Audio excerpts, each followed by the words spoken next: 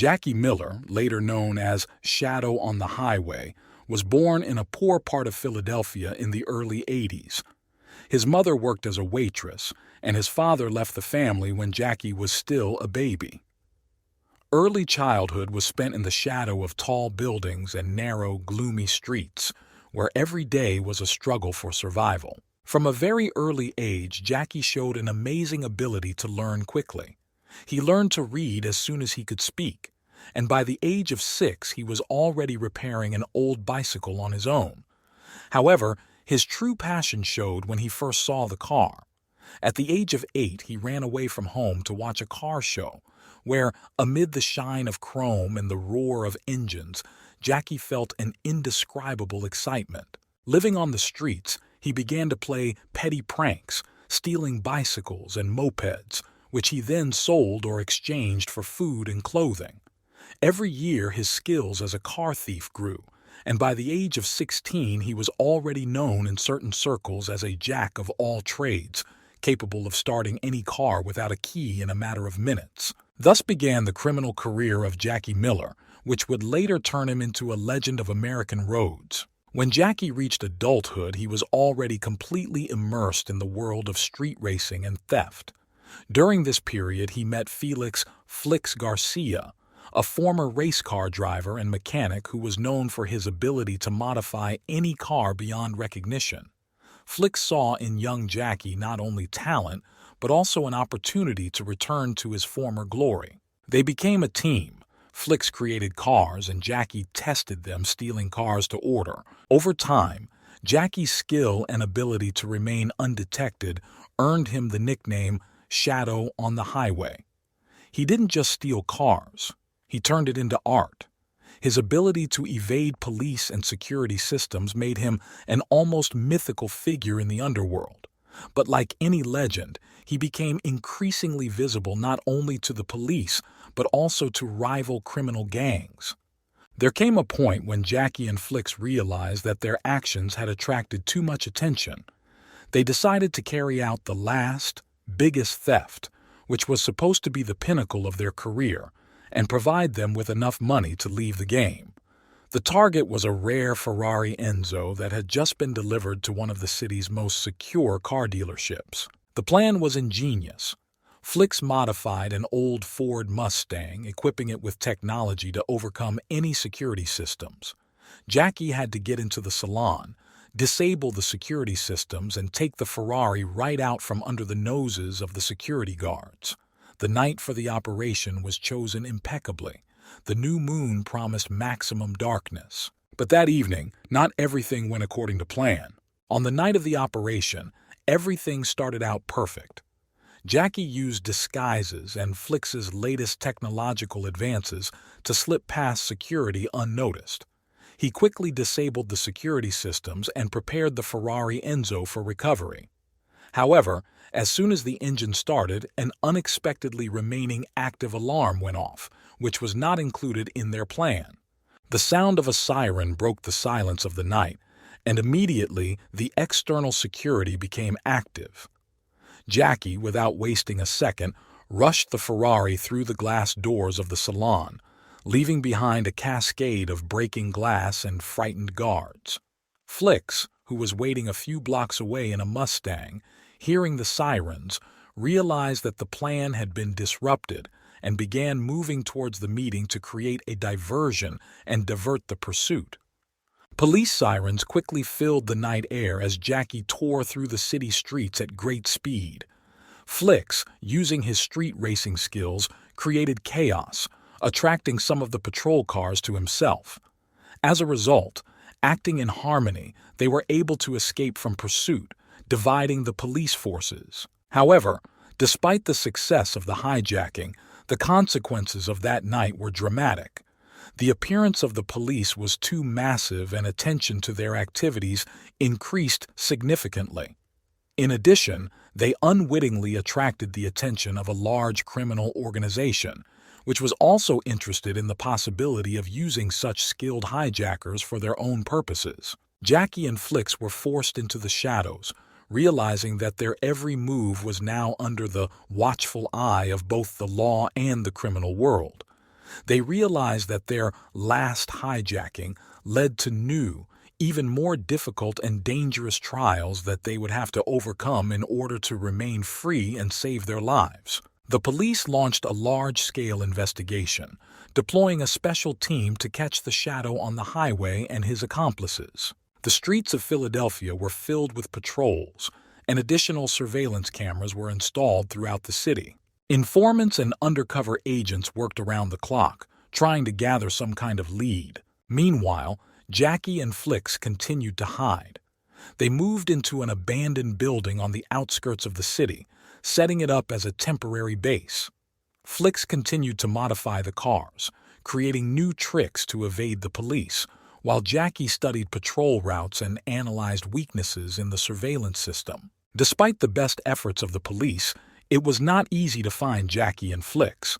Their skill and ability to blend into the shadows made them almost elusive. Moreover, Jackie began to use his reputation to confuse the investigation, leaving false leads and committing petty thefts to divert attention from his real plans. One night, in a small garage on the outskirts of town, they met a group of street racers who had heard of Jackie's exploits and wanted to know his secrets. Instead, Jackie offered them a deal. He would train them in his methods, and they would help him distract the police by creating decoys and directing law enforcement attention to other parts of the city. This strategy worked. The police constantly received information about the supposed whereabouts of the Shadow, but whenever they approached, they found only empty buildings or small groups of street racers, not related to the real Jackie and Flicks. However, on one of these days, the police received an unexpected breakthrough. They fell into the hands of a junior member of one of the street gangs who knew more than he should have. Under pressure, he revealed the location of Jackie's next meeting with the racers. The police decided not to waste time and set up an ambush. On the night of the meeting, Jackie and Flicks arrived at the agreed-upon location, unaware of the ambush. But as soon as they got out of the car, spotlights came on around them and the police surrounded them. The situation seemed hopeless, but Jackie was not going to give up without a fight. He quickly found his bearings using one of the prepared vehicles and performed an incredible maneuver, breaking through the police cordon. Flicks, realizing the situation, also did not stand aside. Once behind the wheel, he began to create chaos, distracting the police and giving Jackie time to escape. They managed to escape again, but now they realized that their situation was becoming increasingly dangerous. Something had to change in order to preserve our lives and freedom. Jackie and Flicks began planning their next step. They realized that it was no longer possible to remain in Philadelphia. Realizing that it had become too dangerous to remain in Philadelphia, Jackie and Flicks decided to move to New York. The city, with its skyscrapers and constant traffic, seemed like the perfect place to get lost in the crowd and start a new chapter in your life. But the move required careful planning because they were being followed not only by the police, but also by criminal gangs. The first thing they did was turn to Flicks's old acquaintance, Jimmy Texan, an experienced forger and master of forged documents.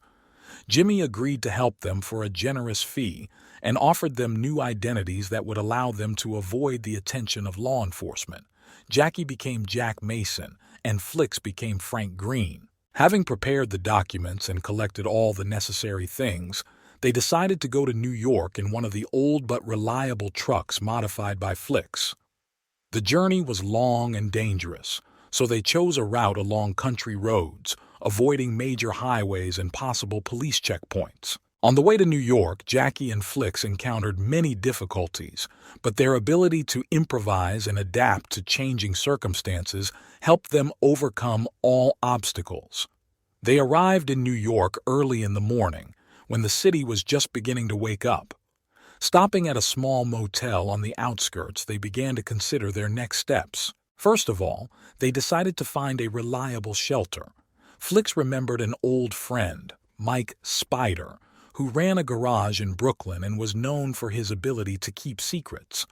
Mike agreed to shelter them and give them temporary work in his garage, providing them with the opportunity to hide from the eyes of the police and the criminal world. The new city offered new opportunities, but also new dangers. Jackie and Flicks knew that to get off to a successful start, they needed to not only get comfortable, but also find a way to make money to secure their future.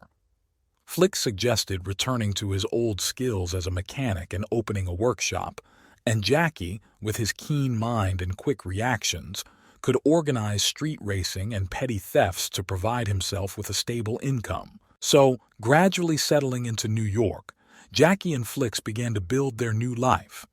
They understood that every day was a new challenge for them, but their friendship and shared experience allowed them to cope with any difficulties. But the city never slept, and with it new challenges arose that were not long in coming. In New York, the criminal world was much wider and more complex than in Philadelphia. Jackie and Flicks soon realized that in order to survive and succeed, they needed to adapt and create a new reputation. They started with small cases, gradually gaining trust and respect among local criminals. Their first major assignment was a case from a local crime boss named Vincent "Vinny" Lombardi. Vinny controlled much of the illegal business in the east of the city and was known for his violent temper.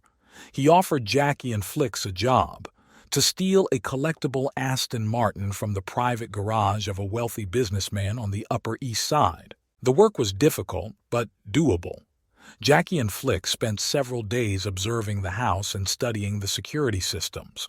Finally, one quiet night, they decided to take action.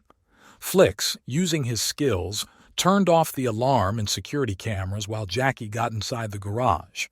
The theft went smoothly, and within an hour the Aston Martin was delivered to Vinny. This success strengthened their reputation, and Vinny offered them a more permanent partnership.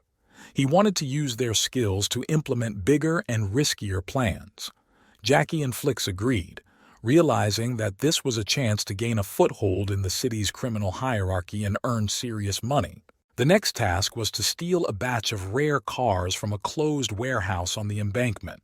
The task was even more difficult because the warehouse was guarded by private security and was under 24-hour video surveillance. However, with careful preparation and detailed planning, they pulled it off again. Leaving the crime scene, they left behind many false trails, leading the police in a completely different direction. While working for Vinny, Jackie and Flicks began to meet more and more influential figures from the criminal world of New York. Some saw them as dangerous competitors, others as useful allies. However, despite their successes, they never forgot that their every step was being monitored and that any mistake could be their last. One day, Vinny offered them the biggest and most risky business: the robbery of a transport convoy carrying millions of dollars worth of valuables. It was a job that required not only the skill of the hijackers but also brilliant planning and coordination. They assembled a team of the best specialists, drivers, hackers, and former military personnel, to carry out this daring plan. On the night of the operation, everything went smoothly up to a point.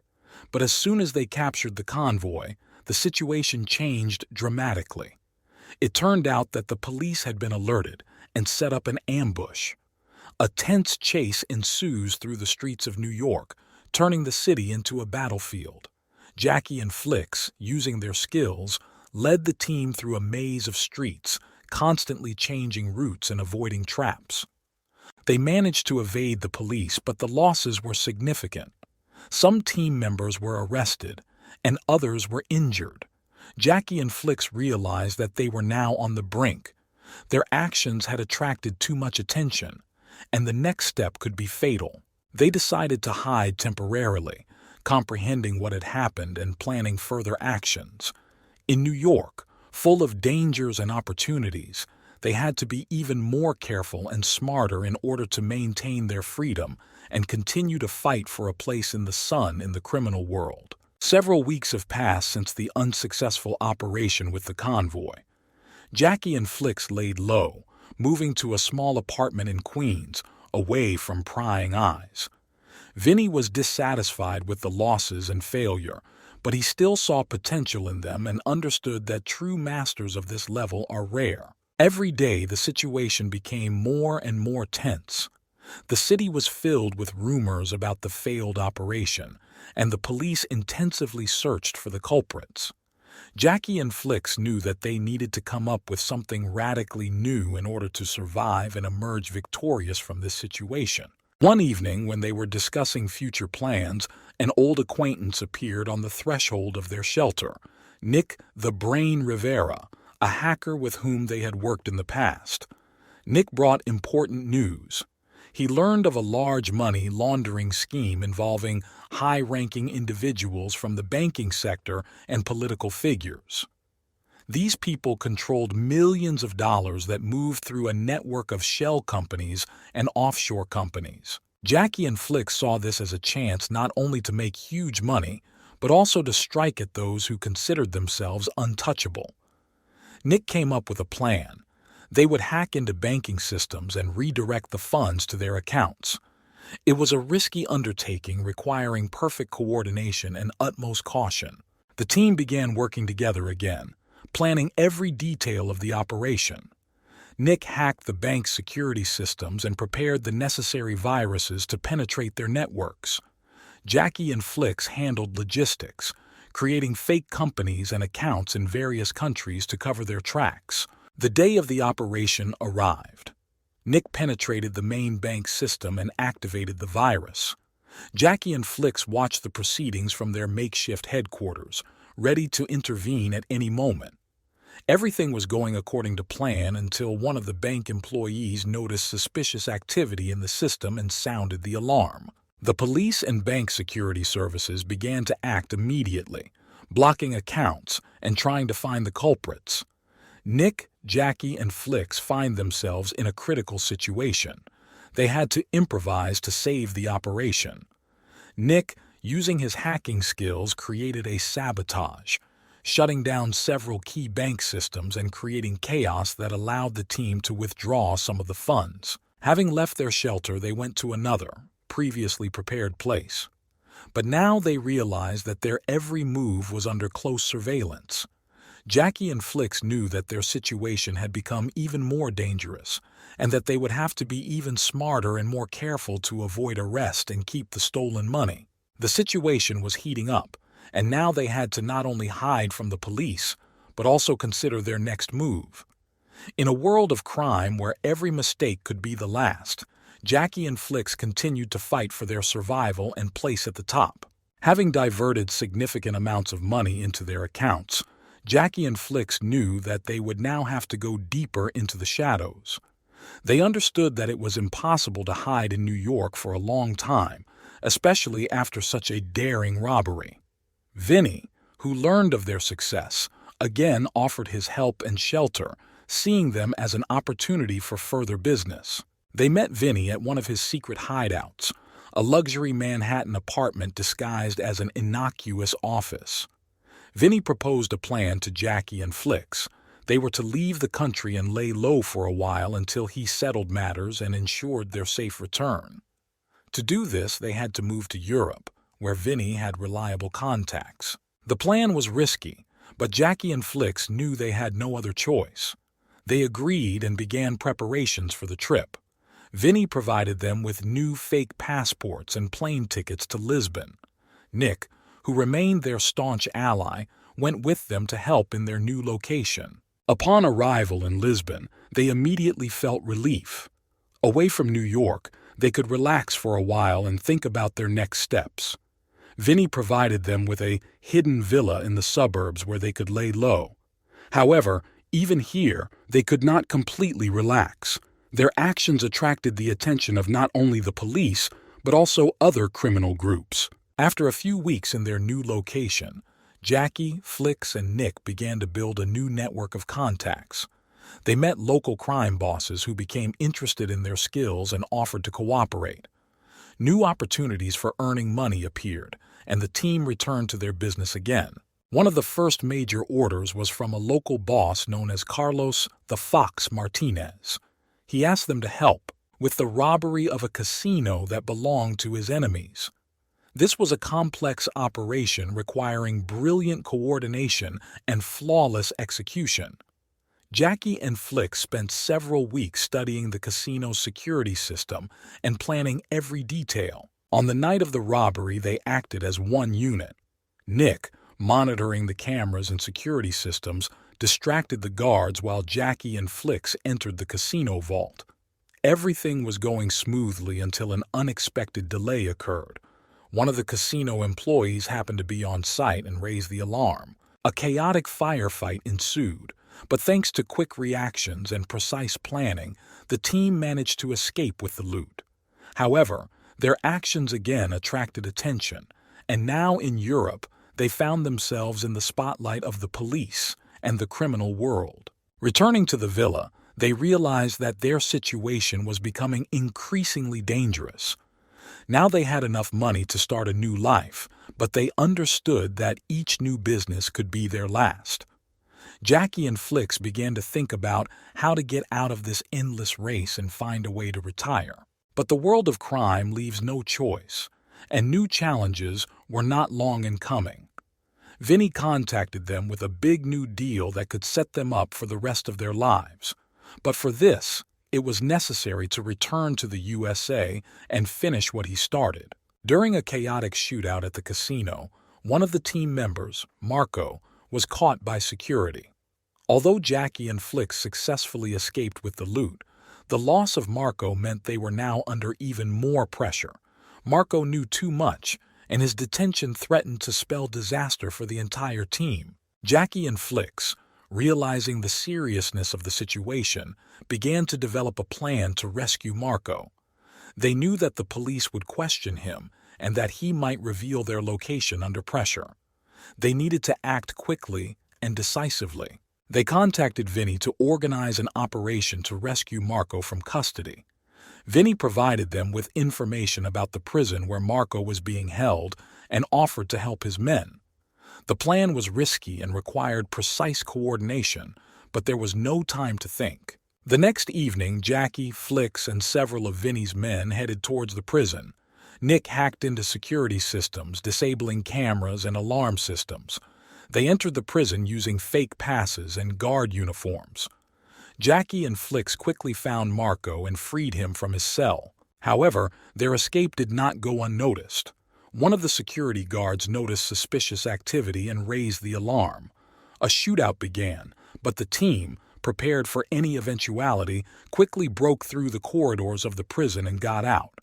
Taking cover behind building corners and abandoned cars, they reached pre-arranged vehicles and drove away from the scene. Marco was saved, but the situation became increasingly tense.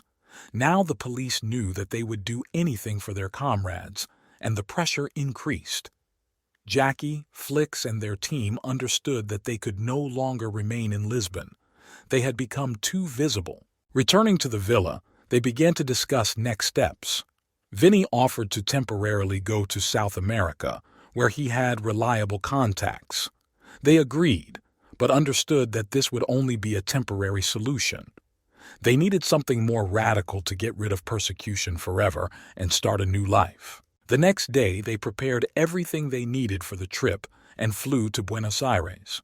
There, among the dusty streets and vibrant colors of Latin American culture, they found temporary refuge.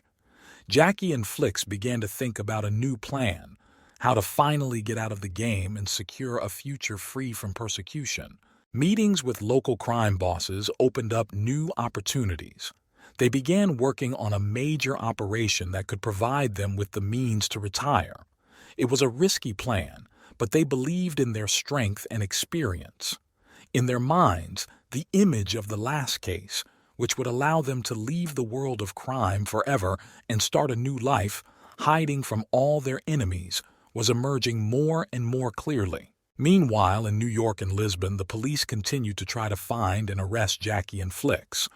But their every step was carefully thought out, and every time they remained one step ahead of their pursuers. The police, thanks to careful analysis and international cooperation, were able to trace the assets and villa of Jackie and Flicks in Lisbon. This success brought them one step closer to capturing dangerous criminals. Soon, information about the location of the villa reached the highest echelons of law enforcement agencies, and the seizure operation was immediately launched. Jackie, Flicks, and their team barely managed to leave the villa several hours before the police arrived. Having received information from one of Vinny's informants, they realized that now even South America is not a safe haven. They needed to find a new shelter, and quickly. Returning to Buenos Aires, they considered their next steps. There was only one solution. They must return to the United States. Where they knew the rules of the game, they had contacts and resources to survive. Moreover, in America, they could use more complex schemes to cover their tracks. Vinny agreed to help organize their return. He offered to use his connections to smuggle them across the border illegally. The plan was complex, but feasible. They had to split into small groups to minimize risk and not attract attention.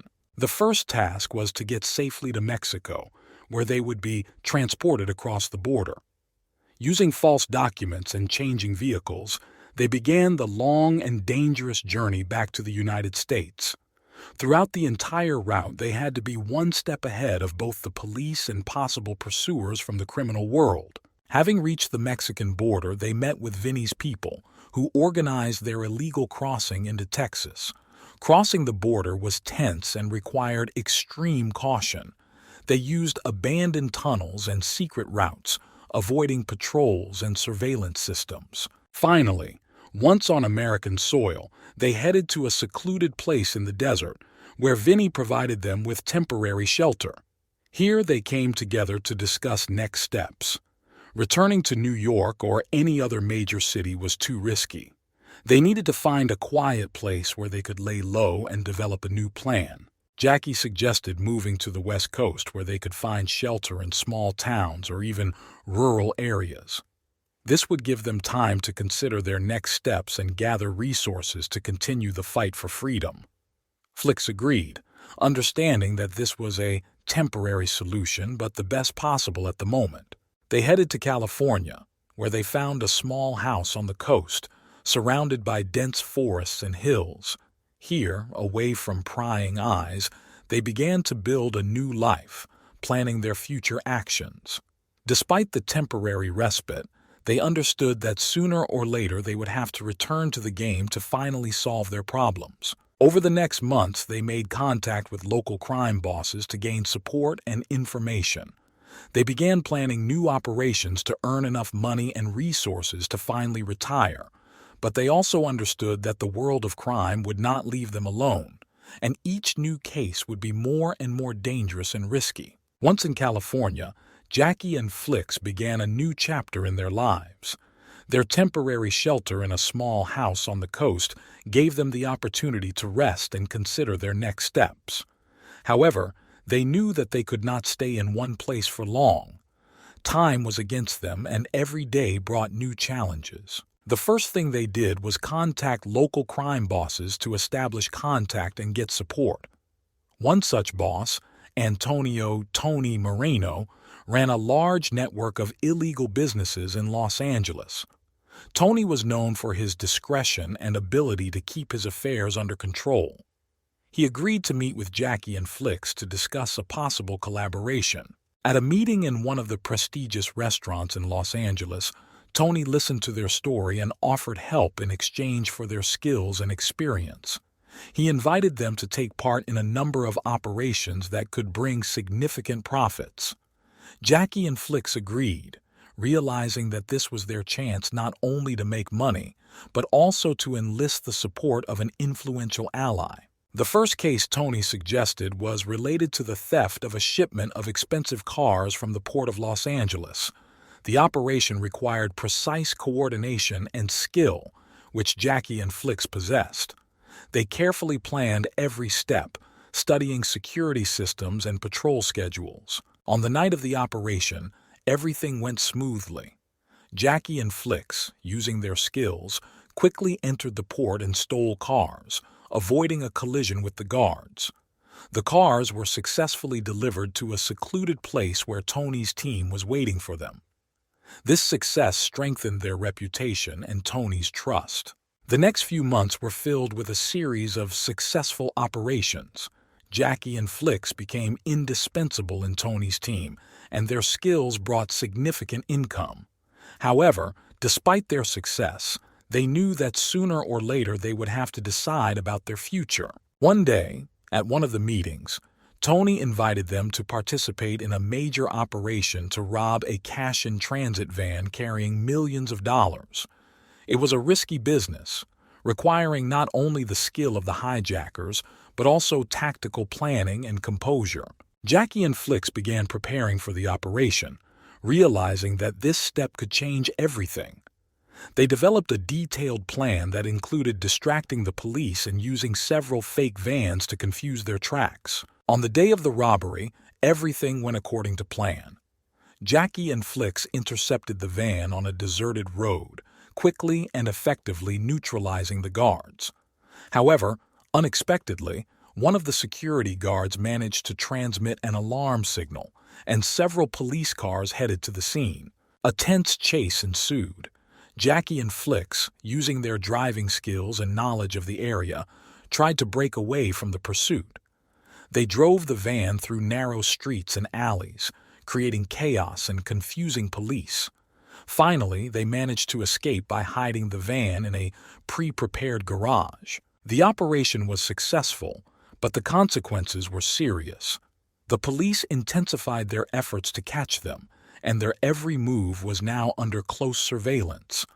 Jackie and Flicks understood that their situation was becoming increasingly dangerous, and that the next step could be decisive. Realizing that the pressure on them was increasing, Jackie and Flicks decided to expand their team to increase their chances of successful operations and safety.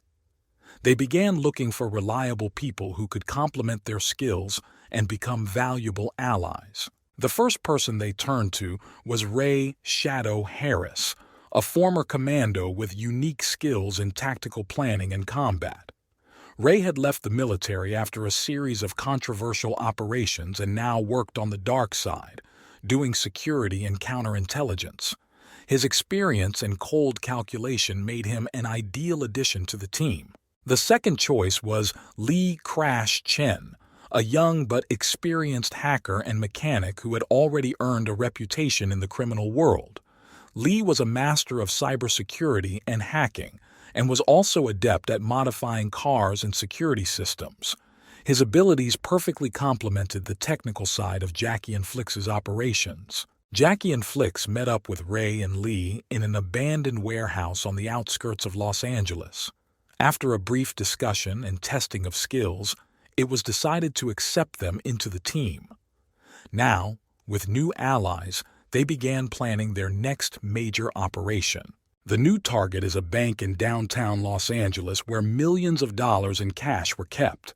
The operation required precise coordination and perfect execution. Jackie and Flicks devised a plan that involved infiltrating the bank through an underground tunnel system which Lee would hack, and Ray would provide tactical support and security for the team. It took several weeks to prepare. Lee hacked the bank's security systems, gaining access to building plans and security schedules. Ray developed a detailed tactical plan, taking into account all possible risks and unforeseen situations. Jackie and Flicks, as always, took on primary roles in the operation, trusting the new team members to carry out their tasks. On the night of the robbery, they entered the tunnel under the bank using an access system Lee had hacked. Approaching the vault, they quickly and silently opened it, filling their bags with money. Everything was going according to plan until one of the security guards noticed suspicious activity on the cameras and raised the alarm. Ray, acting coolly, quickly neutralized the guards, giving the team time to complete the heist. They began to retreat through the tunnels, but the police were already on their way. Lee, using his skills, turned off the tracking systems and opened an emergency exit through which they got out into the street. A tense chase ensued. Jackie and Flicks led the team through narrow alleys and hidden routes while avoiding police patrols. Thanks to coordinated work and precise planning, they managed to evade pursuit and hide in a secluded place on the outskirts of the city. The robbery was successful, and the team was able to leave with the loot. The new team members performed at their best, proving their worth and professionalism. However, success also brought new problems. Now, they have become even more noticeable and dangerous for others. Jackie and Flicks knew they had to keep moving and adapt to changing circumstances. They began planning their next operation, which would allow them not only to make money, but also to eliminate those who posed the greatest threat to them. The team grew, and their ambitions and capabilities grew along with it. With a successful bank robbery under their belts, Jackie and Flicks decided to up the ante and set their sights on robbing the home of a very rich man. Their target is William Randolph, a powerful businessman with an extensive collection of jewelry and art stored in his luxurious mansion in the Beverly Hills. The layout of the mansion and its security systems were complex, but the team was confident in their abilities. They began to develop a plan that included several stages, each of which required careful preparation and coordination. Step 1. Gathering information. Lee crash. Chen hacked the mansion's security systems to gain access to the building's plans and security schedule. He also examined local surveillance cameras to find out when Randolph and his family were typically away. At the same time, Ray Shadow Harris monitored the movements of the guards and studied the patrols. Step 2. Prepare your equipment. Flicks was involved in the preparation of special equipment, including devices for disabling alarms, breaking locks, and camouflage. He also modified the team's vehicles so that they could escape the crime scene quickly and unnoticed. Step 3. Implementation. The team decided to enter the house under the guise of service personnel. They received fake IDs and uniforms made by Lee. Jackie and Flicks planned to enter through the back door, which had the least security, while Lee and Ray were to neutralize the cameras and security systems. Step 4. Operation. On the day of the operation, all team members were on site. Lee hacked the security systems and disabled the alarms. Ray, acting silently, disabled the guards who were on the territory of the mansion. Jackie and Flicks, using fake IDs, got inside, bypassing the main obstacles. Step 5. Robbery. Once inside, the team split up. Jackie and Flicks headed to the main vault, where the jewelry and works of art were located. Lee set about searching for valuables that might be hidden in other parts of the house, using his searching and burglary skills. Ray remained on guard, ready to neutralize any threat.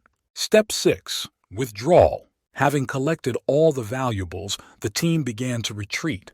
Lee hacked the security systems again to open escape routes. They got out through the back door and quickly loaded the loot into the cars. Thanks to pre-prepared routes and camouflage, they were able to leave the territory unnoticed and hide in a safe place. The operation went smoothly and the team returned to their hideout with a huge haul. But they understood that this was just the beginning. The success of the Randolph house robbery meant that they were now even more visible and that they would need to be even more careful in the future. Jackie, Flicks, Lee, and Ray began planning their next steps to build on their success and ensure safety. The world of crime does not forgive mistakes, and every new day brought new challenges. But with such a strong team, they were ready for anything. After the robbery of the home of William Randolph, the news exploded with reports of a daring gang that managed to carry out one of the most complex and expensive operations in the history of the city. All channels broadcast reports about what happened, discussing details and possible traces of the criminals. The focus was on speculation about how such an experienced team could pull off such a heist. Jackie, Flicks, Lee, and Ray gathered in their hideout, realizing that the situation had become even more tense. Their every action was now under close scrutiny, and mistakes were unacceptable. They realized they needed to strengthen their team to cope with the increased risks. Their first choice was Jason "Blitz" Blake, a former FBI agent who specialized in cybersecurity. Jason left the agency after witnessing corruption among his colleagues. His knowledge and experience could be invaluable to the team. The second choice was Maria Shadow Rodriguez, a master of disguise and forgery. Maria was known in the criminal world as one of the best specialists in creating new identities. She could help the team escape and start a new life when necessary. With new allies, they began planning a robbery at the home of a very rich man, media tycoon Robert Hansen. Hansen owned a huge mansion filled with valuables and works of art. Jason hacked the mansion's security systems, gaining access to the building's plans and security schedule. Maria began to collect information about Hansen and his habits. Lee and Flix prepared special devices to disable alarms and break into safes. Maria provided everyone with fake IDs and guard uniforms. The team entered the house under the guise of service personnel. They entered through the back door using fake passes and tools. Once inside, they separated. Jackie and Flix headed to the main vault where the jewelry and works of art were located. Lee set about searching for valuables that might be hidden in other parts of the house, using his searching and burglary skills. Ray remained on guard, ready to neutralize any threat. Having collected all the valuables, the team began to retreat. Lee hacked the security systems again to open escape routes. They got out through the back door and quickly loaded the loot into the cars. Thanks to pre-prepared routes and camouflage, they were able to leave the territory unnoticed and hide in a safe place. The heist was successful, and the team returned to their hideout with a huge loot.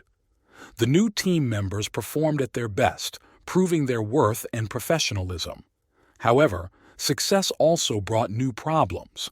Now they have become even more noticeable, and that their active actions have attracted the attention of not only the police, but also influential figures in the criminal world who did not like the new competition. After Robert Hansen's home was robbed, the news continued to buzz about the elusive gang. Whenever the media mentioned their activities, the police intensified their efforts to catch them. However, Jackie, Flix, Lee, Ray, Jason, and Maria were always one step ahead. The team knew they needed time to plan the next step. They used the temporary lull to strengthen their connections in the criminal world. Jackie and Flix contacted Vinny's former partners in New York to discuss new opportunities and develop strategies for going dark. They learned about a large shipment of illegal weapons that was going to be transported from Los Angeles to Texas. This information came from Frank "Iron" Taylor, one of the most powerful crime lords on the West Coast. Taylor suggested that the team intercept the truckload of weapons and deliver them to him in exchange for a significant reward and protection. The operation required perfect coordination and courage. Jason used his skills to hack surveillance systems and obtain the exact coordinates of the truck's route. Lee and Flix prepared 2 high-performance vehicles to intercept the truck on its way. Ray was engaged in tactical preparation, developing a plan for the capture. On the day of the operation, they set up an ambush on one of the remote sections of the highway. Jason and Maria took up observation positions while Jackie and Flix prepared to be captured. When the truck appeared on the horizon, the team quickly and decisively took action. Jackie and Flix used cars to block the road, forcing the truck to stop. Ray, armed to the teeth, approached the driver and security, forcing them out of the cab. Maria, with her mastery of disguise and manipulation, quickly tied up the guards and the driver, making it impossible for them to call for help. The operation was successful, and the team transported the weapon to a previously prepared site. Frank "Iron" Taylor was impressed by their professionalism and provided the promised reward. It was a huge amount of money and a promise of protection from other criminal groups. However, with every successful business, the risks also increased. Police have increased pressure on the criminal underworld to find those responsible for daring robberies and interceptions. Jackie and Flix realized that they were now viewed not only as master car thieves but also as serious players in the world of crime. The team decided to make another major strike to ensure they could escape forever. They targeted the largest cash warehouse in Western America, owned by a major drug cartel. The warehouse was better guarded than any of their previous targets, and access to it was strictly limited. Jason hacked into the cartel's internal security systems, gaining access to the warehouse plans and guard schedules. Maria, using her contacts, obtained information about the cartel's internal connections and possible weak points. Lee and Flix began preparing the special equipment and vehicles that would be needed to carry out the operation. They entered the warehouse at night using false passes and carefully planned routes. Once inside, the team quickly and silently neutralized the guards using fake IDs and diversionary maneuvers. Jackie and Flix opened the safes, filling their bags with cash. But not everything went according to plan. One of the security guards noticed suspicious activity and raised the alarm. A fierce firefight began. Ray, having experience in combat, held off the guards while the rest of the team completed the operation. Jason used his hacking skills to disable the security systems and give the team time to evacuate. They left the warehouse carrying enormous loot, but knew that their situation was now critical. They were hunted not only by the police, but also by the cartel, which will not forgive such a daring robbery. Jackie and Flix knew that their next move would have to be carefully planned to ensure the team's safety and the possibility of disappearing forever. The team headed to the new hideout, preparing for the next step. The world of crime became more and more dangerous, and every new day brought new challenges. But Jackie, Flix, Lee, Ray, Jason, and Maria were ready to fight to the end to ensure their freedom and a new life, despite all the obstacles and dangers. Realizing that their situation had become critical after the robbery of the drug cartel's warehouse, Jackie, Flix, Lee, Ray, Jason, and Maria decided that they needed to lay low for a while to avoid prosecution and consider their next steps. They moved to an abandoned factory on the outskirts of Los Angeles, where they could plan and act in peace. Time passed slowly, and every day brought new challenges. The team followed the news and listened to rumors in the criminal world to stay informed about what was happening. The cartel and the police were actively looking for them, and every step had to be thought through to the smallest detail. One evening, as they discussed their strategy, they received an unexpected message from one of Maria's old acquaintances. The message was about a large shipment of rare jewelry that was to be delivered to a private mansion on the coast. This was a chance not only to make money, but also to strike at one of the richest people in Los Angeles who collaborated with the cartel. The team realized that this was a risky but profitable move. They began planning the operation, taking into account all possible scenarios and risks. Lee hacked the mansion's security systems, gaining access to the building's plans and security schedule. Jason began gathering information about the delivery route and prepared false documents that would allow them to pass undetected. On the day of the operation, they entered the mansion under the guise of security officers. Maria, using her camouflage skills, distracted the guards while Jackie and Flix made their way to the jewelry vault. Lee and Jason monitored the surveillance systems to ensure the team's passage was unimpeded. When they reached the vault, Flix used his lock-picking skills to pick the lock. Inside, they found many rare jewelry, the value of which amounted to millions of dollars. They quickly collected their loot and began to retreat, but at that moment an unexpected alarm went off. It turned out that the owners of the mansion were warned about a possible attack and strengthened security measures. Armed guards entered the area, and an intense firefight began. Ray, using his combat experience, covered the team, giving them time to evacuate. Jason and Lee quickly disabled the remaining security systems, opening an escape route. The team got out of the mansion and headed to the previously prepared vehicles. The chase was intense, but thanks to the careful planning and driving skills of Jackie and Flix, they managed to break away and escape into the labyrinthine streets of Los Angeles. Returning to the plant, they realized that they had once again attracted the attention of the cartel and the police, but this time they were ready for the next step. They understood that to finally exit the game, they needed another major blow, which would allow them to escape forever and start a new life.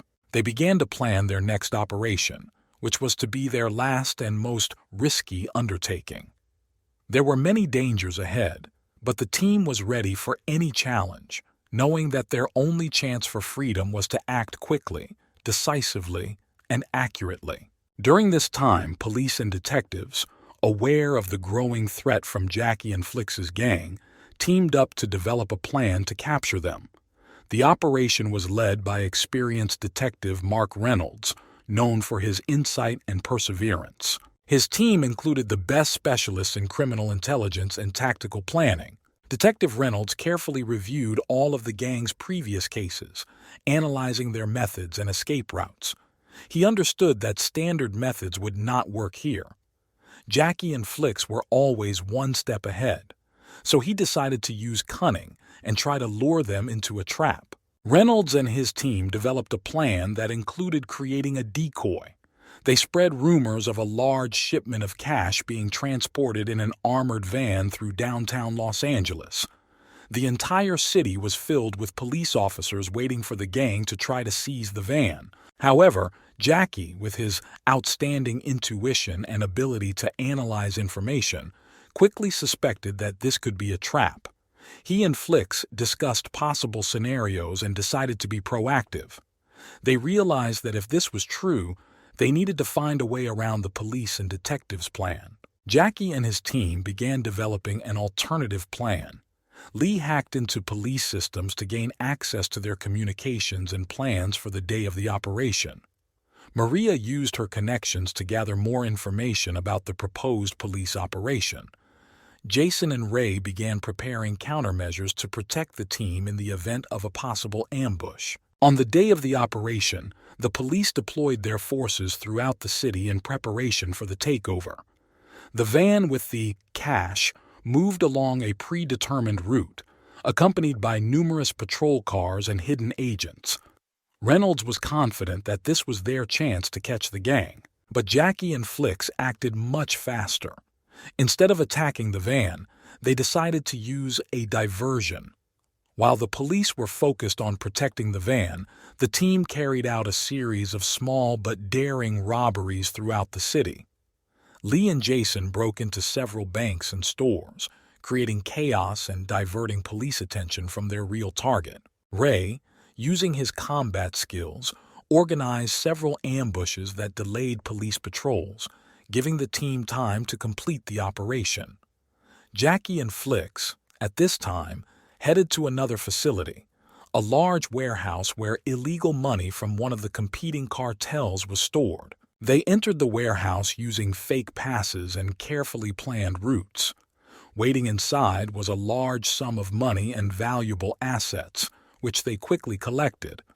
After leaving the warehouse, they used pre-prepared escape routes to escape pursuit. While the police were busy cleaning up the aftermath of the distraction robberies, Jackie and his team were already far away. Their skill and speed allowed them to escape justice again. Reynolds, frustrated by the failure of the operation, realized that he still had a lot of work to do to catch these elusive criminals. Jackie and Flicks returned to their hideout with a huge loot, realizing that each time their operations became more dangerous. They began to plan their next steps, realizing that the next blow should be the last and decisive one in order to leave the game forever and start a new life, hiding from the persecution and dangers of the criminal world. After the failure of the operation, Detective Mark Reynolds realized that it was useless to catch the Jackie and Flicks gang using traditional methods. He decided to change his approach and began collaborating with federal agents to use advanced technology and intelligence techniques. The main goal was to penetrate the gang's inner circle and obtain insider information. Reynolds knew that this would require a talented and experienced undercover agent. So he turned to FBI agent Caitlin "Katie" Marshall, who specialized in infiltrating organized crime groups. Katie was known for her ability to fit into any group and win the trust of even the most suspicious criminals. Katie began her mission by introducing herself as an experienced security and hacking specialist who wanted to find a high-paying job. With the help of a well-developed cover story and brilliant skills, she quickly gained the trust of Maria, who was a key figure in organizing the documents and disguises for the team. Over time, Katie became an integral part of the gang. She helped with the preparation of operations, providing valuable advice and support in difficult situations. At the same time, she quietly passed information to Reynolds and his team, which allowed the police to make more precise plans to catch the gang. Katie learned that Jackie and Flicks were planning their final biggest hit, a robbery of the Los Angeles Central Bank. It was a risky undertaking, but the team saw it as an opportunity to finally get out of the game and escape forever. Reynolds realized that this was his chance to capture the entire gang at once. The police and FBI developed a complex plan that involved creating a false sense of security for the gang so that they would feel confident until the very end. On the day of the operation, the police secretly set up surveillance of all key locations using drones, hidden cameras, and reinforcements ready to respond quickly. When Jackie and his team began a bank robbery operation, Katie quietly activated a signal that relayed the exact location and status of the operation to the police. Inside the bank, the team acted according to a preconceived plan, but were unaware that their every move was being monitored in real time. As soon as Jackie and Flicks entered the vault and began filling bags with money, the police surrounded the building. Entrances and exits were blocked and a takeover operation began. Reynolds personally directed the actions of his men, coordinating them through radio communications. When the team tried to leave the bank, they were confronted by police riot police. A shootout ensued, but thanks to precise planning and numerical superiority, the police quickly gained the upper hand. Jackie and Flicks, realizing that there was no way out, decided to surrender to avoid further casualties among their team. The team was arrested on the spot, and Katie, having successfully completed her mission, was taken out from undercover. Reynolds finally felt the satisfaction of completing a long and complex investigation. The gang, which had eluded justice for a long time, found itself behind bars. Following the arrest of the gang, Detective Mark Reynolds and his team began a detailed investigation to uncover all aspects of their activities and understand how exactly they managed to remain free for so long. Investigators began interrogating all members of the gang, collected evidence, and carefully studied all seized materials. One of the main tasks was to find out what other crimes the gang might have committed and establish their connections with other criminal groups. Since the gang members were masters of their craft, the investigation turned out to be complex and multifaceted. During interrogations, each gang member provided his own version of events. Jackie and Flicks tried not to give away unnecessary details, but the police used psychological techniques to find out more. Maria and Lee were more talkative, realizing that cooperation could reduce their sentences. Maria talked about how they used fake documents and disguises to hide from law enforcement. She also pointed to several key criminal figures with whom they collaborated. Lee, on the other hand, was more willing to share technical details. He described in detail how he hacked security systems and what programs he used. This gave detectives an insight into the methods the gang used to break in. As a result of interrogations and analysis of seized materials, it was possible to establish the gang's involvement in a number of high-profile robberies, about which nothing was previously known. Detectives found that the gang was involved in kidnappings, money laundering, and the sale of stolen property. Among the most significant crimes solved were the robbery of an armored van *** in Chicago, where several $1 million were stolen. The case remained unsolved for several years until Lee confessed to his involvement in hacking the van's security system. Theft of rare works of art *** from a private collection in San Francisco. Jackie and Flicks orchestrated the operation by using false documents to enter the collector's home. Large-scale money laundering through a network of shell companies. Maria and Jason managed this scheme, ensuring that the gang's real income was hidden. The investigation also helped expose the gang's network of corrupt officials and other crime bosses. Maria provided information about the people who helped them hide and ensured safety. This information allowed the police to arrest several influential figures, which significantly weakened criminal networks in the city. The arrest of the Jackie and Flicks gang caused a stir in the criminal world. Many smaller groups began to reconsider their methods of operation, realizing that the police now had better investigative techniques. Some criminals tried to leave the game, fearing that they would be next. Trials against gang members have become one of the most discussed events in the media.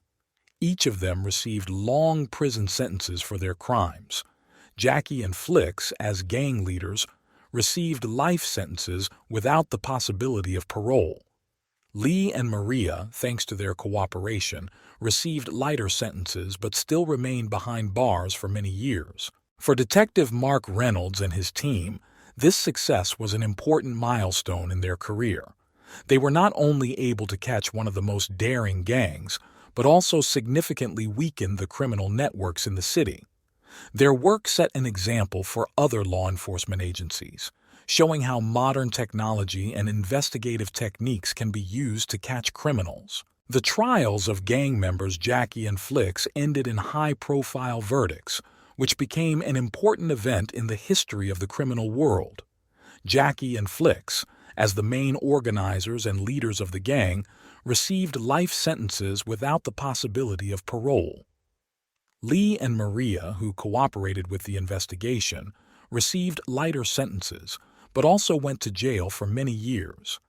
Jason and Ray, despite attempts to hide their roles, were also given long prison sentences. The arrest and conviction of the Jackie and Flicks gang was a powerful blow to organized crime. Many criminal groups have revised their methods of work, fearing more active actions from law enforcement agencies.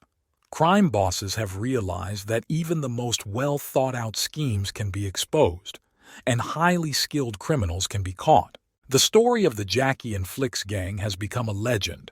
Their daring heists, mastery of deception, and ability to evade justice have inspired criminals and crime fighters alike over the years.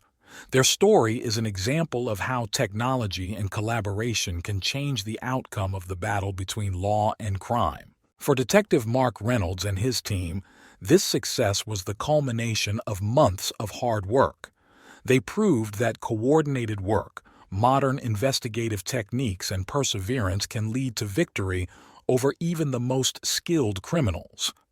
Their achievements have been recognized with awards and recognition from peers and the public.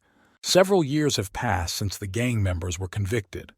The criminal world of Los Angeles and other large cities became calmer, but it was still impossible to completely eradicate crime. New criminals continued to emerge, but the lessons learned from the history of Jackie and Flicks' gang helped law enforcement be better prepared for the challenges. Jackie and Flicks often reflected on their decisions and consequences while behind bars. Despite the fact that they lost their freedom, their names will forever remain in history as one of the most famous and daring criminals of their time. The story of Jackie and Flicks became a symbol of an era when technology and human ingenuity played a decisive role in the confrontation between law and crime. Their capture and conviction showed that justice will always find a way to be served, even if it takes time. The criminal world had changed, but there was always the possibility that a new legend would appear on the horizon, ready to challenge the law. Thus, the story of the Jackie and Flicks gang ended with their arrest and conviction, leaving a mark on the history of crime and becoming an example for future generations of both criminals and those who fight them. Second story of the criminal. In one of the poorest areas of a small town in southern Colombia, a boy was born who was destined to become the most dangerous drug lord in the world. His name was Pedro Montalvo. From an early age, Pedro was faced with the harsh realities of life. His family lived in a small house with a leaky roof, and food on the table was rare. Pedro's mother, Maria, worked day and night to provide her children with everything they needed. She was a cleaner in rich houses, and every evening she returned home exhausted, but with a smile on her face. His father, Juan, was a farmer, but his earnings were barely enough to make ends meet. Pedro often saw his father returning home after a long day on the field, covered in dirt and fatigue. He listened to his father's stories about the difficulties and injustices faced by poor people. These stories sank deep into Pedro's soul and awakened in him a desire to change his life and the life of his family. From childhood, Pedro was distinguished by his intelligence and observation. He attended a local school but often skipped classes, preferring to spend his time on the streets, where he quickly realized that the world did not work as his teachers told him. The streets became his real school. Pedro learned to survive in a cruel world by watching older boys commit petty thefts and sell drugs. One of his first teachers on the street was Raul, a local drug dealer who saw potential in Pedro. Raul was cruel and ruthless, but he taught Pedro a lot. The boy realized that the world of crime offered quick money and power, which he could never achieve through honest work. Pedro listened carefully to Raul's advice, quickly learning the art of deception and cunning. He started with small assignments, delivering drugs around the city, keeping an eye on competitors and passing on information. Raul saw Pedro as a future underworld star, and their connection grew stronger. Pedro soon became a key figure in Raul's operation. His courage and intelligence allowed him to build a network of informants among local residents who supplied him with information about the movements of the police and the actions of competitors. At the age of 14, Pedro already had a reputation that made even adult criminals respect him. But the world of the streets was merciless. One day, Raul was ambushed by competitors and was brutally killed. For Pedro, this was the moment of truth. The loss of his mentor and friend made him realize that there is no place for weakness and gullibility in this world. He decided that he would never again rely on others and took matters into his own hands. Pedro began by creating his own small group, which included the most reliable and loyal people. He offered them not only protection, but also a chance for a better future. Under his leadership, the group quickly expanded its activities, capturing more and more new territories. Pedro applied all the lessons he learned from Raul, adding his own ideas and strategies. He was not afraid to take risks, but always acted calmly and prudently. Pedro began making connections with larger drug cartels, using his wit and charisma to secure lucrative deals. He understood that in order to rise to the top, you need to be not only cruel but also smart. Every day, Pedro faced new challenges, but this only strengthened his character. He became more and more influential and powerful, but never forgot about his past. In his heart, there was always a hatred of injustice and a desire to escape poverty, which continued to spur him to action. Years passed, and Pedro grew from a little boy living on the streets into a fearsome and respected drug lord. His name became known throughout the world, inspiring fear and respect. But he knew that there was no end to this path, and even more difficult trials awaited him. After defeating Carlos, Pedro felt invincible. But this feeling was deceptive. He knew that there were more and more enemies, and that in his position any step could become fatal. Pedro decided that he needed to go into the shadows and begin to act even more carefully. Pedro began using new methods and technologies to cover his tracks. He hired the best cybersecurity experts to protect his communications and financial transactions. All his actions began to be carefully planned and coordinated through a complex network of intermediaries and trusted persons. Pedro understood that any mistake could cost him everything he had achieved. Meanwhile, Pedro continued to develop his legal businesses. He became an influential figure in business circles, and his name was increasingly mentioned in the news in the context of philanthropy and social responsibility. He opened several schools and medical clinics in poor areas, trying to improve the lives of the people among whom he grew up. But even his good deeds had a hidden meaning. Pedro bought the loyalty of local residents, who became his eyes and ears on the streets. One day, Pedro received information that several agents of an international anti-drug organization had begun an investigation into his activities. They worked undercover, trying to gather evidence that could lead to his arrest. Pedro decided to be proactive. He ordered his men to find out everything they could about the agents and their methods of work. With the help of bribed informants and hacked databases, Pedro learned about plans for an operation against him. He realized that the only way to maintain his freedom and influence was to eliminate the threat. Pedro developed a cunning plan that would allow him to lead the agents onto the wrong trail. He organized a fake operation to transport a large shipment of drugs, setting everything up so that the agents received information about it. When the agents arrived at the scene, an unpleasant surprise awaited them. Pedro and his men captured them and took them to a secret hideout. Pedro personally interrogated the agents, learning about all the details of the investigation. He realized that the problem was much more serious than he thought. Not only local law enforcement agencies, but also international intelligence agencies were working against him. Realizing that his enemies had become even more dangerous, Pedro decided to make a move that would shock everyone. He released the agents, but not before forcing them to convey a message to their superiors. Pedro said that he was ready to negotiate and that his power was so great that no one could stop him. It was a bold move that was meant to show his confidence and power.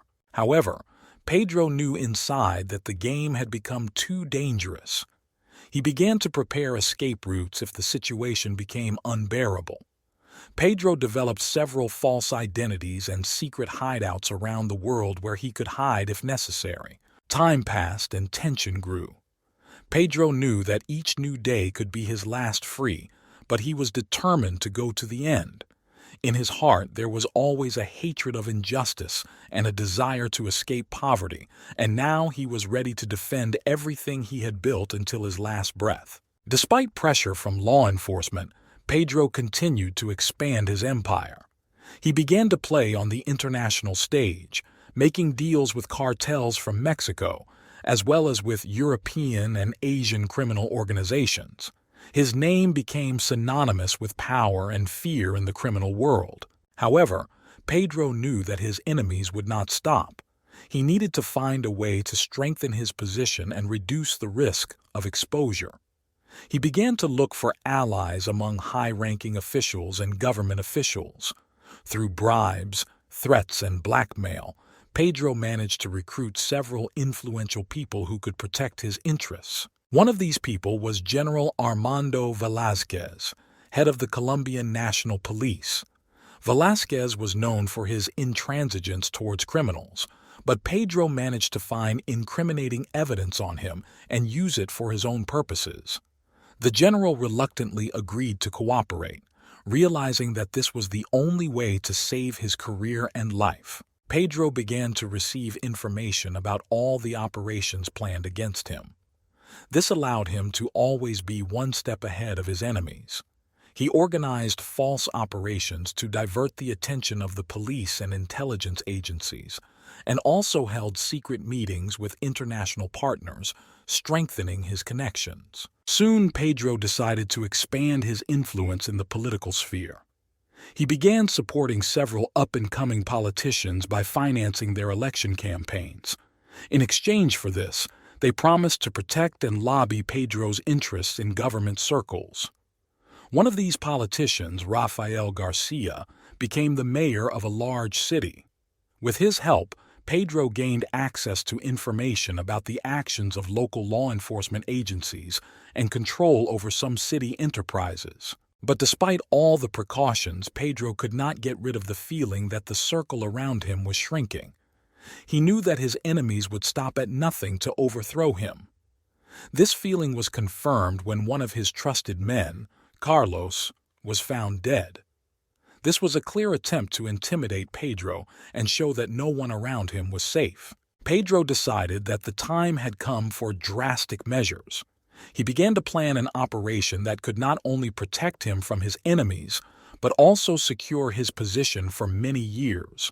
He was going to organize a large-scale supply of drugs to the United States, using a new network of routes and methods not yet known to law enforcement agencies. This operation was to be the largest and most daring of his entire career. To prepare the operation, Pedro attracted the best specialists, including former military personnel, engineers, and hackers.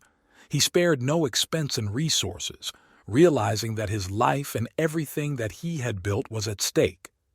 Every detail of the plan was thought out to the smallest detail, from transportation to local distribution of goods.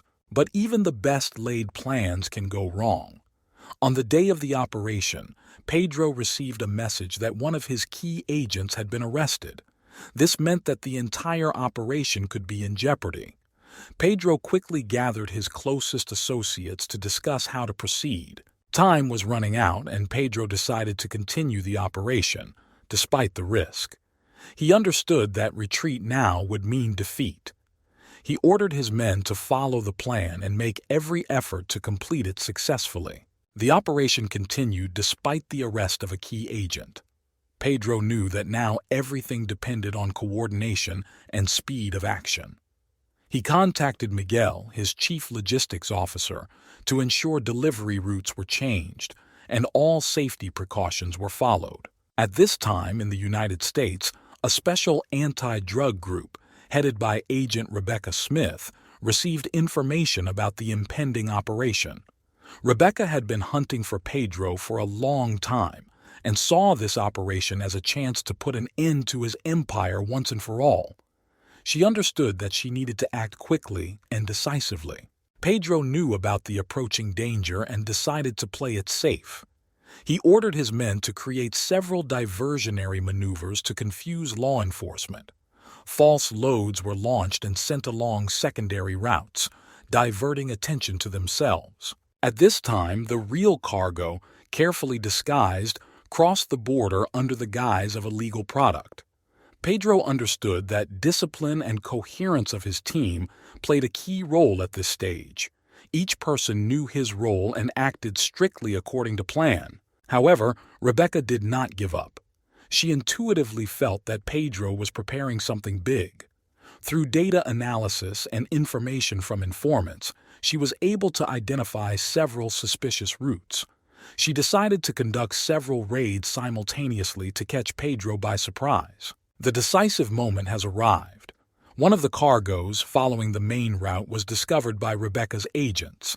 A chase began, which could lead to the failure of the entire operation. Pedro watched events unfold from a safe distance, receiving constant updates from his men. Realizing that the situation was getting out of control, Pedro decided to activate the last stage of the plan. He gave the command to destroy the cargo to prevent its capture. At the same time, the remaining routes continued to move, avoiding clashes with law enforcement agencies. Rebecca was furious when she learned that the cargo had been destroyed, but she didn't give up. Her team continued to follow other routes, hoping to find at least some traces of Pedro's activities. Despite all the difficulties and risks, most of the cargo achieved its goals. Pedro knew that the victory was temporary and that Rebecca and her team would not stop there. But he also understood that every successful move brought him closer to the unattainable ideal of complete immunity and control. Pedro decided that he needed to strengthen his defense. He began investing in even more sophisticated security systems, including biometric locks and monitoring systems. He also stepped up measures to protect his loved ones, aware that his enemies might try to use them to put pressure on him. Meanwhile, Rebecca was developing new strategies. She understood that Pedro had become even more careful and cunning, but she was not going to give up. Her goal was clear: to overthrow Pedro and destroy his empire. Pedro realized that his game of survival was becoming more intense every day. He knew that his inner circle of trusted people was his most valuable resource. Two people stood out among them: Alejandro, his chief strategist, and Sofia, a talented analyst who could predict the moves of enemies several moves ahead. Alejandro proposed expanding operations to other regions where Pedro's influence was still weak. This would provide an opportunity to create additional sources of income and reduce dependence on current routes that were already under the radar of law enforcement. Sofia, in turn, developed a comprehensive plan to collect and analyze data on the movements of Rebecca's agents in order to always be one step ahead. During this time, Rebecca realized that she needed to go beyond standard methods to catch Pedro. She decided to involve international organizations in the investigation and strengthen cooperation with the authorities of other countries. Her goal was not just to catch Pedro, but to destroy his entire network. Pedro continued to strengthen his position. He began investing in high-tech companies that could give him access to advanced security and monitoring systems. One of these companies was an artificial intelligence development company that created a unique data analysis and threat prediction system for Pedro. One day, Pedro received disturbing news. One of his closest associates, Ricardo, was captured by Rebecca's agents. This was a serious blow, since Ricardo knew many of the organization's secrets. Pedro knew he needed to act quickly to prevent information leakage. Pedro called an emergency meeting with Alejandro and Sofia. They decided that they needed to carry out an operation to save Ricardo, but to do it in such a way as not to arouse suspicion. It was decided to use a diversion to divert the attention of Rebecca and her team. On the night of the operation, Pedro's team set off a series of explosions at several sites associated with his activities. This forced Rebecca and her agents to focus their efforts on investigating these incidents, leaving the base where Ricardo was being held with minimal security. Meanwhile, a specially trained group led by Alejandro entered the base. They acted quickly and decisively, using advanced technology and equipment. Ricardo was rescued and taken to safety. The operation was successful, but Pedro understood that it was only a temporary victory. Rebecca was furious. Her plan to capture Ricardo failed, and she realized that Pedro was willing to do anything to protect his people. She decided it was time to use unconventional methods. Rebecca enlisted the help of an old friend and colleague, a psychological profiler, to try to predict Pedro's next moves. Pedro, in turn, understood that he needed to further strengthen security.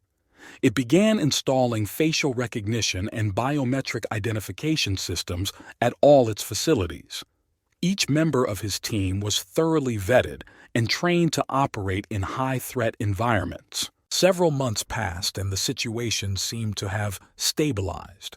But Pedro knew that this was just the calm before the storm. He continued to develop new strategies and plans, preparing for the inevitable clash with Rebecca and her team. As months turned into years, Pedro continued to strengthen his empire despite Rebecca's relentless attempts to destroy him. Each new obstacle only strengthened his character and made his operations more sophisticated. With the help of Alejandro and Sofia, Pedro created increasingly complex schemes to evade justice and expand his network. Pedro decided that he needed to infiltrate the political elite, not only of Colombia, but also of neighboring countries. He started with Mexico, where he found several promising politicians willing to cooperate in exchange for financial support. He created a powerful coalition that allowed him to control important transport routes and expand his operations into new territories. One of his key allies was the governor of the Mexican state of Sinaloa, Miguel Aguirre. Miguel was an ambitious, well-connected politician with a willingness to take risks. He provided Pedro with access to ports and logistics centers, making it much easier to transport drugs to the United States and other countries. In exchange, Pedro supported Miguel's election campaign, ensuring his victory in the elections. With the help of his new allies, Pedro developed an even more complex smuggling network. He began using underground tunnels running under the U.S.-Mexico border, as well as underwater transport systems that allowed drugs to be delivered almost undetected. His operations became so sophisticated that even Rebecca's most experienced agents were unable to uncover them. Rebecca, in turn, did not give up. She understood that Pedro had become much more powerful than before, and his influence had spread to several countries. She began to cooperate with international law enforcement agencies, including Interpol and Europol, to join forces in the fight against him. She also stepped up measures to protect her informants and agents, knowing that Pedro would stop at nothing to protect his empire. One day, Pedro received information that Rebecca was planning a major operation against him. She assembled an international coalition to simultaneously strike several of his targets in different countries. Pedro knew that this could be the decisive moment in their confrontation. He called an emergency meeting with his closest associates. Alejandro suggested setting a trap for Rebecca by giving her false information about a large drug shipment that was about to cross the border. Sofia devised a plan to misinform Rebecca's agents in order to divert their attention from the real operations. The plan was simple and risky. Pedro orchestrated a series of fake operations that were intended to divert the attention of law enforcement and make them believe that they were close to capturing Pedro. While Rebecca's agents were pursuing false targets, the real drug trafficking operation took a completely different route. Rebecca and her team were ready. They received information about a large shipment of drugs that was supposed to cross the border on the night of the operation. All efforts were devoted to intercepting this shipment. However, when agents arrived at the scene, they found empty containers and dummies that were distracting their attention. The real cargo, carefully camouflaged, has already crossed the border through tunnels and underwater systems. The operation was successful, and Pedro was once again one step ahead of his enemies. But he understood that this was only a temporary victory. Pedro knew he needed to continue to strengthen his position and look for new ways to defend. It began investing in advanced technologies, including artificial intelligence and biometric security systems, to protect its operations from intrusion. He also stepped up measures to protect his loved ones, aware that his enemies might try to use them to put pressure on him. Several years passed and Pedro continued to rule his empire, becoming more powerful and influential. But there was always anxiety in his heart. He knew that sooner or later his enemies would find a way to break through his defenses. And when this happens, he will have to face the greatest test of his life. After a temporary respite, Pedro decided to redouble his efforts to strengthen his criminal empire. He realized that he needed to not only defend himself, but also attack. His enemies must understand that it is better not to mess with him. The first thing Pedro did was strengthen his security. He hired the best mercenaries from the former military and intelligence agencies, providing them with the most modern weapons and equipment. He also created several hidden bases throughout the country where his men could take refuge and regroup if attacked. Next, he decided to strengthen his network of informants. Pedro knew that information was the key to power. He began paying generous bribes to police officers, officials, and ordinary citizens to inform him of all the movements and plans of his enemies. Thus, he was always one step ahead of his competitors and law enforcement agencies. Pedro also decided to strike at his enemies. He knew that Rebecca and her team would not rest until they caught him, so he began to develop a plan to neutralize them. With the help of his informants, he learned about several key agents who were working with Rebecca. He decided that they needed to be eliminated. The first target is Agent Thomas, who led operations against Pedro in South America. Pedro sent his best men into an ambush, and Thomas was killed under mysterious circumstances. This sent a strong signal to the other agents. Pedro was ready to defend himself by any means necessary. The next target was Agent Anna, who was involved in financial investigations against Pedro. She was kidnapped right from her home, and a few days later her body was found in the river. This caused a wave of fear among the agents, and many of them began to leave Rebecca's team, fearing for their lives. Rebecca was furious. She understood that Pedro would stop at nothing to protect his empire, but she also knew that these actions made him even more vulnerable. She decided it was time for a decisive blow. Rebecca began working to create an international coalition to capture Pedro. She contacted authorities in the US, Europe, and Asia to organize joint raids on his facilities around the world. This operation had to be coordinated down to the smallest detail so as not to give Pedro any chance of escape. Pedro learned about the impending operation through his own channels. He understood that this would be the most difficult battle of his life. He gathered his best people and began to prepare for defense. He ordered to strengthen the security of all his facilities and prepare alternate routes for retreat. The day of the operation arrived. Raids on Pedro's properties began around the world, but he was ready. His people fought back fiercely, using all available resources and technology.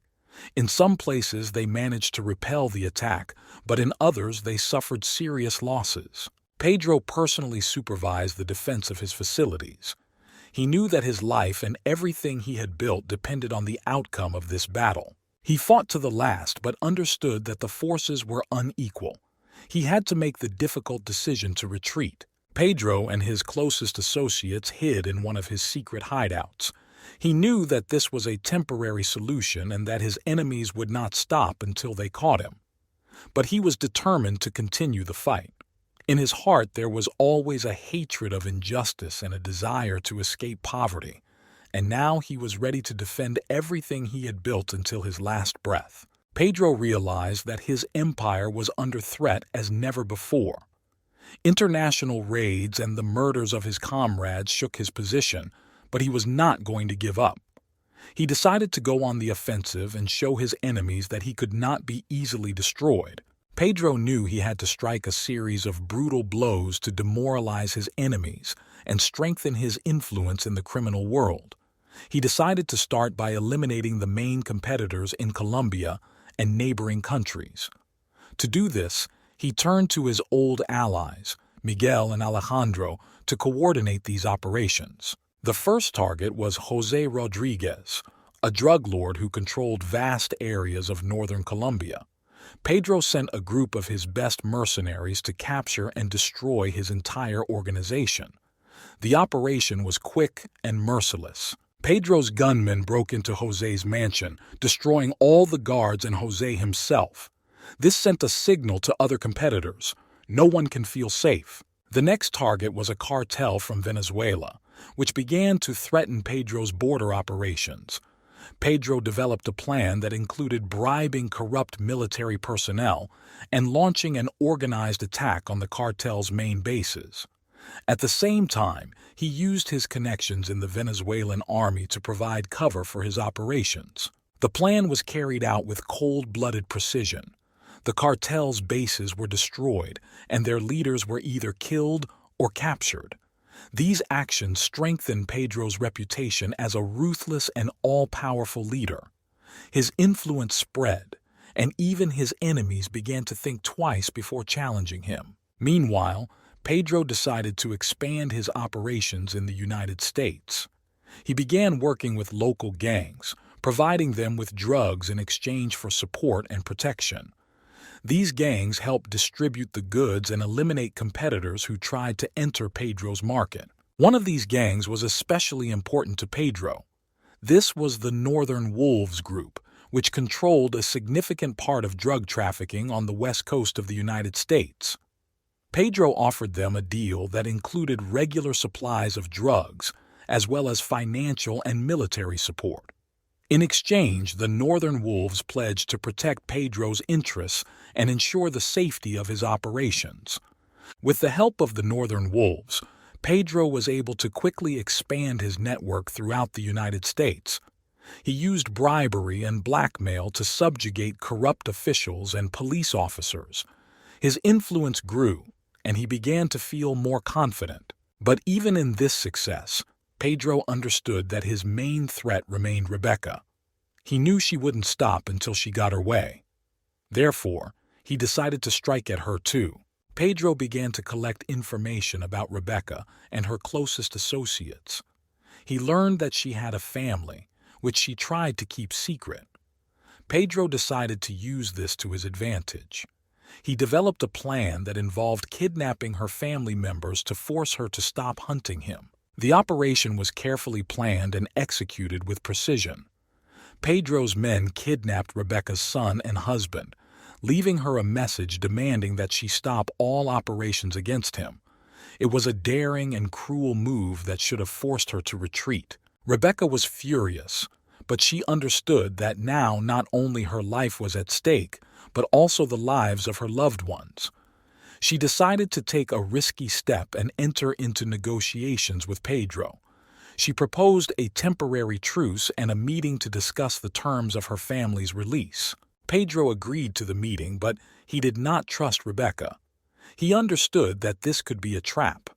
He prepared for any eventuality by placing his men around the perimeter of the meeting place and installing hidden cameras for surveillance. At the meeting, Pedro and Rebecca came face to face for the first time.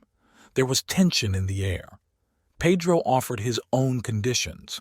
He would release her family if Rebecca stopped all operations against him and revoked the international warrants for his arrest. Rebecca reluctantly agreed, realizing that this was the only way to save her loved ones. After the release of Rebecca's family, a temporary truce took effect.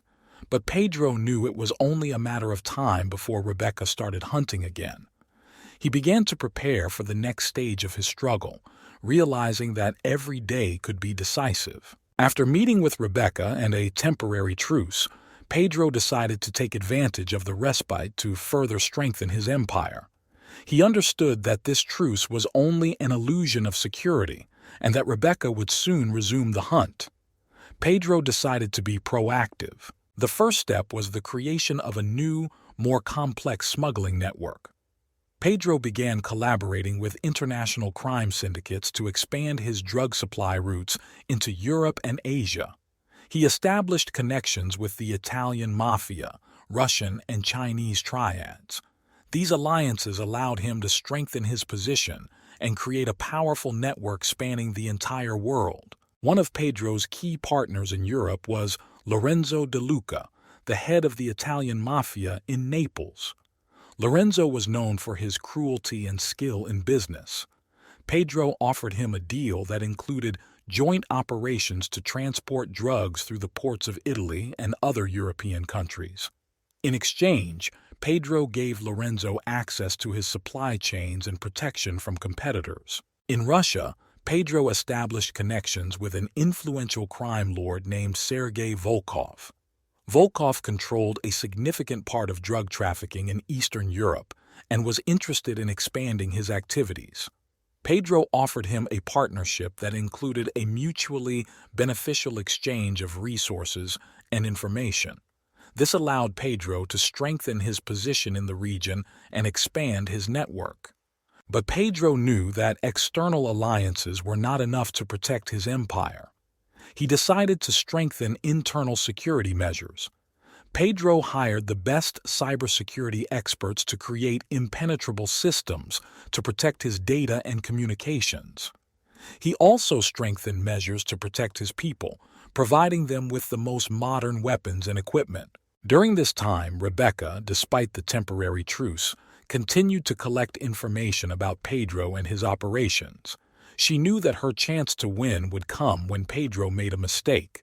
She decided to use all available means to monitor his actions and prepare for a new blow. One of these means was an undercover agent whom Rebecca introduced into Pedro's organization. This agent, Manuel, worked for Pedro for a long time and earned his trust. He provided Rebecca with valuable information about Pedro's plans and operations, helping her stay one step ahead. Manuel learned that Pedro was planning a large operation to transport drugs through the Caribbean Sea to the United States. This was an important operation that could bring Pedro huge profits and strengthen his position in the market. Rebecca decided this was her chance to strike the finishing blow. She organized a joint operation with the U.S. Coast Guard and international partners to intercept the cargo and arrest Pedro's men. The operation was carefully planned and coordinated. On the day the cargo was on its way, Rebecca's agents and the Coast Guard began an operation to seize it. But Pedro was ready. He knew about the impending operation thanks to his informants and developed a plan for a counterattack. He set up several false routes to confuse law enforcement and prepared his forces to protect the real cargo. When Rebecca's agents and the Coast Guard intercepted one of the decoys, they encountered fierce resistance. Pedro's people were ready for battle and gave a serious rebuff. At this time, the real cargo, under the protection of well-armed guards, continued its movement along a different route. Rebecca's operation was unsuccessful. Although they managed to capture several false cargoes and arrest several people, the real cargo reached its destination safely. Pedro was once again one step ahead, but he knew that this success was only temporary. After this operation, Pedro decided that it was time to strike at Rebecca herself. He knew that her main weakness was her loyalty to her team and loved ones. Pedro devised a plan to intimidate her into retreating. He began by attacking targets associated with her team. Several agents were killed and their families were threatened. This caused a wave of fear and paranoia among the agents, many of whom began to doubt their safety. Rebecca realized that Pedro had started hunting her and her team. She decided to take drastic measures to protect her people and continue the fight. She contacted international organizations to obtain additional support and resources. Meanwhile, Pedro continued to strengthen his empire. He knew that every new day brought new threats, but he was ready to fight. In his heart, there was always a hatred of injustice and a desire to escape poverty, and now he was ready to defend everything he had built until his last breath. The hatred and determination in Pedro's heart made him even more cruel and ruthless. His attacks on Rebecca's people created chaos and fear, but she did not retreat. Rebecca knew that every operation, every arrest could bring her closer to her goal, to catch Pedro. Meanwhile, Pedro decided to strengthen his presence in the drug market. He knew that to do this he needed to not only protect his current routes, but also find new ones. He turned his attention to Africa, where the drug trade was gaining momentum. With the help of his allies in Europe and Asia, Pedro began to establish new connections and create new supply channels. One of Pedro's key partners in Africa was Samir Njuma, an influential crime boss in West Africa. Samir controlled a significant portion of the drug trafficking passing through the region and was interested in expanding his activities. Pedro offered him mutually beneficial cooperation, which included the supply of drugs, weapons, and financial support. With Samir's help, Pedro began sending drugs through Africa to Europe and Asia using sea and air routes. These operations allowed him to increase profits and strengthen his influence on the international stage. But Pedro understood that every new deal and every new partner adds new risks and threats. During this time, Rebecca continued to gather information about Pedro and his operations. Her agent Manuel was able to infiltrate Pedro's African network and began supplying valuable data on new routes and partners. Rebecca decided it was time to strike again. She organized an international operation to intercept one of Pedro's large cargoes, which was heading from Africa to Europe. The operation was carefully planned and involved coordination between law enforcement agencies in several countries. The day the cargo was set to travel, Rebecca's agents and their international partners began an operation to seize it. But Pedro was ready. He knew about Rebecca's plans thanks to his informants and developed a plan for a counterattack. He set up several false routes to confuse law enforcement and prepared his forces to protect the real cargo. When Rebecca's agents and their associates intercepted one of the decoys, they encountered fierce resistance. Pedro's people were ready for battle and gave a serious rebuff. At this time, the real cargo, under the protection of well-armed guards, continued its movement along a different route. Rebecca's operation was unsuccessful. Although they managed to capture several false cargoes and arrest several people, the real cargo reached its destination safely. Pedro was once again one step ahead, but he knew that this success was only temporary. After this operation, Pedro decided that it was time to strike again at Rebecca. He knew that her main weakness was her loyalty to her team and loved ones. Pedro devised a plan to intimidate her into retreating. He began by attacking targets associated with her team. Several agents were killed and their families were threatened. This caused a wave of fear and paranoia among the agents, many of whom began to doubt their safety. Rebecca realized that Pedro had started hunting her and her team. She decided to take drastic measures to protect her people and continue the fight. She contacted international organizations to obtain additional support and resources. Meanwhile, Pedro continued to strengthen his empire. He knew that every new day brought new threats, but he was ready to fight. In his heart, there was always a hatred of injustice and a desire to escape from poverty, and now he was ready to defend everything that he had built until his last breath. To strengthen his position, Pedro began to attract new technologies. He hired the best cybersecurity and artificial intelligence experts to create systems that would help him predict the actions of his enemies and protect his operations. This allowed him to further increase his efficiency and reduce risks. Soon Pedro decided to strike again at Rebecca. He organized a series of explosions at facilities associated with its operations. These actions were meant to demoralize her team and show that he was ready to do anything to protect his empire. The explosions caused chaos and fear, but Rebecca did not back down. She knew that her only chance to defeat Pedro was to continue fighting despite all the threats. Pedro and Rebecca continued their cruel game of cat and mouse. Each new day brought new attacks, new victims, and new strategies. Both understood that their confrontation could only end when one of them was destroyed. Pedro knew that Rebecca was his main threat. He knew that as long as she lived and continued her hunt, his empire would not be safe. Therefore, he decided to hire the best assassins to eliminate her. These men were professionals, ruthless and efficient, willing to complete any task for the right price. Pedro contacted Dmitry Volkov, the leader of a renowned international group of mercenaries who specialized in eliminating high-profile targets. Dmitry was known for his coolness and professionalism, and his team consisted of former special forces and operatives. Pedro offered Dmitry a generous sum for the murder of Rebecca and her closest associates. Dmitry and his team began to carefully plan the operation. They studied all aspects of Rebecca's life, her habits, travel routes, and security. They knew it would be a difficult task as Rebecca was an experienced agent and always took precautions. But Dmitry was confident in his people and their abilities. The operation began early in the morning as Rebecca was heading to work. She was traveling in an armored car with guards, but Dmitry's mercenaries were ready. They set up an ambush on one of the narrow sections of the road where it was easiest to attack. An explosive device planted in advance disabled Rebecca's armored car, forcing her to stop. The security immediately became combat ready, but Dmitry's mercenaries acted quickly and decisively.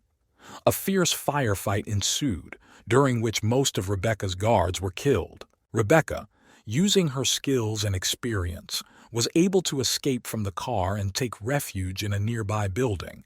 She understood that her life was in danger, but she was ready to fight to the end. Dmitry and his men began to comb the building, methodically and mercilessly destroying everything in their path. At this time, Rebecca contacted her team, who immediately went to help. She knew she had to hold out until reinforcements arrived. Using her knowledge of tactics and terrain, Rebecca set several traps for the mercenaries, delaying them and ambushing them. But Dmitri was an experienced fighter. He understood that Rebecca would not give up without a fight, and he was preparing for a protracted fight. During the shootout, Rebecca managed to wound several mercenaries, but she herself was wounded in the shoulder. Despite the pain, she continued to fight, knowing that her life depended on her every move. Finally, Rebecca's reinforcements arrived. Her team burst into the building, starting a shootout with Dimitri's mercenaries. Chaos ensued, and in the confusion, Rebecca was able to escape. She knew that she urgently needed to leave the battlefield and go to a safe shelter. Realizing that the operation had failed, Dmitri gave the order to his men to retreat. They quickly left the building, leaving destruction and chaos in their wake. Rebecca was injured, but alive.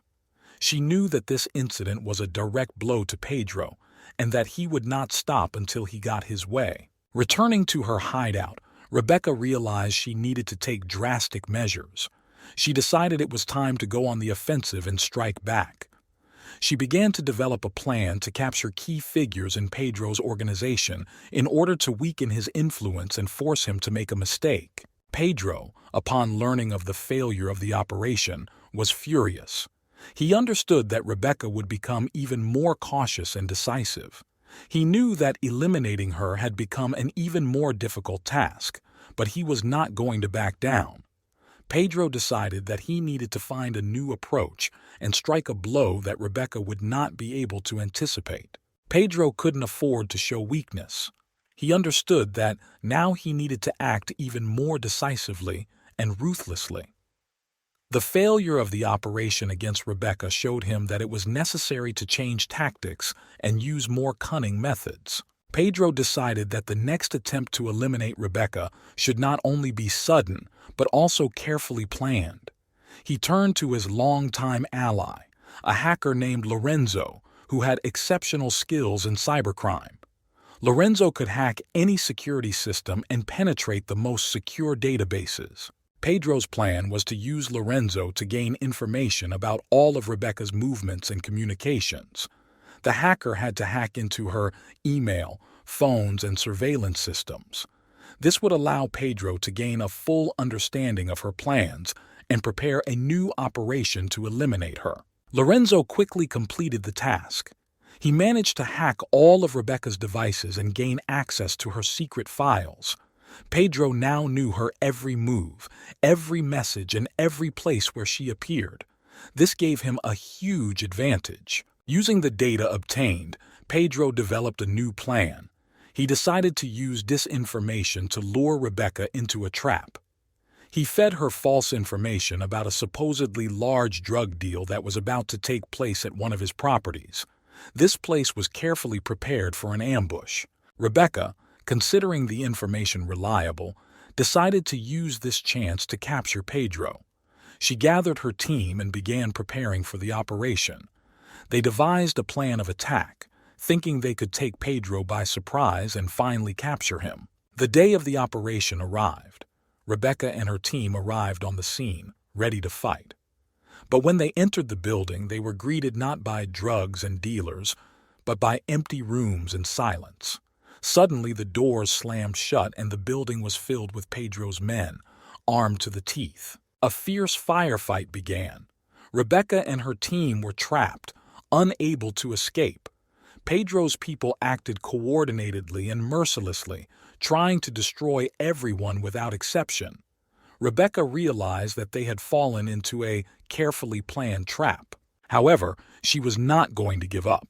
Using her skills and experience, she began to organize a defense. Her team, although it suffered losses, began to counterattack, using any available cover. In the midst of the battle, Rebecca was able to reach the communications device and call for reinforcements. Pedro watched what was happening through surveillance cameras. He saw Rebecca and her team fighting for their lives, and realized that eliminating her had become even more difficult than he had imagined. But he had no intention of backing down. He ordered his men to continue the attack no matter what. Rebecca's reinforcements arrived a few minutes later. They burst into the building, starting a fierce firefight with Pedro's men. In the chaos and confusion, Rebecca was able to organize a counterattack and break through the enemy's defenses. Her team acted smoothly and efficiently, pushing Pedro's men out of the building. Realizing that the situation was getting out of control, Pedro ordered his men to retreat. He knew that another failure could cost him dearly. He decided he needed to step back and reconsider his methods. Rebecca and her team were victorious in this battle, but they suffered significant losses. She knew that Pedro would not stop and would continue to try to eliminate her. She decided it was time to go on the offensive and strike back, which could be decisive. Pedro, in turn, realized that his enemies were becoming more and more dangerous. He began to prepare for a new stage of the struggle, knowing that even more brutal and merciless clashes awaited him. Pedro retreated to his refuge, holding his anger and determination. He knew that his attempts to eliminate Rebecca had only escalated the situation. Now he needed to strike a blow that would once and for all break her resistance and establish his power in the underworld.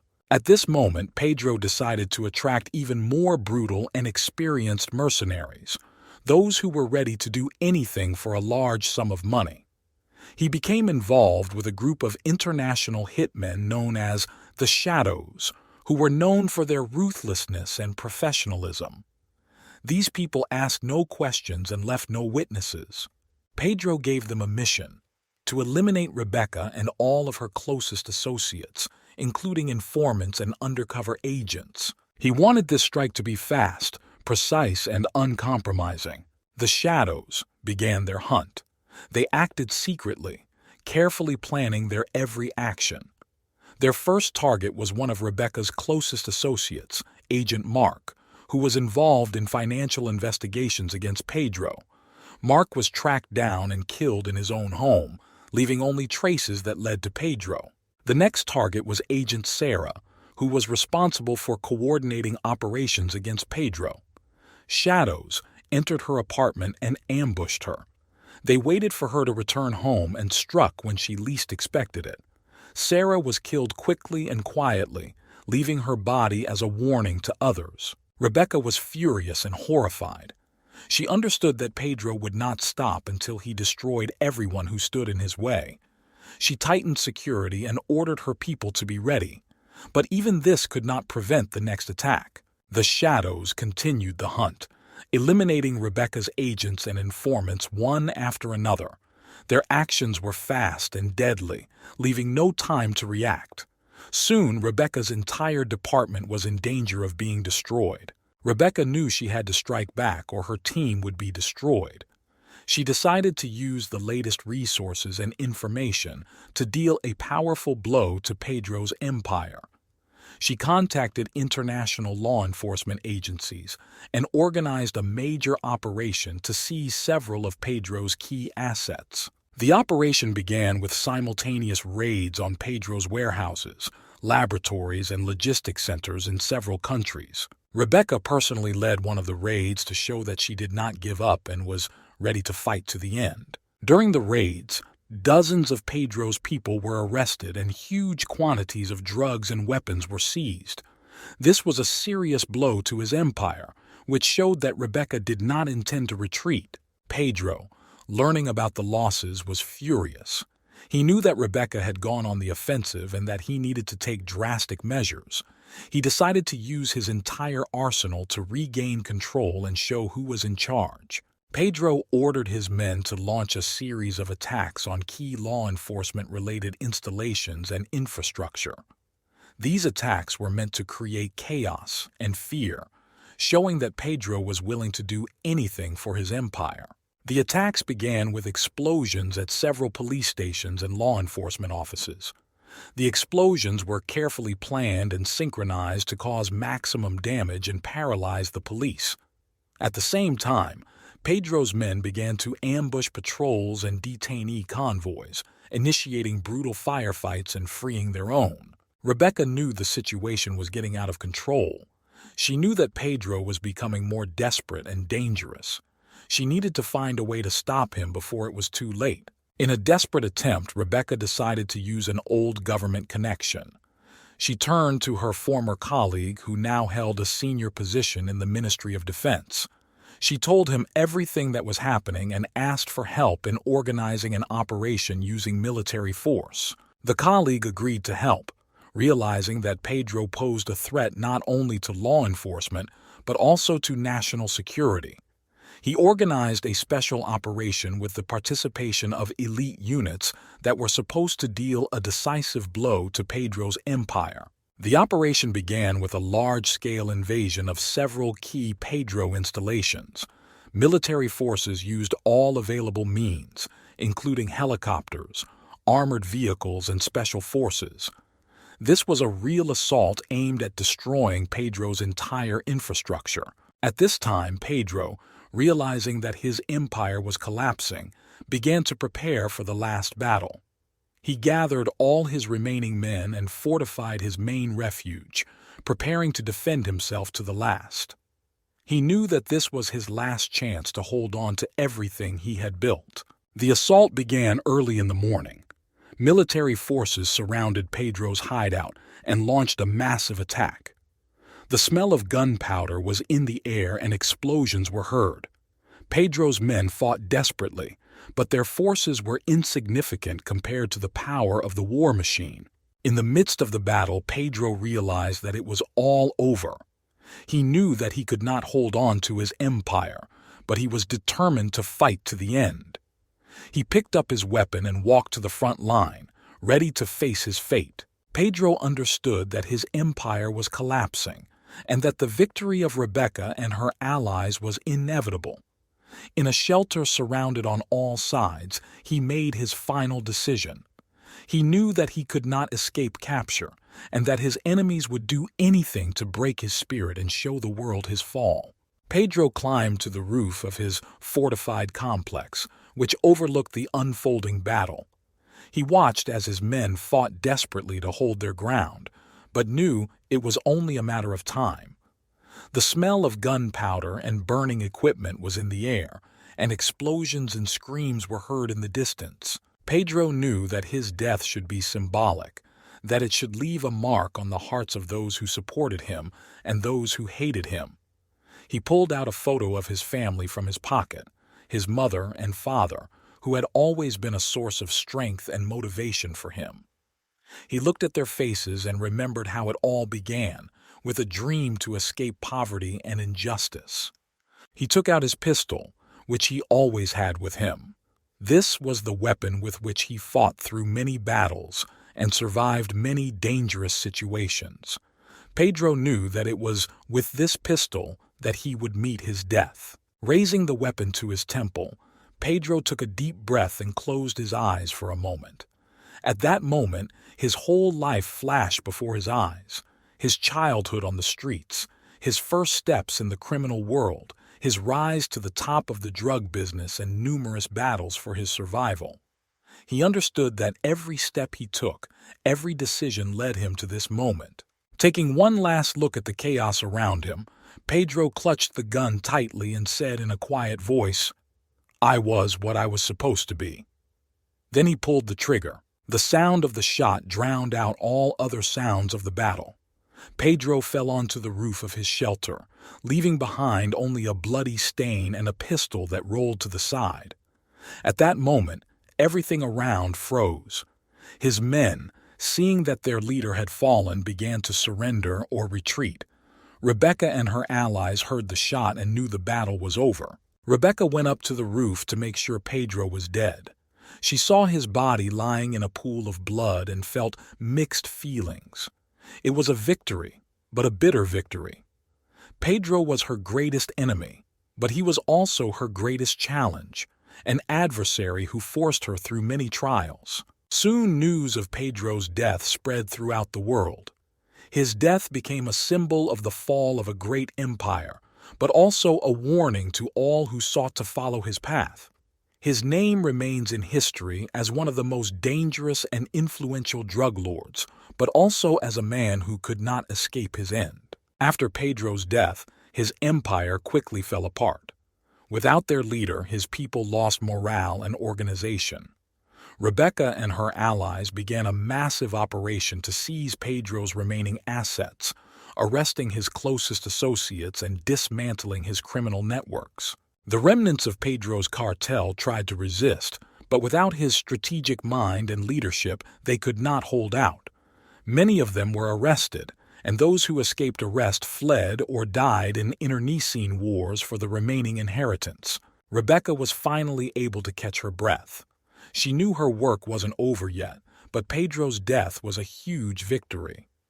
This moment became a turning point in her career and life. She suffered great losses, but her determination and perseverance led to success. Rebecca continued to work, leading international operations against the remaining drug cartels and criminal organizations.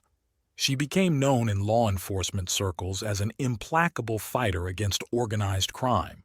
Her methods and strategies became a model for many other agents and operatives around the world. Meanwhile, changes began in Colombia and other countries where Pedro had influence. The authorities have launched active reforms aimed at combating corruption and drug trafficking. However, Pedro's legacy continued to influence these regions. Many remembered him as a fierce yet charismatic leader who managed to achieve incredible heights despite his background and circumstances. People in the poor areas where Pedro began his life recalled his charitable projects and the support he provided. To some, he was a hero. To others, he was the embodiment of evil. But one thing was clear. His story left an indelible mark on the memory of everyone who knew him or heard about him. Several years passed, and Rebecca, despite her successes, still felt the weight of the losses she had experienced. She often thought about Pedro, about how their paths had crossed, and how this confrontation had changed them both. She knew her work would never be finished, but every day she dedicated to fighting crime was a tribute to those who had fallen in this fight. The story of Pedro Montalvo remained in textbooks and chronicles as an example of how far a person driven by hatred and lust for power can go. His life and death became a lesson for all who choose the path of crime, showing that even the most powerful empires can collapse and their leaders can be vulnerable. Thus ended the story of one of the most dangerous drug lords in the world.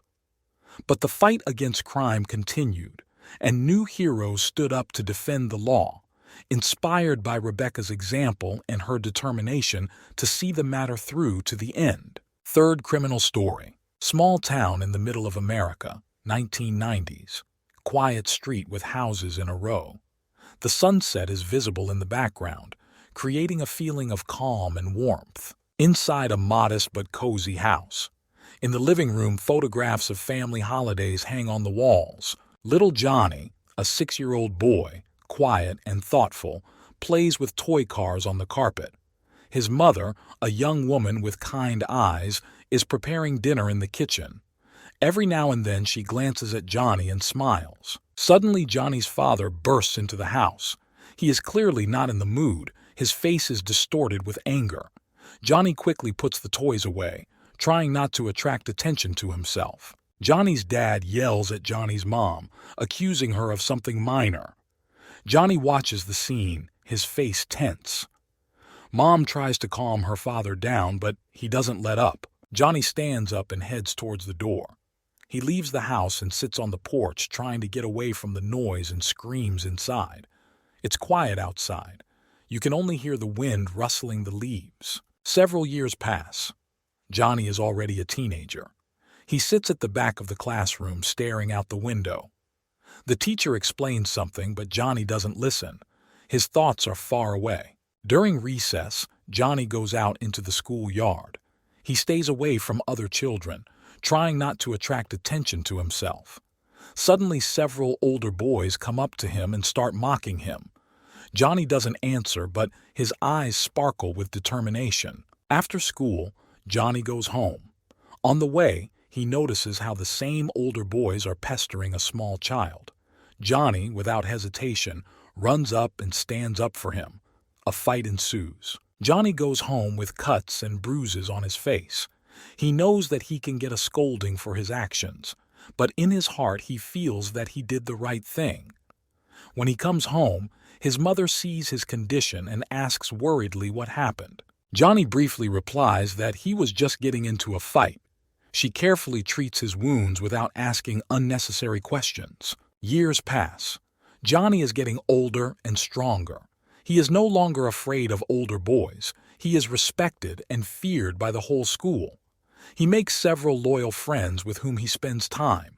However, Johnny continues to stay away, preferring loneliness and silence. One day, while returning home, Johnny notices a man on the street whom he has never seen before.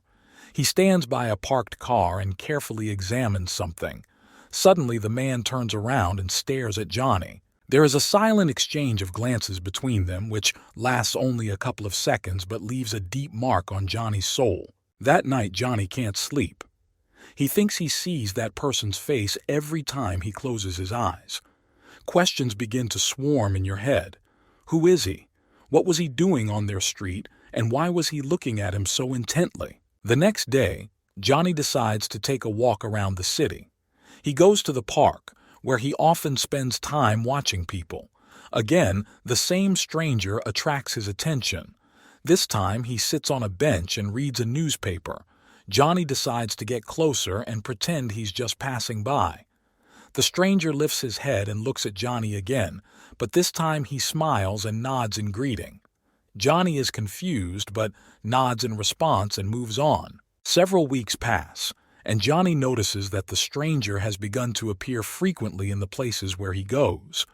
At first, Johnny is alarmed by this, but over time he begins to get used to his presence. One day, having finally decided to find out what is going on, Johnny approaches him and directly asks why he is pursuing him. The stranger, who introduces himself as Victor, explains that he works for one of the local private security companies and noticed how Johnny stood up for a small child. He was impressed by his courage and strength and wants to offer him the opportunity to work together. Victor tells Johnny about how he himself grew up in similar conditions and was able to find his place in life thanks to the right mentors. Johnny listens to Victor, and something changes in his soul. He feels that this person can really help him. Victor invites Johnny to meet with his mentor, the man who once helped him find the right path himself. Johnny agrees, and this meeting becomes a turning point in his life. Victor makes an appointment at a small cafe on the outskirts of the city. Johnny arrives early, feeling nervous and tense. He sits down at a table by the window and carefully watches the entrance. A few minutes later, Victor enters, accompanied by a tall man in a formal suit with a piercing gaze. They approach Johnny, and Victor introduces the man as Alex. Alex sits down opposite Johnny and carefully studies him with his eyes. Victor begins to tell the story of how Alex helped him find his path and become who he is today. Johnny listens without interrupting and feels his interest in the man growing. Alex starts talking. His voice is calm and confident. He talks about how he sees potential in Johnny and is willing to help him develop his skills. Alex explains that he has a school where he teaches young men like Johnny discipline, strategy, and the ability to protect themselves and others. Johnny, although a little skeptical, agrees to try. Over the next few months, he begins attending classes at Alex's school. Here he meets other young people, each of whom has their own story and their own reasons for being here. Johnny immerses himself in training that includes not only physical training but also lessons in tactics, psychology, and ethics. Alex becomes not only a mentor for Johnny, but also the father figure he so lacked. It teaches him not only to fight, but also to think ahead, assess situations, and make the right decisions. Gradually, Johnny begins to change. His skills are growing, and with them comes confidence in himself and his abilities. One day, after another training session, Alex invites Johnny to take part in the first real task. It's a simple security job, but for Johnny it's an important step forward. He agrees and goes on a mission with Victor. Everything goes smoothly, and for the first time Johnny feels like he has found his place in life. However, despite his successes, there remains a feeling in Johnny's soul that something more awaits him. He is drawn to the world he finds himself in, but he also understands that this path may lead him to dangerous and difficult decisions. Alex, seeing this, begins to gradually introduce Johnny into more complex and responsible tasks, each time testing his strength and moral principles. On one of these missions, Johnny encounters a situation that forces him to rethink everything he has learned. He has to make a choice that will change his life forever. Several years pass. Johnny becomes famous in criminal circles due to his skills and composure. His reputation grows, and one day he is approached by representatives of a powerful mafia organization. They invite Johnny to join their ranks, promising him protection and great opportunities. Johnny realizes that this could be his chance to take things to the next level, but he also realizes that this is an extremely dangerous path. He accepts the offer and becomes part of the mafia. His new boss, Don Salvatore, turns out to be a tough and ruthless leader, but he sees great potential in Johnny and quickly promotes him through the ranks. Johnny's first task in the mafia is to eliminate a competitor who is interfering with Salvatore's business. Johnny successfully completes the task, demonstrating his professionalism and cold calculation. With each new assignment, he becomes more and more immersed in the world of the mafia, becoming an integral part of the organization. Over time, Johnny begins to realize that his new life is full not only of money and power, but also of danger, betrayal, and moral dilemmas. He faces situations where he has to choose between his personal beliefs and loyalty to the mafia. One day, Johnny is assigned a difficult task: to eliminate a man who was once his friend. He understands that this is a test of his loyalty. Meeting this man becomes a serious test for Johnny. He must decide whether he is ready to completely abandon his past life and all moral principles for the sake of his new position. Johnny meets up with a former friend in a dark alley. They exchange a few words, and Johnny feels conflicting emotions fighting inside him. His friend tries to convince Johnny that this path will lead to his death and that it is not too late to change everything. However, Johnny realizes that there is no way out. He must carry out the order. With a heavy heart, he does what is asked of him, but after that he begins to doubt his choice. His internal struggle becomes more and more obvious, and he begins to look for a way out of the mafia circle. Johnny begins to plan his escape from the mafia, realizing that it will be extremely difficult and dangerous. He finds allies among those who also want to escape Salvatore's control. Together, they develop a plan, but Johnny realizes that any wrong step could cost him his life. The climax comes when Johnny must face Salvatore himself. He understands that this will be their last fight, and only one of them will come out of it alive. Johnny and his allies begin to carefully plan their escape. They understand that any wrong move could attract the attention of Don Salvatore and lead to their inevitable death. Every day passes in tension. Every step is like walking into a minefield. One evening, Johnny gathers with several trusted people in an abandoned warehouse on the outskirts of the city. Among them are Victor, his old mentor, and several members of the mafia, who are also tired of living under constant threat. They discuss the escape plan, dividing responsibilities and agreeing on details. The plan consists of several stages. First, they must destroy all evidence that might indicate their involvement in the mafia. They then plan to fake their deaths to lead the mafia on the wrong trail. After this, Johnny and his people intend to disappear, each in their own direction, and start a new life. But Johnny's plans are ruined when one of his allies turns out to be a traitor and informs Don Salvatore of his impending escape.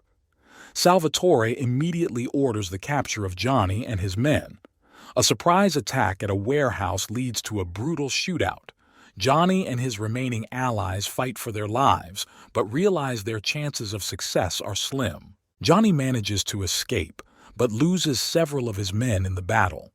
With a heavy heart, he continues to hide, knowing that now not only the mafia is hunting him, but also the police, whom Salvatore bribed.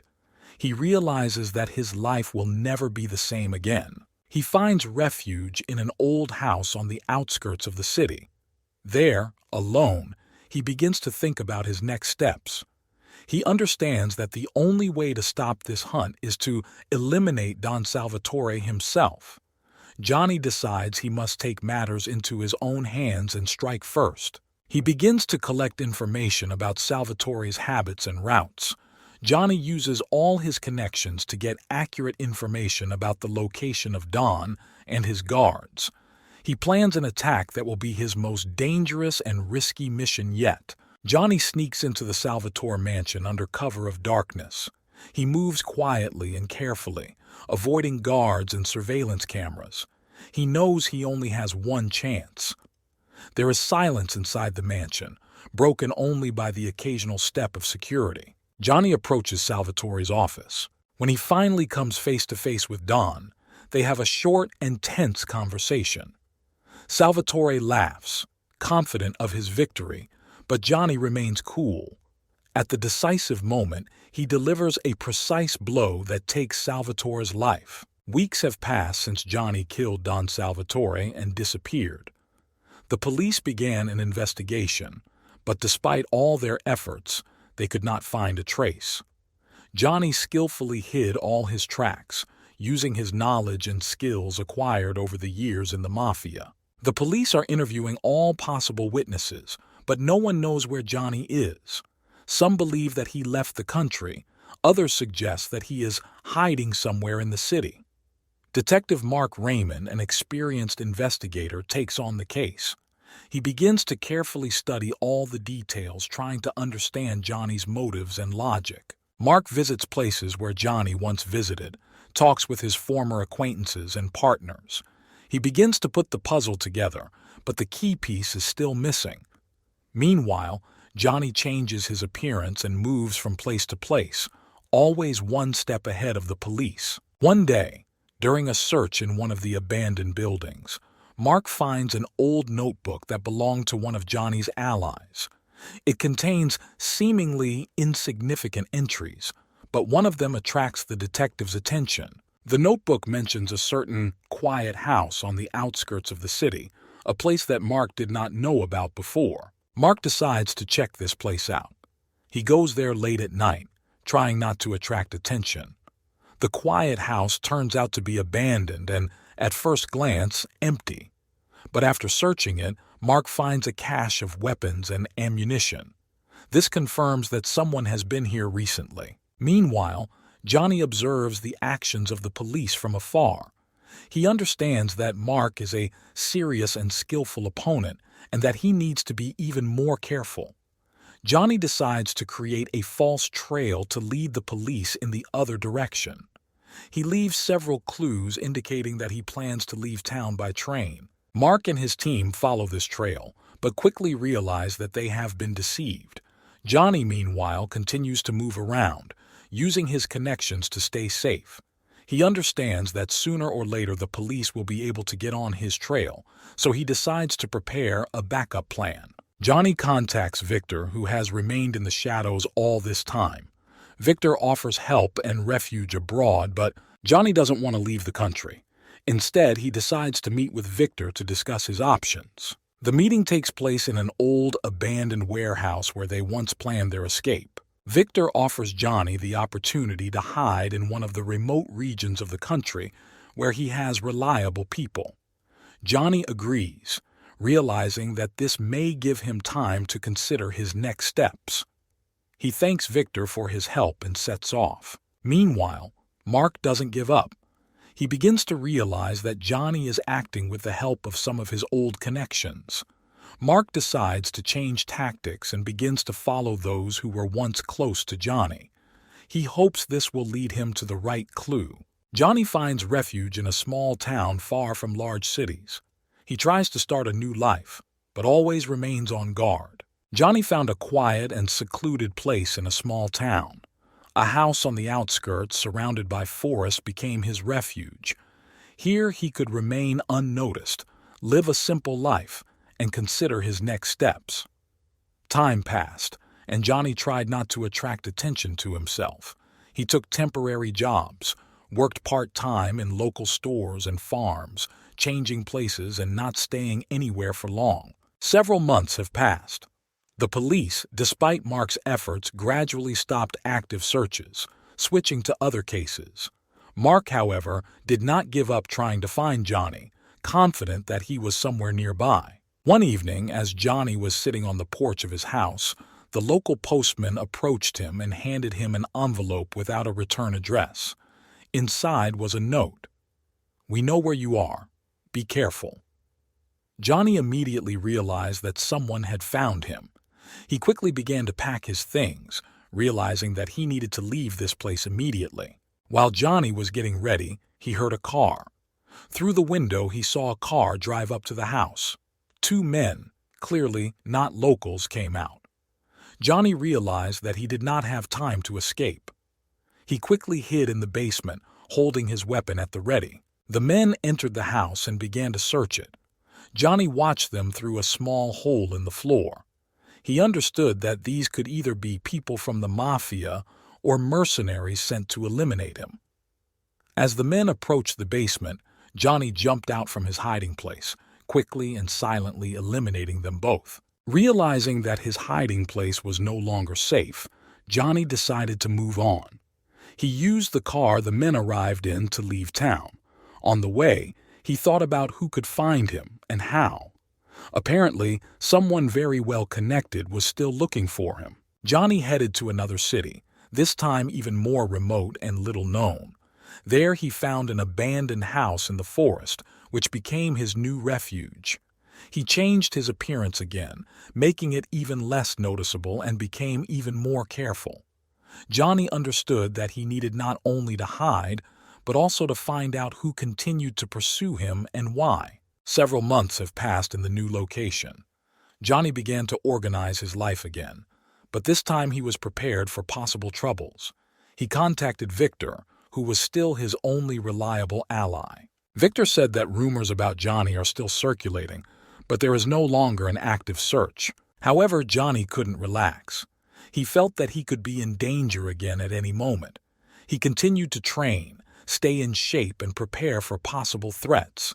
He knew his life would never be the same, but he was ready to fight for his future. Johnny continued to live in hiding, but remained on alert, ready for new challenges. He managed to establish connections with local criminal elements in order to have resources and information at his fingertips. He knew that help could be needed at any moment and was ready to pay for it. One evening, when Johnny returned home, he found a note on the table. "Your life is still in danger. Contact Victor immediately." Johnny realized that someone had broken into his house, but did not take anything. This alarmed him. He contacted Victor, who arranged a meeting for him in an old abandoned warehouse on the outskirts of the city. When Johnny arrived at the scene, Victor was already waiting for him. He looked worried and nervous. Victor explained that he had learned about a new threat. The group, working for the remaining members of the mafia, hired professional killers to finish off Johnny. They knew he was hiding somewhere in this area and they were going to find him at any cost. Johnny and Victor decided to be proactive. They began looking for information about the killers and found out that their base was located in an abandoned industrial area. Johnny and Victor decide to strike first. At night, Johnny and Victor go to an industrial area. They move quietly and carefully so as not to attract attention. Having found the killer's base, they see that the building is well guarded. Johnny develops a plan of attack. They decide to split up. Victor will distract the guards and Johnny will get inside and eliminate the leaders. Victor launches a diversion by setting one of the warehouses nearby on fire.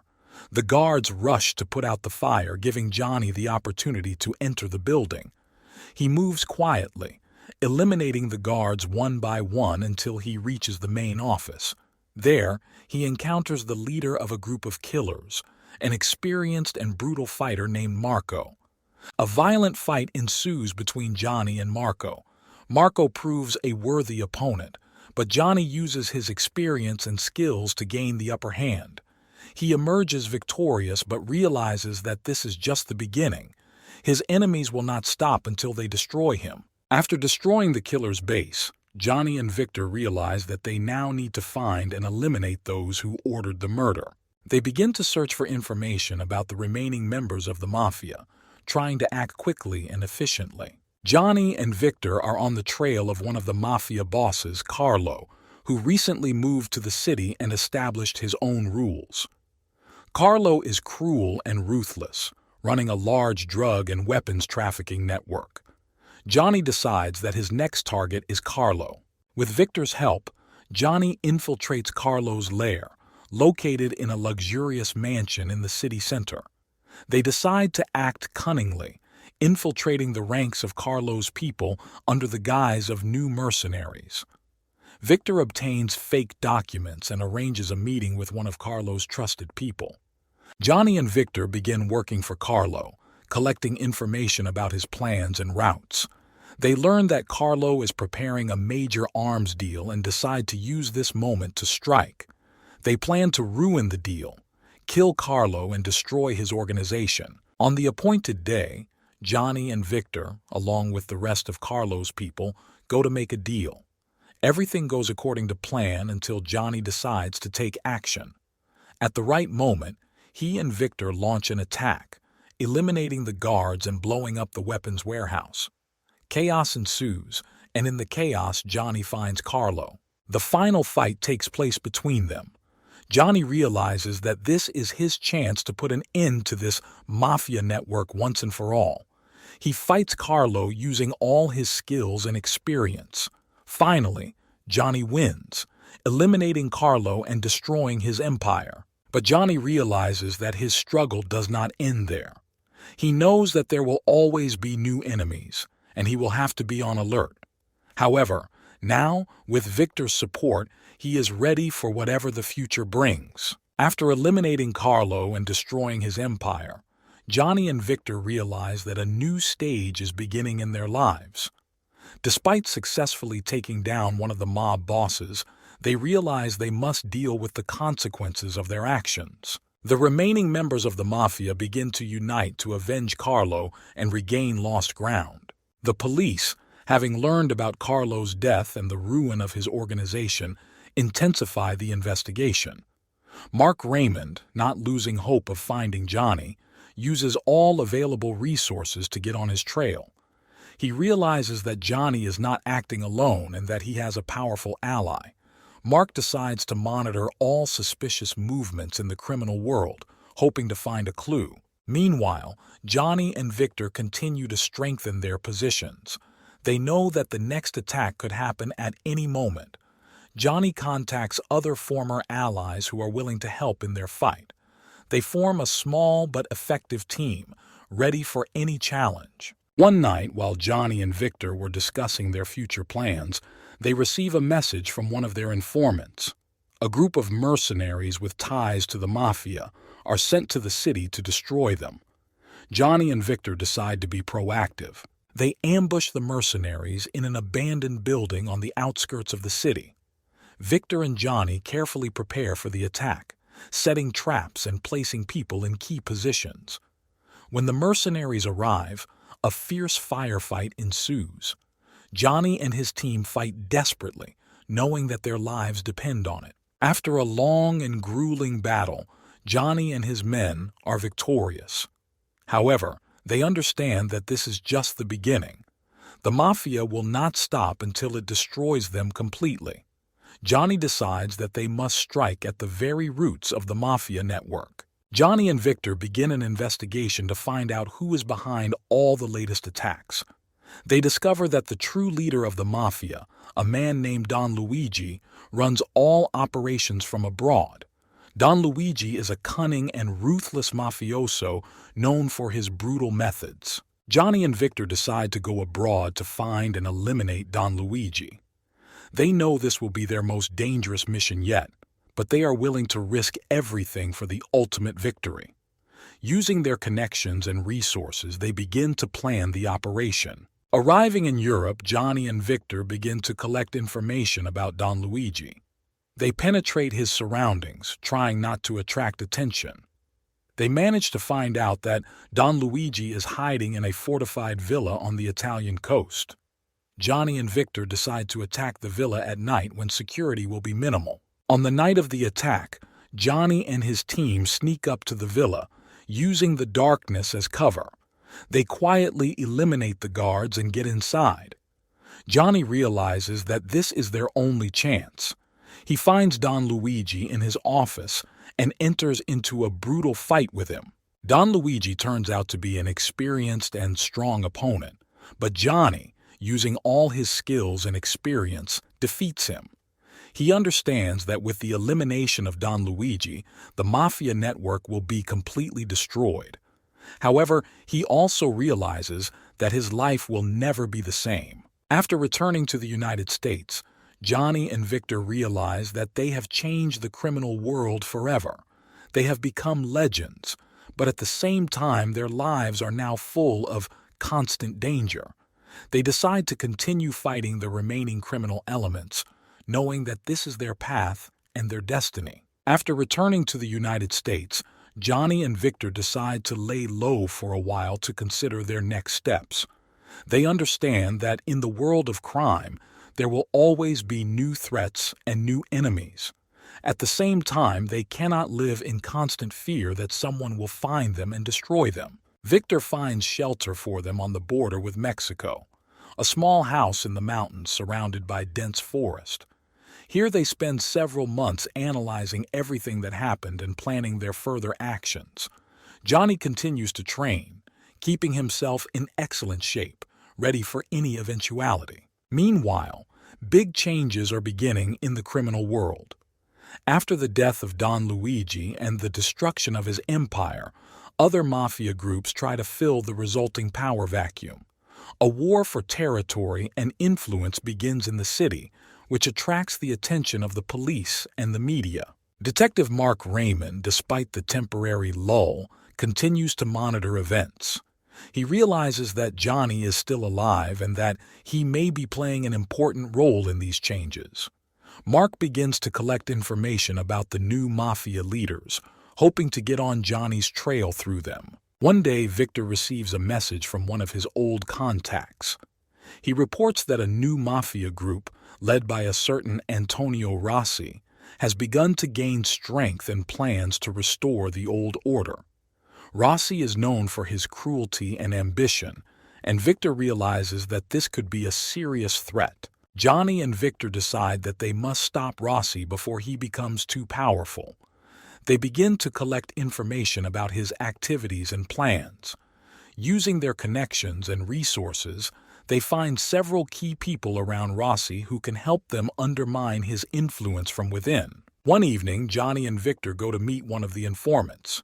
It should be a quiet and safe place, but things don't go according to plan. They are attacked by Rossi's men and a fierce firefight ensues. Johnny and Victor struggle with despair, realizing that their lives are once again hanging in the balance. They manage to survive and escape, but they realize that Rossi now knows about them and will pursue them. Johnny and Victor decide to change tactics and go on the offensive. They begin attacking Russia's warehouses and logistics centers, disrupting his operations and reducing his influence. Meanwhile, Mark Raymond receives new information about Johnny. He realizes that Johnny and Victor are waging their own war against Rossi and decides that this might be his chance to finally catch them. He begins to follow Rossi's actions, hoping that this will lead him to Johnny. Johnny and Victor learn that Rossi is planning a major drug operation in the city. They decide this is their chance to strike the decisive blow. They develop a plan of attack, intending to destroy the entire cargo and deal a serious blow to Russia's finances. On the night of the operation, Johnny and Victor make their way to the rendezvous point. They plant explosives around the warehouse in preparation for an attack. At this moment, Mark Raymond and his team also approach the site, hoping to catch Rossi and possibly Johnny. When the operation begins, things don't go according to plan. Unexpected guests arrive at the place, another mafia group that decided to interfere in Russia's affairs. Chaos ensues, and in the chaos, Johnny and Victor find themselves face to face with Mark. A short but intense conversation ensues between them. Mark realizes that Johnny and Victor are not ordinary criminals and that their goals may be the same. He proposes a temporary truce to deal with Rossi and his men. Johnny, realizing that this may be his only chance, agrees. They team up and deliver a powerful blow to Rossi, destroying his cargo and seriously weakening his influence. However, Rossi manages to escape, and Johnny realizes that their battle is not over yet. Now they have a temporary ally in Mark, but they cannot trust him completely. Johnny, Victor, and Mark decide that their next goal is to find and destroy Rossi once and for all. They understand that this will be dangerous, but they are ready to take risks in order to finally get rid of the threat and try to start a new life. Johnny, Victor, and Mark decide that their only chance to destroy Rossi is to deliver a surprise and devastating blow. They begin to gather information about his whereabouts and plans. Victor uses his connections in the criminal world, and Mark uses police resources to collect data. They find out that Rossi is hiding in one of his secret villas on the coast. The operation to eliminate Rossi requires careful preparation. Johnny and Victor are studying all possible ways to enter the villa and developing a detailed plan of attack. Mark, for his part, provides police support so that the operation goes smoothly and without unnecessary complications. The night of the attack arrives. Johnny, Victor, and their team enter the villa using underground tunnels, which they learned about thanks to an informant. They act quickly and silently, eliminating the guards and advancing towards the main building. Meanwhile, Mark and his group block all exits and approaches to the villa to prevent Rossi from escaping.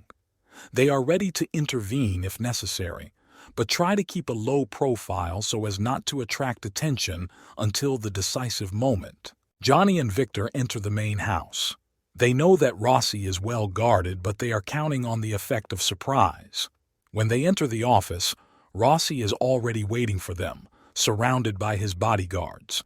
A brutal shootout ensues. Johnny and Victor use all their skills and tactics to cope with superior enemy forces. They move quickly and decisively, delivering precise strikes. Victor covers Johnny, who makes his way closer to Rossi. Meanwhile, Mark and his men engage the outer guards, preventing them from coming to the rescue. When Johnny finally comes face to face with Rossi, a violent fight ensues between them. Rossi, an experienced fighter, proves to be a strong opponent. But Johnny, driven by determination and anger for everything Rossi has done, defeats him in a tense battle. With their victory over Rossi, Johnny and Victor realize that they have taken the first step towards a new life. They leave the villa, where Mark meets them. The police complete the operation, arresting the remaining members of Rossi's gang and confiscating his property. Despite their success, Johnny and Victor realize that their lives are still full of dangers. They thank Mark for his help and warn him that there is no long peace in their world.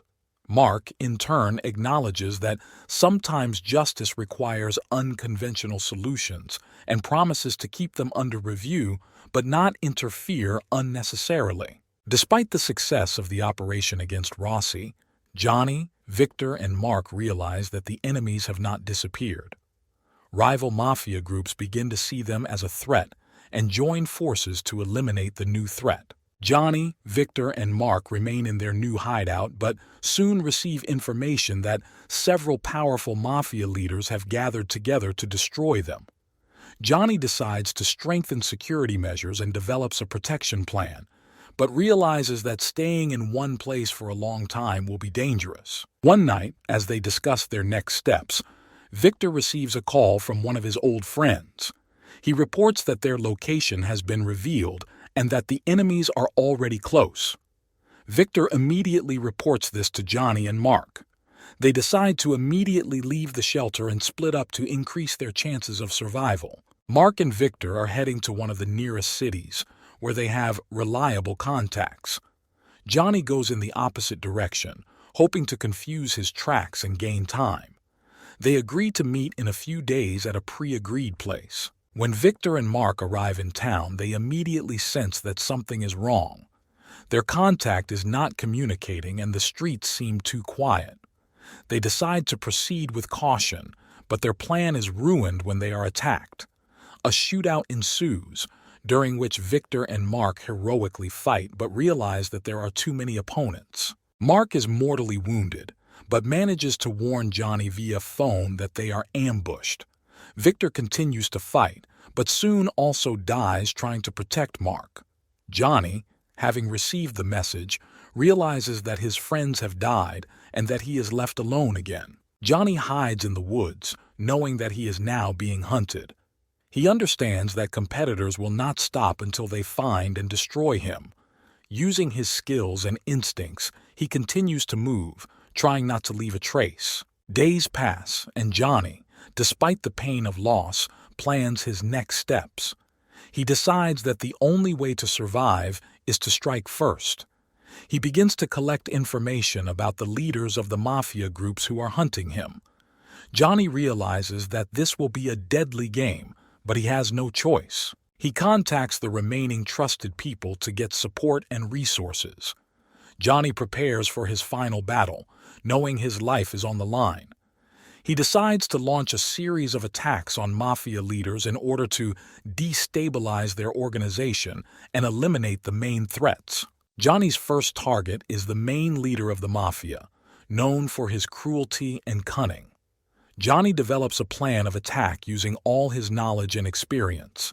He sneaks into a mafia boss's hideout and causes an explosion that destroys him and his inner circle. With each successful attack, Johnny becomes more and more confident in his abilities. He understands that now he has a chance not only to survive, but also to finally finish off his enemies. Johnny continues his mission, knowing that he is doing this not only for himself, but also in memory of his fallen friends, Victor and Mark. One day, in one of his hideouts, Johnny receives a message from his old friend Victor. He reveals that the last group of enemies are planning a major operation and that Johnny has the opportunity to strike the decisive blow. Johnny gathers his remaining strength and prepares for the final battle. Johnny understands that a fierce battle awaits him ahead, but he is ready to meet his enemies face to face. Deep down, he knows that this battle will be his last, but he is ready for it, knowing that the fight for justice and for the memory of his friends is worth it. After the final battle in which Johnny destroyed the last mafia leaders, he realized that his mission was not over yet. He realized that behind many of his enemies was a powerful and wealthy businessman who financed criminal operations and used the mafia to achieve his goals.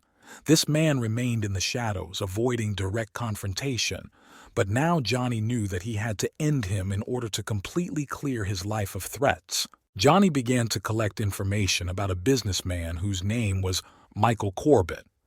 Corbett was known for his impeccable reputation in the business world, but behind this mask there were dark deeds.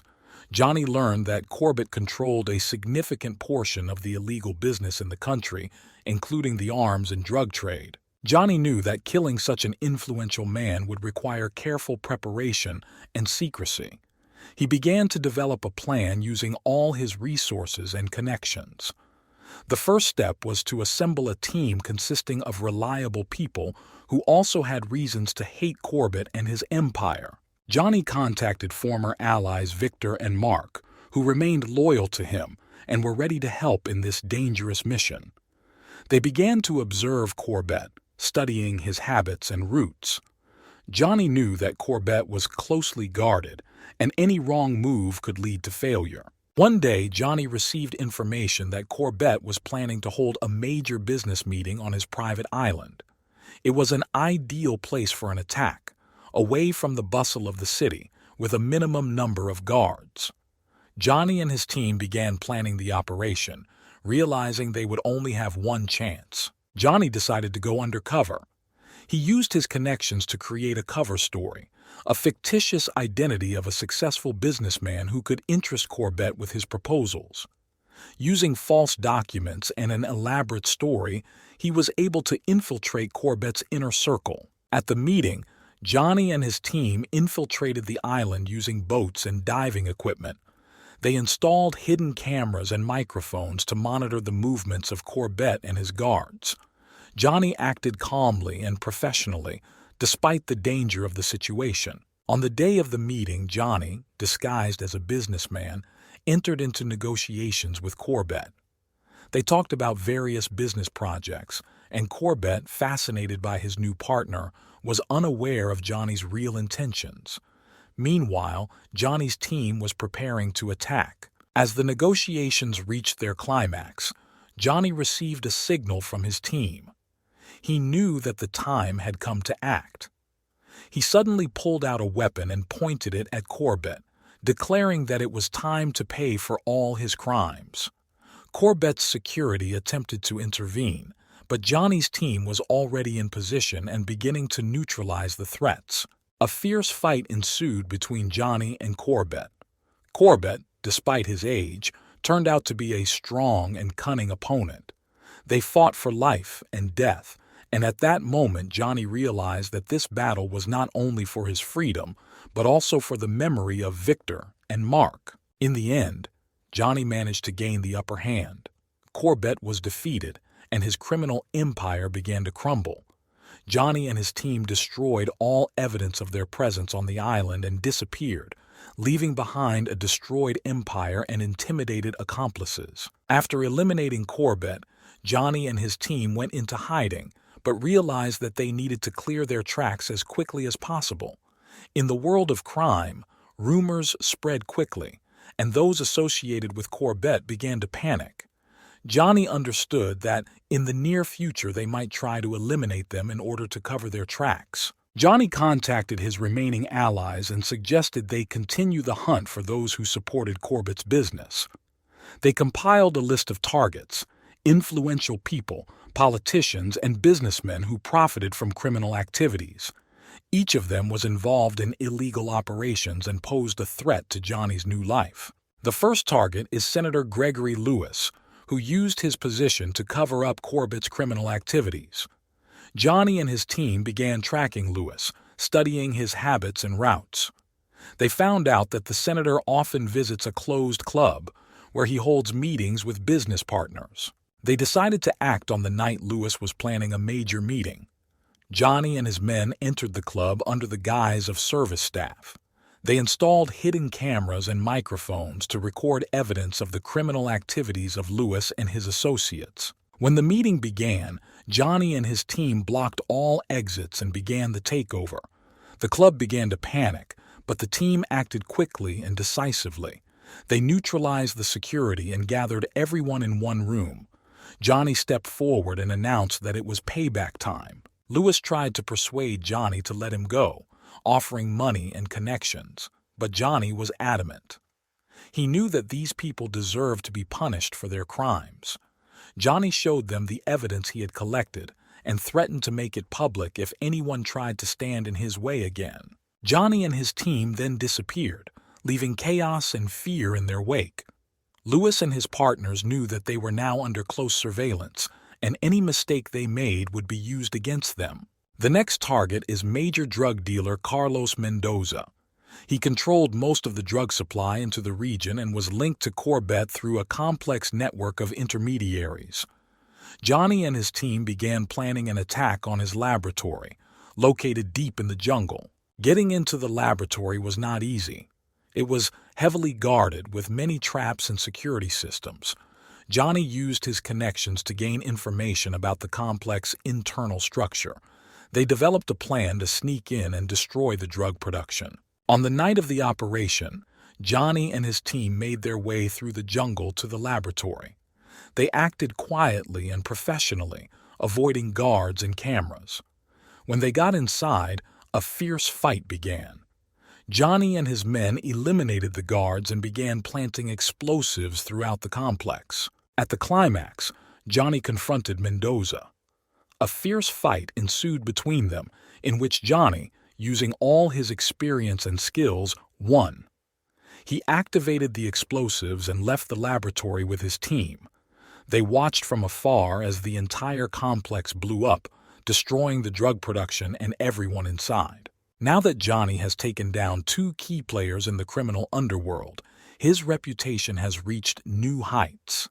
He knew that he had become a legend, but he also understood that this was attracting more and more enemies to him. Johnny decided that he must continue to fight to clear his name and create a world in which he could live without fear. Johnny's next target was international arms smuggler Alexander Dragunov. This man supplied weapons to all criminal organizations, supporting them in the struggle for power and influence.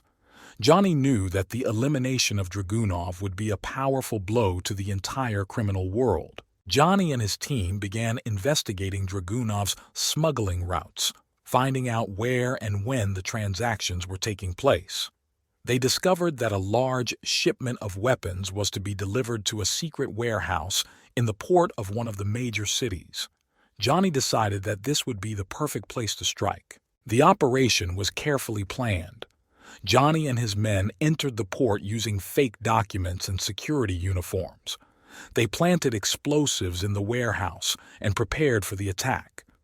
When Dragunov and his men arrived, a furious firefight began. Johnny and his team fought with determination and skill, eliminating their enemies one by one.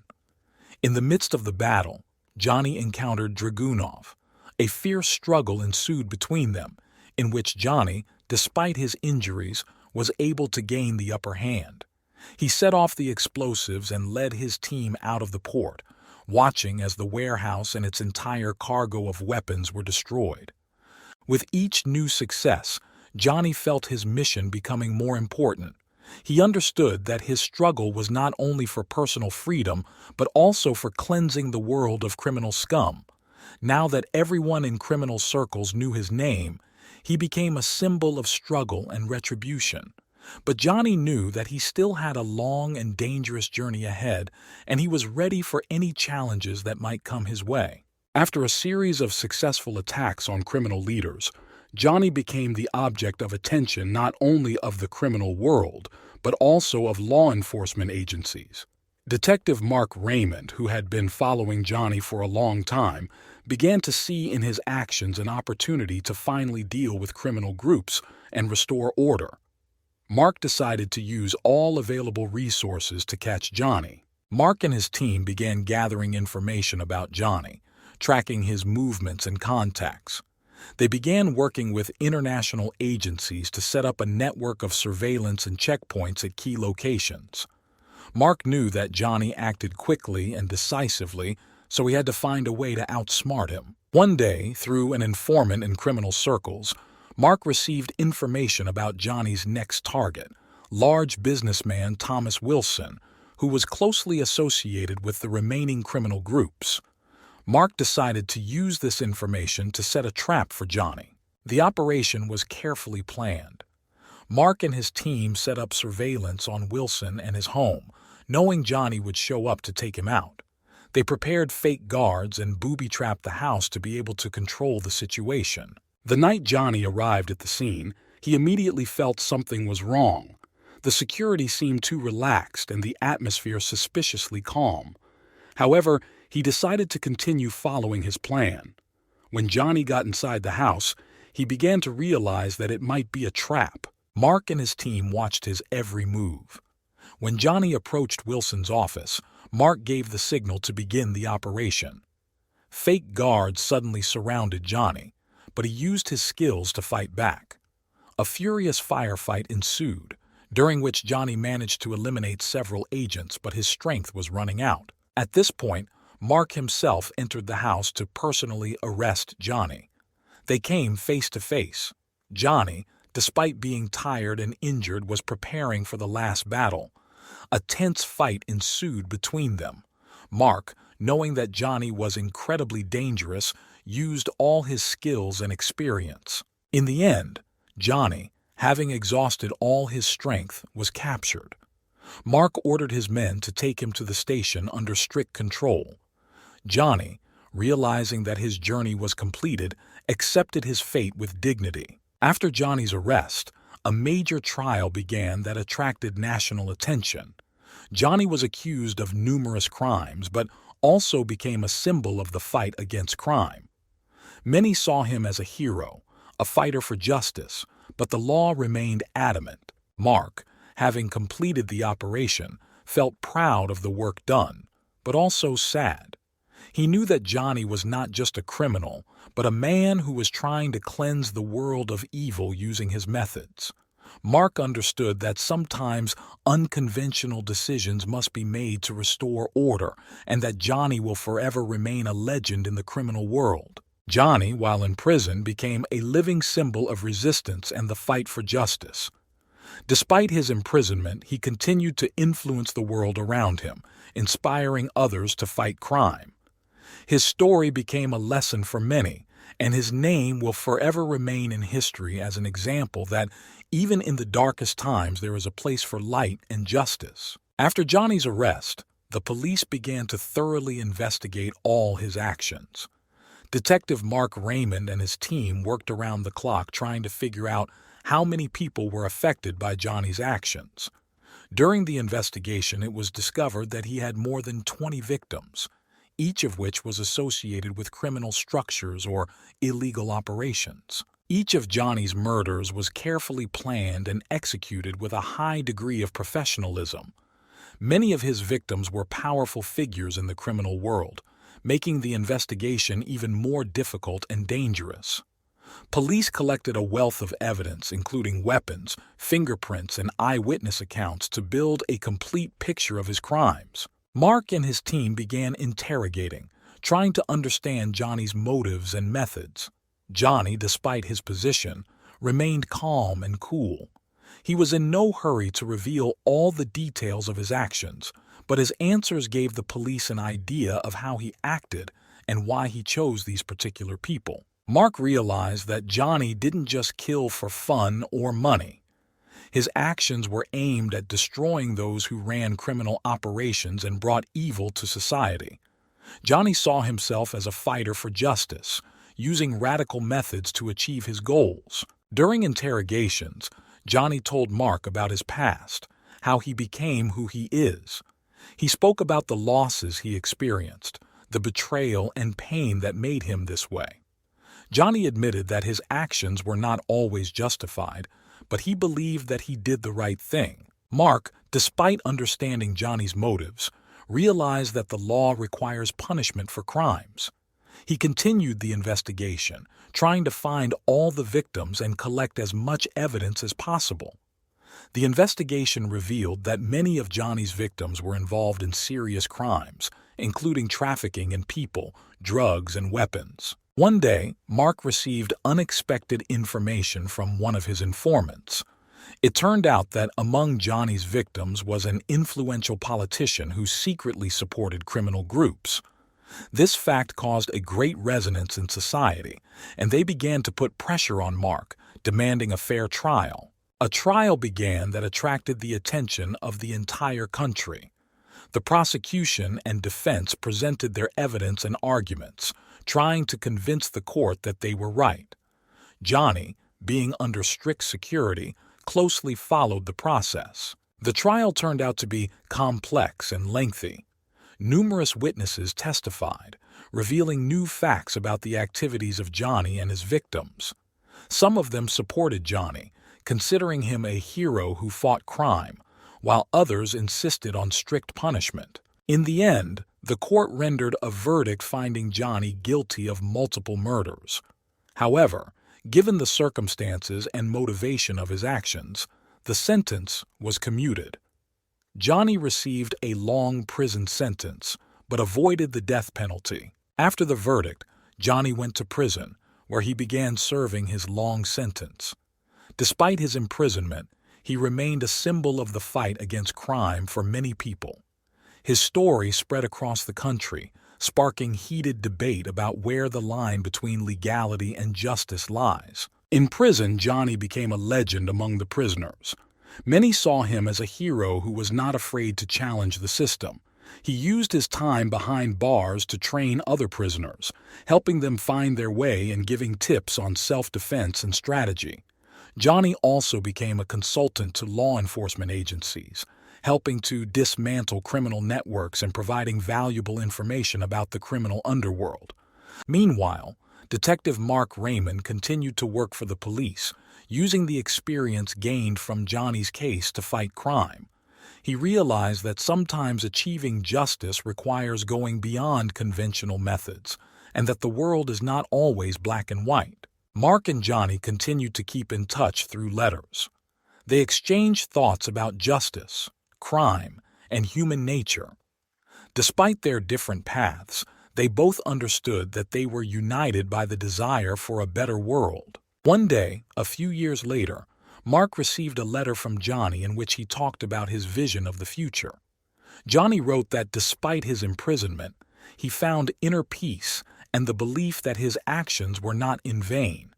He expressed hope that his story will be a lesson for future generations and that someday the world will become a better place. Mark, after reading the letter, felt deep respect for Johnny.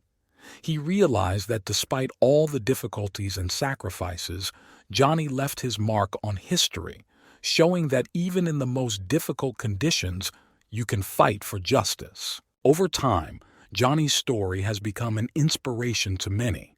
His name went down in legends as a man who was not afraid to confront evil and crime, even at the cost of his own freedom. His actions and legacy live on in people's hearts, reminding them that the fight for justice is never in vain. Story of Four Criminals. This story is about a man who repeatedly escaped from the most dangerous prisons.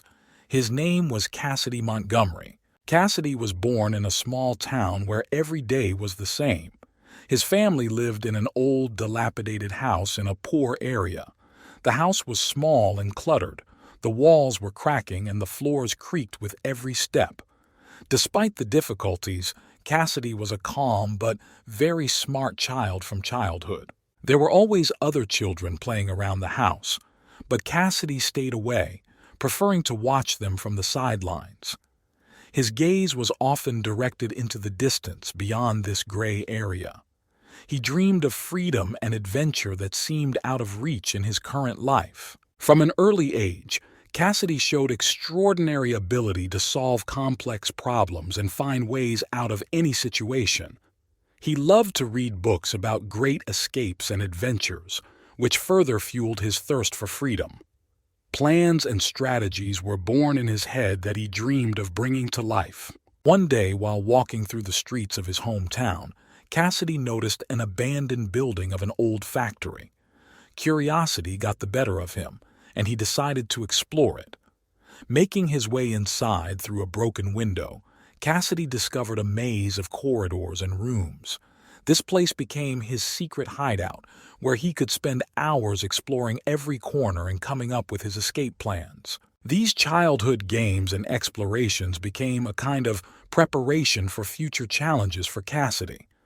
He learned to find ways out of the most confusing situations using his ingenuity and wit.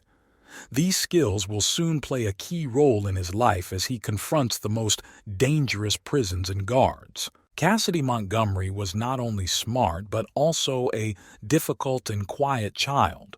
He rarely made friends and almost never shared his thoughts and feelings. At school, he sat in the back desk, always immersed in his books and thoughts. Teachers often spoke of him as a bright but withdrawn student who lacked discipline. Cassidy has faced many difficulties in his life. His family lived poorly and often did not have enough money for the most necessary things. This forced him to mature faster than his peers. He understood that no one could rely on him except himself. That is why he learned to be independent and decisive, even if outwardly he seemed quiet and distant. At times, when the pressure of circumstances became unbearable, Cassidy fled to his secret refuge in an abandoned factory. Here he could allow himself to be himself, away from the whole world. He built complex labyrinths from old boxes and garbage, imagining that these were prison corridors from which he had to find a way out. Through these games, he developed his planning and problem-solving skills. Relationships with family were also difficult. Parents, immersed in their problems and struggle for survival, rarely paid attention to Cassidy's inner world. They saw him as just another worry, another mouth to feed. But Cassidy was not offended by them, realizing that each of them was struggling with their own demons. These difficult conditions strengthened his character. Silence and isolation allowed him to focus on his thoughts and plans, developing strategic thinking and observation. Cassidy knew that someday all his skills and abilities would be useful to him, and he would be ready for any challenges that fate had in store for him. As time passed, Cassidy became more and more independent and determined. His childhood games turned into real escape plans, and his dreams of freedom became more and more concrete. He was ready for the future challenges that awaited him outside the gray and boring city. Not only was Cassidy Montgomery an introverted and smart kid, but he also often got into trouble at school. His quiet and aloof personality made him an easy target for ridicule and provocation from his classmates. They didn't understand him, thought he was strange, and took every opportunity to hurt him. Every day, Cassidy came to school knowing that another test awaited him. He tried to stay away, but his classmates found ways to get at him. Often in the school corridors, one could see people grabbing his clothes, throwing papers at him, or calling him names. At first, Cassidy tried to ignore them, hoping they would lose interest in him. But the more he remained silent, the stronger their bullying became. One day, Cassidy's patience ran out. On one of these days, when he was especially bullied, he could not stand it.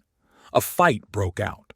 Cassidy, despite his quiet nature, turned out to be an unexpectedly strong and determined fighter.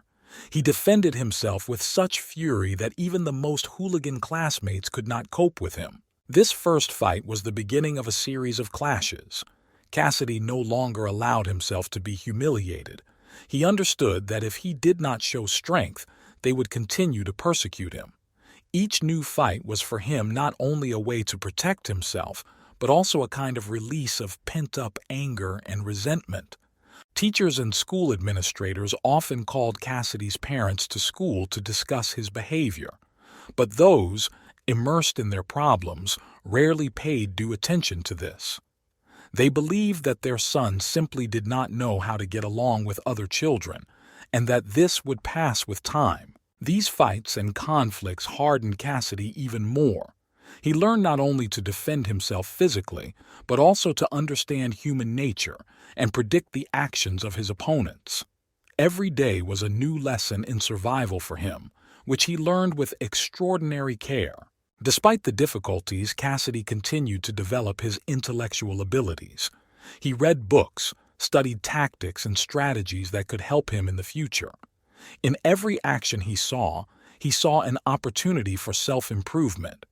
All these skills and knowledge will soon come in handy when he faces even greater challenges in life. When Cassidy turned 18, his life changed dramatically. His parents, who, although they did not pay much attention to him, were still his family, died in a car accident. The news came like a bolt from the blue, leaving Cassidy in a state of deep shock and despair. He couldn't believe what had happened. In an instant, his familiar world collapsed. Despite his difficult relationship with his parents, their loss was a huge blow for him. Cassidy felt lonely and abandoned. The death of his parents left a deep hole in his heart, and he did not know how to cope with it. The funeral took place in a painful atmosphere. Cassidy stood at his parents' grave, lost in his thoughts. He felt lost and alone. There were people around him, but no one could understand his pain. This was the moment when he realized that he now had to cope with all the difficulties himself. After the death of her parents, Cassidy had to grow up quickly. He was left alone in the old house, which now seemed even more gloomy and empty. Financial problems, accumulated debts, and the need to take care of himself fell upon him with renewed vigor. Cassidy began looking for work to make ends meet. He was ready to do any job just to provide himself with food and a roof over his head. At this time, he also began to think about his future. His childhood dreams of freedom and adventure resurfaced, but now they were colored by harsh reality. The loss of his parents not only hit him emotionally, but also hardened his spirit. Cassidy knew that life would not be kind to him, and he needed to be strong to survive. He decided to use all his skills and knowledge in order to achieve the success and freedom that he had dreamed of for so long. Every day, Cassidy faced new challenges, but now he was ready for them. He continued to develop his ability to plan and solve problems, finding this his calling. These difficult times were another lesson for him, which he learned with extraordinary care and resilience. Now that he was alone, Cassidy was determined to overcome all obstacles and find his way in life. He still had many challenges ahead, but he knew that he could overcome any difficulties if he was true to his dreams and goals. After the death of Cassidy's parents, Montgomery found himself in a difficult life situation. Loneliness, financial difficulties, and a sense of loss pushed him down the path of petty hooliganism. He began to look for ways to survive that were not always legal. At first, it was petty thefts in shops and markets. Cassidy quickly realized that his natural intelligence and ability to remain invisible helped him in these matters. He studied human behavior, looked for weaknesses in security systems, and came up with clever ways to get around them. His actions became more and more daring and complex, but he always remained one step ahead of those who could catch him. One of his favorite places to work was the local market. There were always a lot of people here, and the noise and bustle allowed him to act unnoticed. Cassidy studied sellers and buyers, memorizing their habits and characteristics. He could steal a wallet or something valuable with one movement of his hand without attracting attention to himself. But despite all his skills, Cassidy did not feel satisfaction from these petty crimes. He knew that this was not the path to the true freedom and independence that he dreamed of. However, at that moment it seemed the only way to survive. Over time, Cassidy began to think about more serious matters. His dreams of escape and adventure resurfaced. He understood that in order to achieve his goals, he needed to use all his skills and abilities to the next level. Petty thefts and hooliganism were just the beginning, a kind of training before more serious tests. During this time, Cassidy also began meeting other young people who, like him, found themselves on the streets and engaged in petty hooliganism. They formed a small group in which everyone was ready to help each other in difficult times. These guys became something of a family for Cassidy, and he felt responsible for them. One of these guys was Michael, who became a close friend of Cassidy. Michael was several years older and had already seen a lot along the way. He shared his knowledge and experience with Cassidy, helping him develop and grow in this dangerous world. Despite the fact that their life was full of dangers and difficulties, Cassidy and his friends did not lose hope for a better future. They knew they had the skills and savvy that could help them break out of this cycle of poverty and crime. Cassidy became increasingly convinced that his ability to plan and find ways out of difficult situations could lead him to true freedom. He decided that he would no longer limit himself to petty crimes and would begin to work on more serious and large-scale plans. Cassidy Montgomery continued to improve his skills and strive for more serious crimes.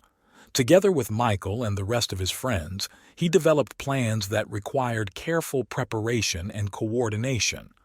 They began to think about break-ins and robberies that could bring them more money and opportunities.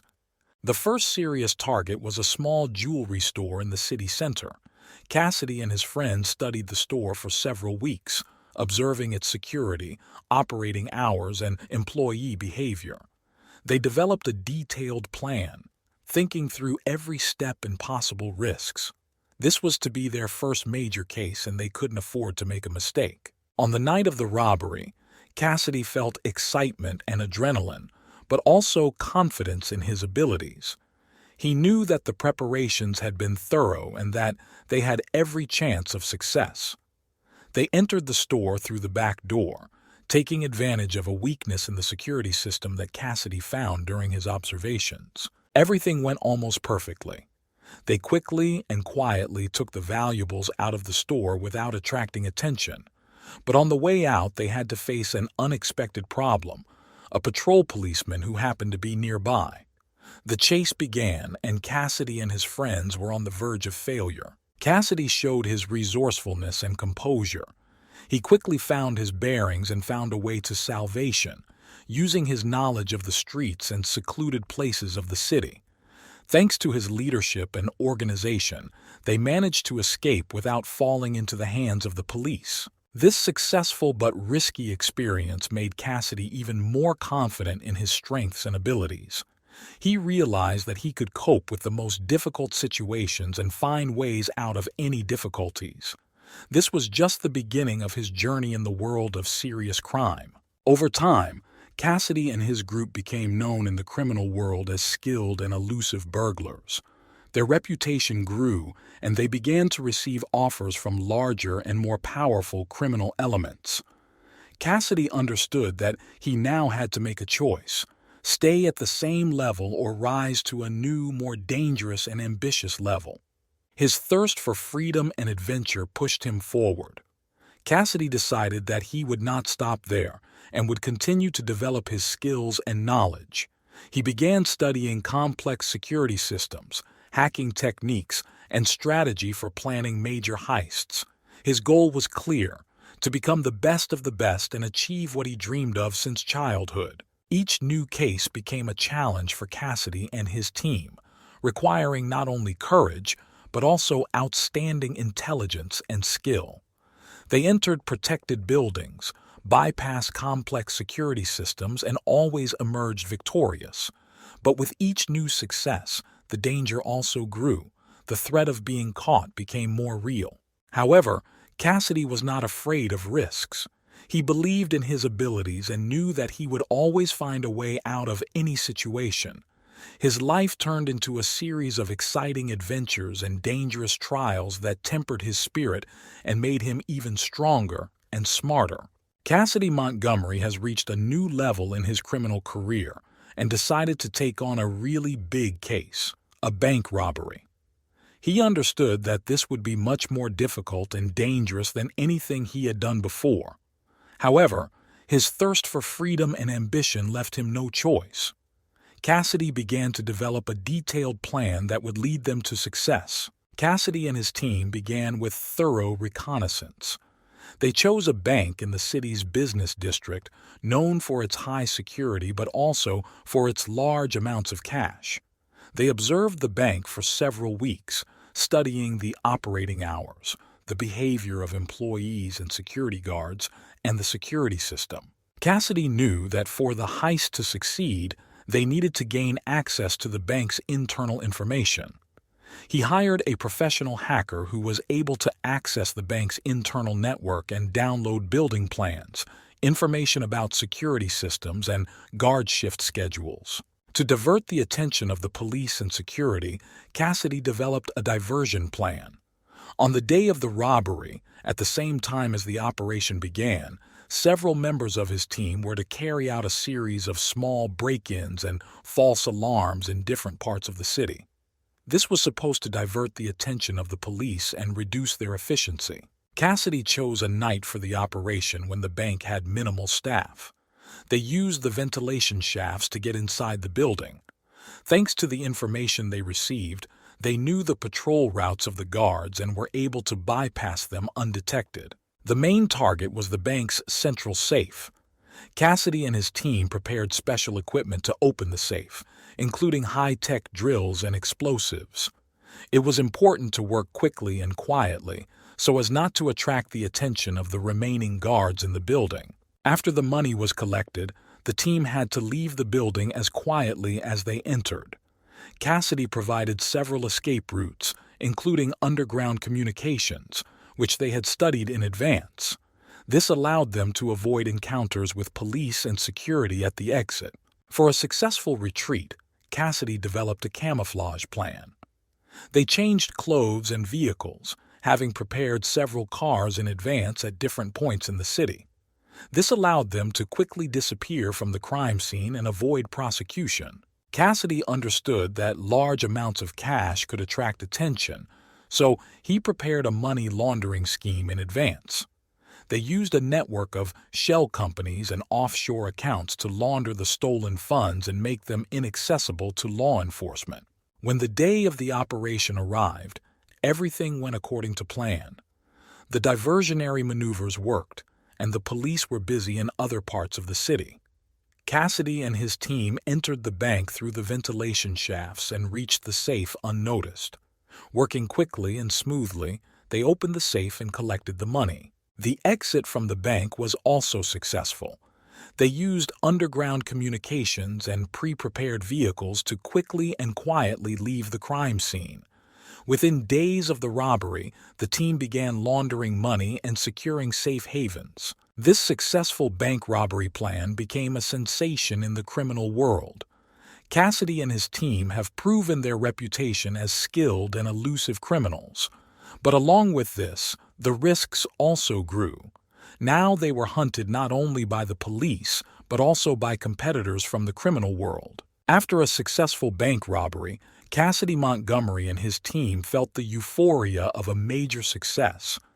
They were able to elude the police, and the stolen money had already begun to be laundered through a network of shell companies and offshore accounts. However, Cassidy understood that with each new major case, the risk increased.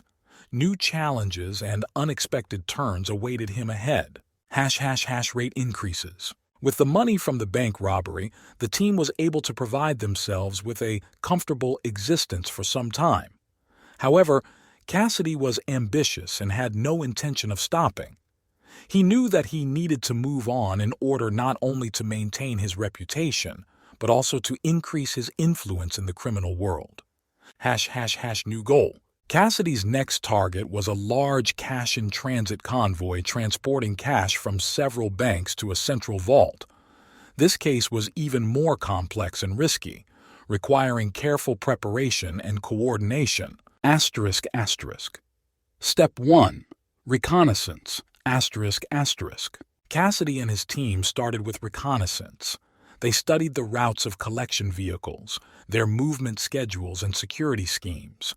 The team also investigated possible ambush points and studied the vehicle's security systems to understand how they could be neutralized. Step 2. Preparation. To carry out the plan, Cassidy prepared special equipment, including devices for blocking communication signals, powerful drills for opening armored vehicles, and smoke bombs to distract attention. They also prepared several cars for escape and change of transport to confuse their tracks. Step 3. Ambush. The day of the operation was carefully chosen to coincide with the transportation of the largest amount of money.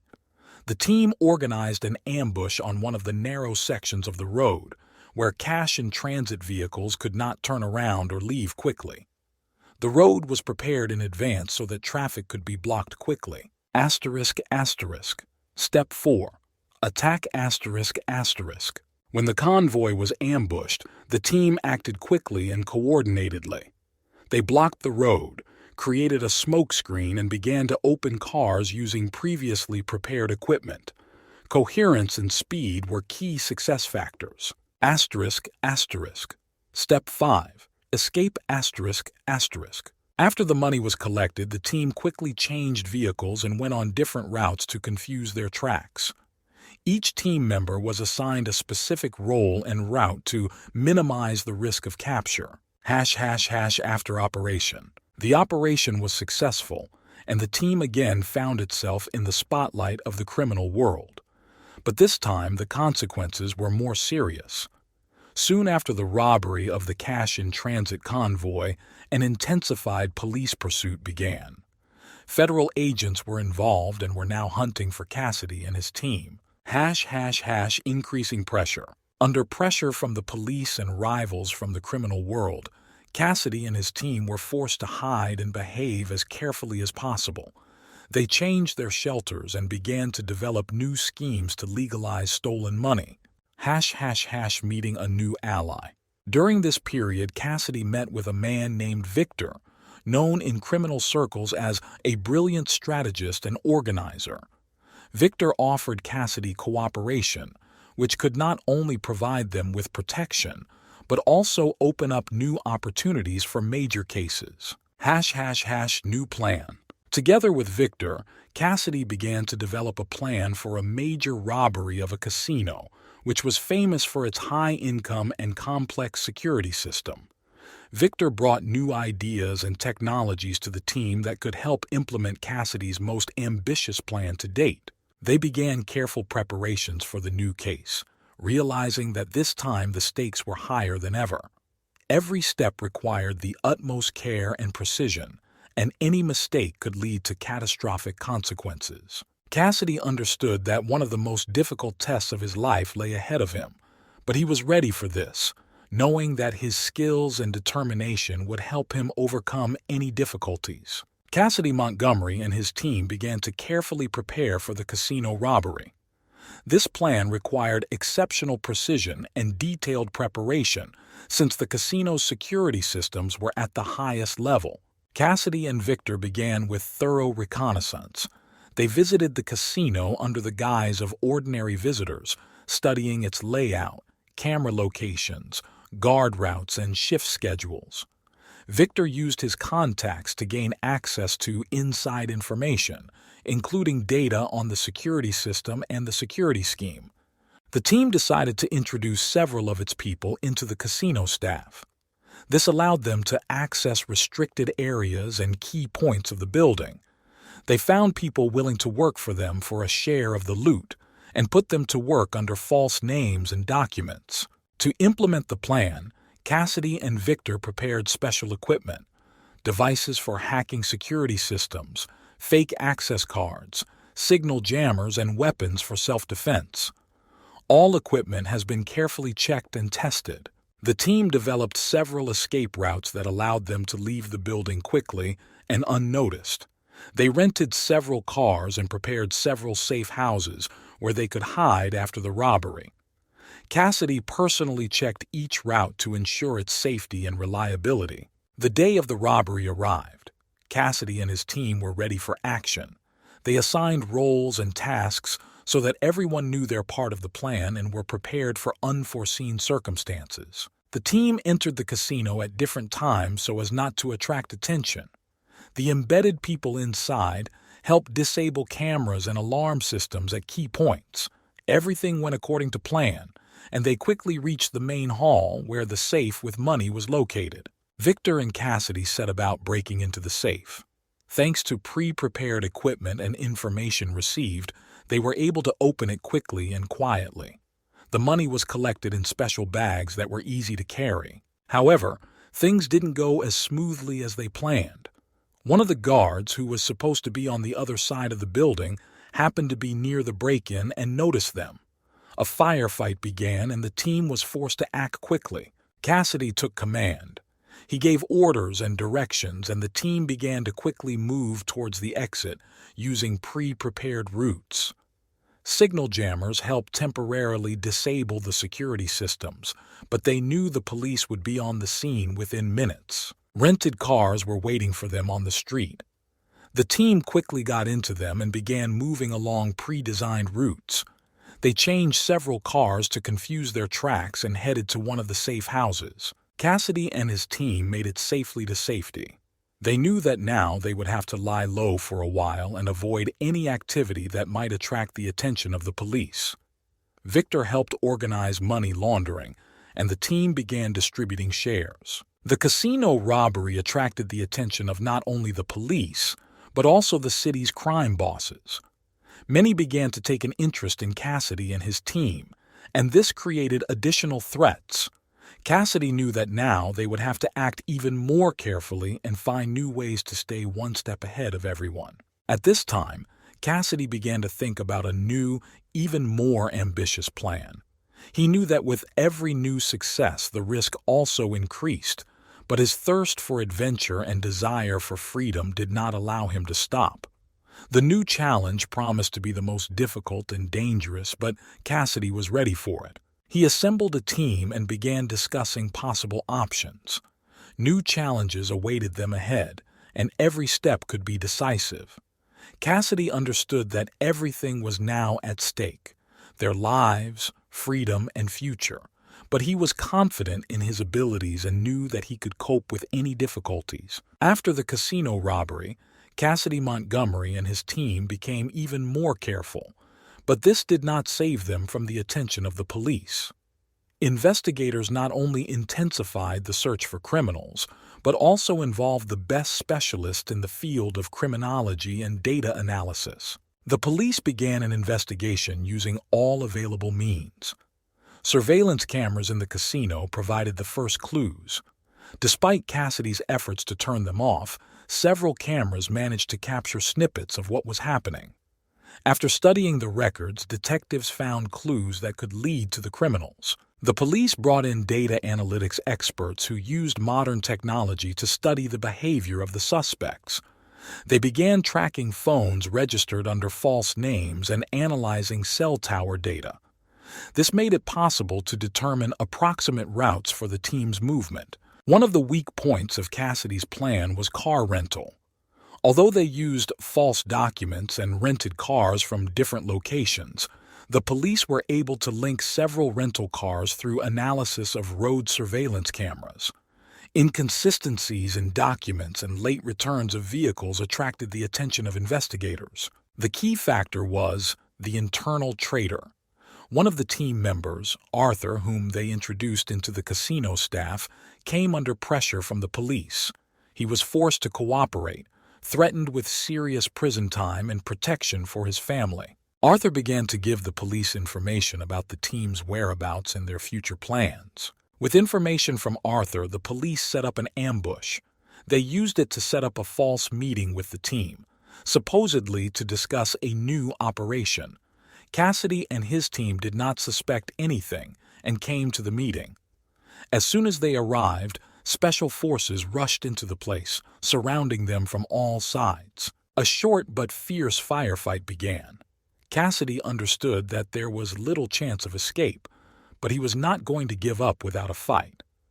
As a result of the shootout, several members of the team were wounded, but thanks to the numerical superiority of the police and a carefully planned operation, Cassidy and his team were arrested. After the arrest, Cassidy and his team ended up in the police station.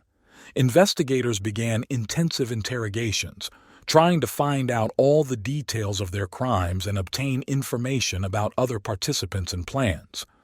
Cassidy, knowing that it was all over, remained silent, not betraying his comrades and friends who remained free. This arrest was a major success for the police and a blow to the city's criminal underworld. Cassidy Montgomery, one of the most elusive criminals, is behind bars. Now he faced a long and complex legal battle that would determine his future fate. But Cassidy didn't give up. He knew that even while in prison, he could use his skills and knowledge to find a way to get out and start over.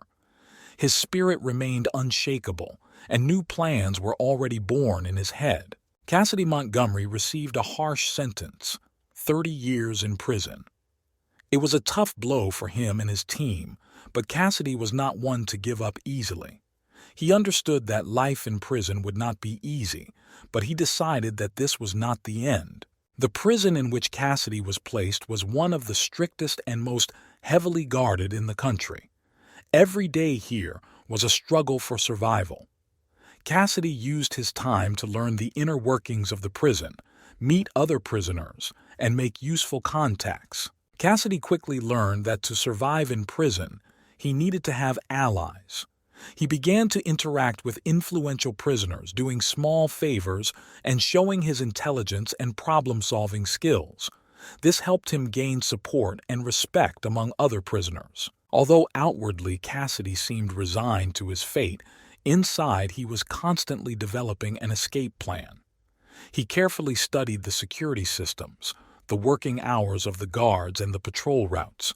He knew that the success of the escape depended on a thorough knowledge of all the details and possibilities. Cassidy began to prepare to escape, using all available means. He established connections with the outside world through his allies in order to obtain the necessary equipment and assistance. Every day he collected information, carried out small tests and checks to make sure he was ready. The day arrived that Cassidy chose to escape. It was a carefully planned and prepared moment. He used his connections and skills to disable security cameras for a short time and bypass security systems. With the help of his allies inside the prison, he made his way through underground communications that were abandoned and largely unused. It was a dangerous and risky path, but Cassidy knew that this was his only chance. After several hours of intense and dangerous travel, Cassidy and several of his associates found themselves outside the prison. Pre-prepared vehicles and shelters awaited them. Cassidy understood that now they would have to hide and be even more careful. Once free, Cassidy began a new life. He knew that now his every move would be under the scrutiny of the police, and he would have to use all his skills and knowledge to stay one step ahead. Cassidy had no intention of stopping and was already beginning to develop new plans and strategies to continue his fight for freedom and independence. This new life was full of dangers and difficulties, but Cassidy was ready for any challenge. His spirit remained unshakable, and he knew that he could overcome any difficulties that came his way. Cassidy Montgomery understood that to successfully escape from one of the most secure prisons, he would need not only ingenuity but also an accurate, carefully thought-out plan. He knew that every detail had to be perfectly adjusted, and so he began to prepare in advance, months before the planned escape. Step 1. Networking. Cassidy began by making contacts inside the prison. He gained the trust of several influential prisoners and guards by performing small favors and demonstrating his intelligence. These people became his eyes and ears, helping him gather information about prison routines, security systems, and patrol routes. Step 2. Intelligence. Cassidy carefully studied every corner of the prison. He used his time walking and working to memorize the layout of the building and the location of the security cameras. He paid special attention to underground communications, which were abandoned and practically not used. Step 3. Prepare your equipment. Through his connections, Cassidy was able to organize the supply of the necessary equipment: tools for opening locks, small silencers for cameras, ropes and hooks for lifting. All this equipment was carefully hidden and ready for use at the right time. Step 4. Planning your time. Cassidy chose a night to escape when security was less attentive. He chose the timing of the guard shift to take advantage of the prison guard's greatest vulnerability. This required precise calculations and coordination of actions. Step 5. Disabling cameras. On the designated night, Cassidy used jammers to temporarily disable surveillance cameras at key points along his route. This gave him a few minutes to move without the risk of being noticed. Step 6. Break through underground communications. Cassidy and his associates made their way to abandoned underground communications. They prepared this path in advance, clearing the rubble and strengthening weak areas. The underground tunnels led them to an old technical exit that had not been used for a long time and was poorly guarded. Step 7. Using fake documents. Thanks to his connections, Cassidy managed to obtain fake documents and security uniforms. This allowed him and his companions to pass through several checkpoints without suspicion. An important element of the plan was to blend in as much as possible with the surroundings without attracting attention to oneself. Step 8. Final exit. At the end point of the underground communications, there was a technical exit that led to the outer perimeter of the prison. Cassidy used previously hidden tools to pick locks and open doors. They went out to a pre-prepared vehicle that was waiting for them nearby. Step 9. Change of transport and shelter. Realizing that a chase could begin right after them, Cassidy prepared several cars and a change of routes in advance. They quickly changed into another car, leaving the first one in an abandoned place to confuse possible pursuers. They dispersed to pre-prepared safe houses to hide and not attract attention. Step 10. Living free. After their escape, Cassidy and his associates were under close police surveillance. They had to be extremely careful and carefully hide their tracks. Cassidy used his skills and connections to organize a new life, gradually legalizing the stolen money and providing himself with security. Results: Cassidy Montgomery's escape from prison was one of the most daring and carefully planned operations. Every detail was thought out and every step was carried out with precision and care. Cassidy showed that even in the most difficult conditions, you can find a path to freedom if you have skill, determination, and reliable allies. Cassidy Montgomery's escape became a sensation that shocked the entire country. News of his daring and carefully planned escape quickly spread across all channels and newspapers. People were shocked at how he was able to escape from one of the world's most secure prisons and admired his skill and determination. The public reaction was stormy. Some admired his ability to beat the system and saw in him a symbol of the struggle for freedom. Others condemned him for his crimes and believed that he should receive a well-deserved punishment.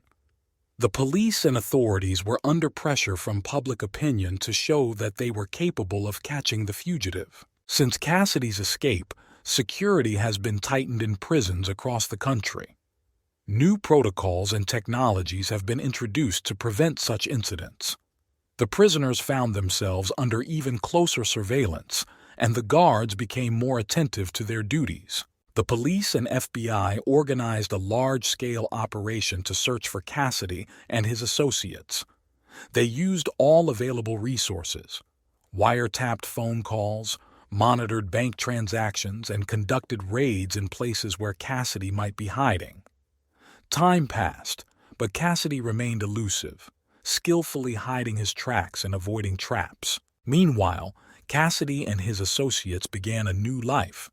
They carefully hid, changed their places of residence, and used fake documents. Cassidy understood that every mistake could cost them their freedom, so he acted extremely carefully. While free, Cassidy did not give up his ambitions. He began to develop new plans that could provide them with long-term security and financial stability. Cassidy understood that for this, he needed reliable allies and resources. Cassidy began seeking contacts among influential crime bosses to gain support and protection. He knew that without reliable allies, they would not be able to remain free for long. During this search, Cassidy met several influential individuals who could help them implement their new plans. Cassidy decided that the next step should be even more ambitious and carefully thought out. He began to develop a plan for a new robbery that could provide them with significant funds and strengthen their position in the criminal world. This time the goal was even more serious: a large warehouse with jewelry and works of art protected with the latest technology. As before, Cassidy carefully prepared for the operation. He studied the warehouse plans, security systems, and security schedules. He brought in the best specialists who could help implement the plan. Cassidy understood that this time the stakes were even higher, and every mistake could lead to catastrophic consequences. The plan was ready, and the team began to implement it. They acted smoothly and confidently, knowing that every step had to be executed perfectly. The operation was successful, and Cassidy and his associates managed to escape with the loot, leaving the police empty-handed again. This success strengthened the position of Cassidy and his team in the criminal world. They became a legend, a role model, and an inspiration to many. Cassidy understood that their journey was just beginning, and new trials and challenges awaited them. But he was confident in his abilities and knew that he could cope with any difficulties that came his way. Cassidy Montgomery and his team were enjoying success after successfully robbing a warehouse full of jewelry and works of art. Their reputation grew, and they became admired in the criminal world.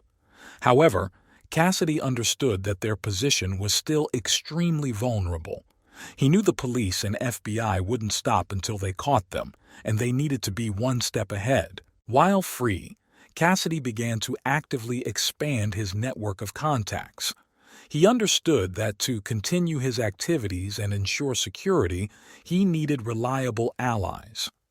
Through his new acquaintances in criminal circles, he found several influential people who were ready to cooperate with him. Cassidy decided to strengthen his team with new specialists. He brought in experienced hackers, security hacking experts, and people with military training. These new team members added confidence and power to their actions. Cassidy knew that for more complex and risky operations, he would need a better team. Cassidy began to think about his next big operation. The idea of robbing one of the largest banks in the country caught his attention. It was an ambitious and extremely risky endeavor, but Cassidy knew the potential for reward was enormous. He began to carefully plan the operation, taking into account all the details and possible risks. Cassidy's team started with reconnaissance. They studied the bank, its security systems, employee work schedules, and security patrols. They also began collecting information about the routes of cash-in-transit vehicles that transported cash and securities. All this required time and precision, and Cassidy took his time, understanding the importance of every detail. For a successful operation, Cassidy decided to introduce his people into the bank staff. This allowed them to gain access to key points in the building and gather inside information. Fake documents and legends helped new team members become part of the bank without suspicion. Cassidy chose a time for the operation when the bank was conducting its quarterly inventory and cash count. At this moment, the maximum amount of money was in the vaults, and this created ideal conditions for a robbery. The team prepared special equipment to disable security systems and temporarily block surveillance cameras. This gave them the necessary time to enter the vault and carry out the operation. Hackers working with Cassidy hacked into the bank's systems and prepared them to shut down at the right moment. The day of the robbery arrived. Cassidy's team acted smoothly and quickly. They entered the bank using fake employee passes and forms.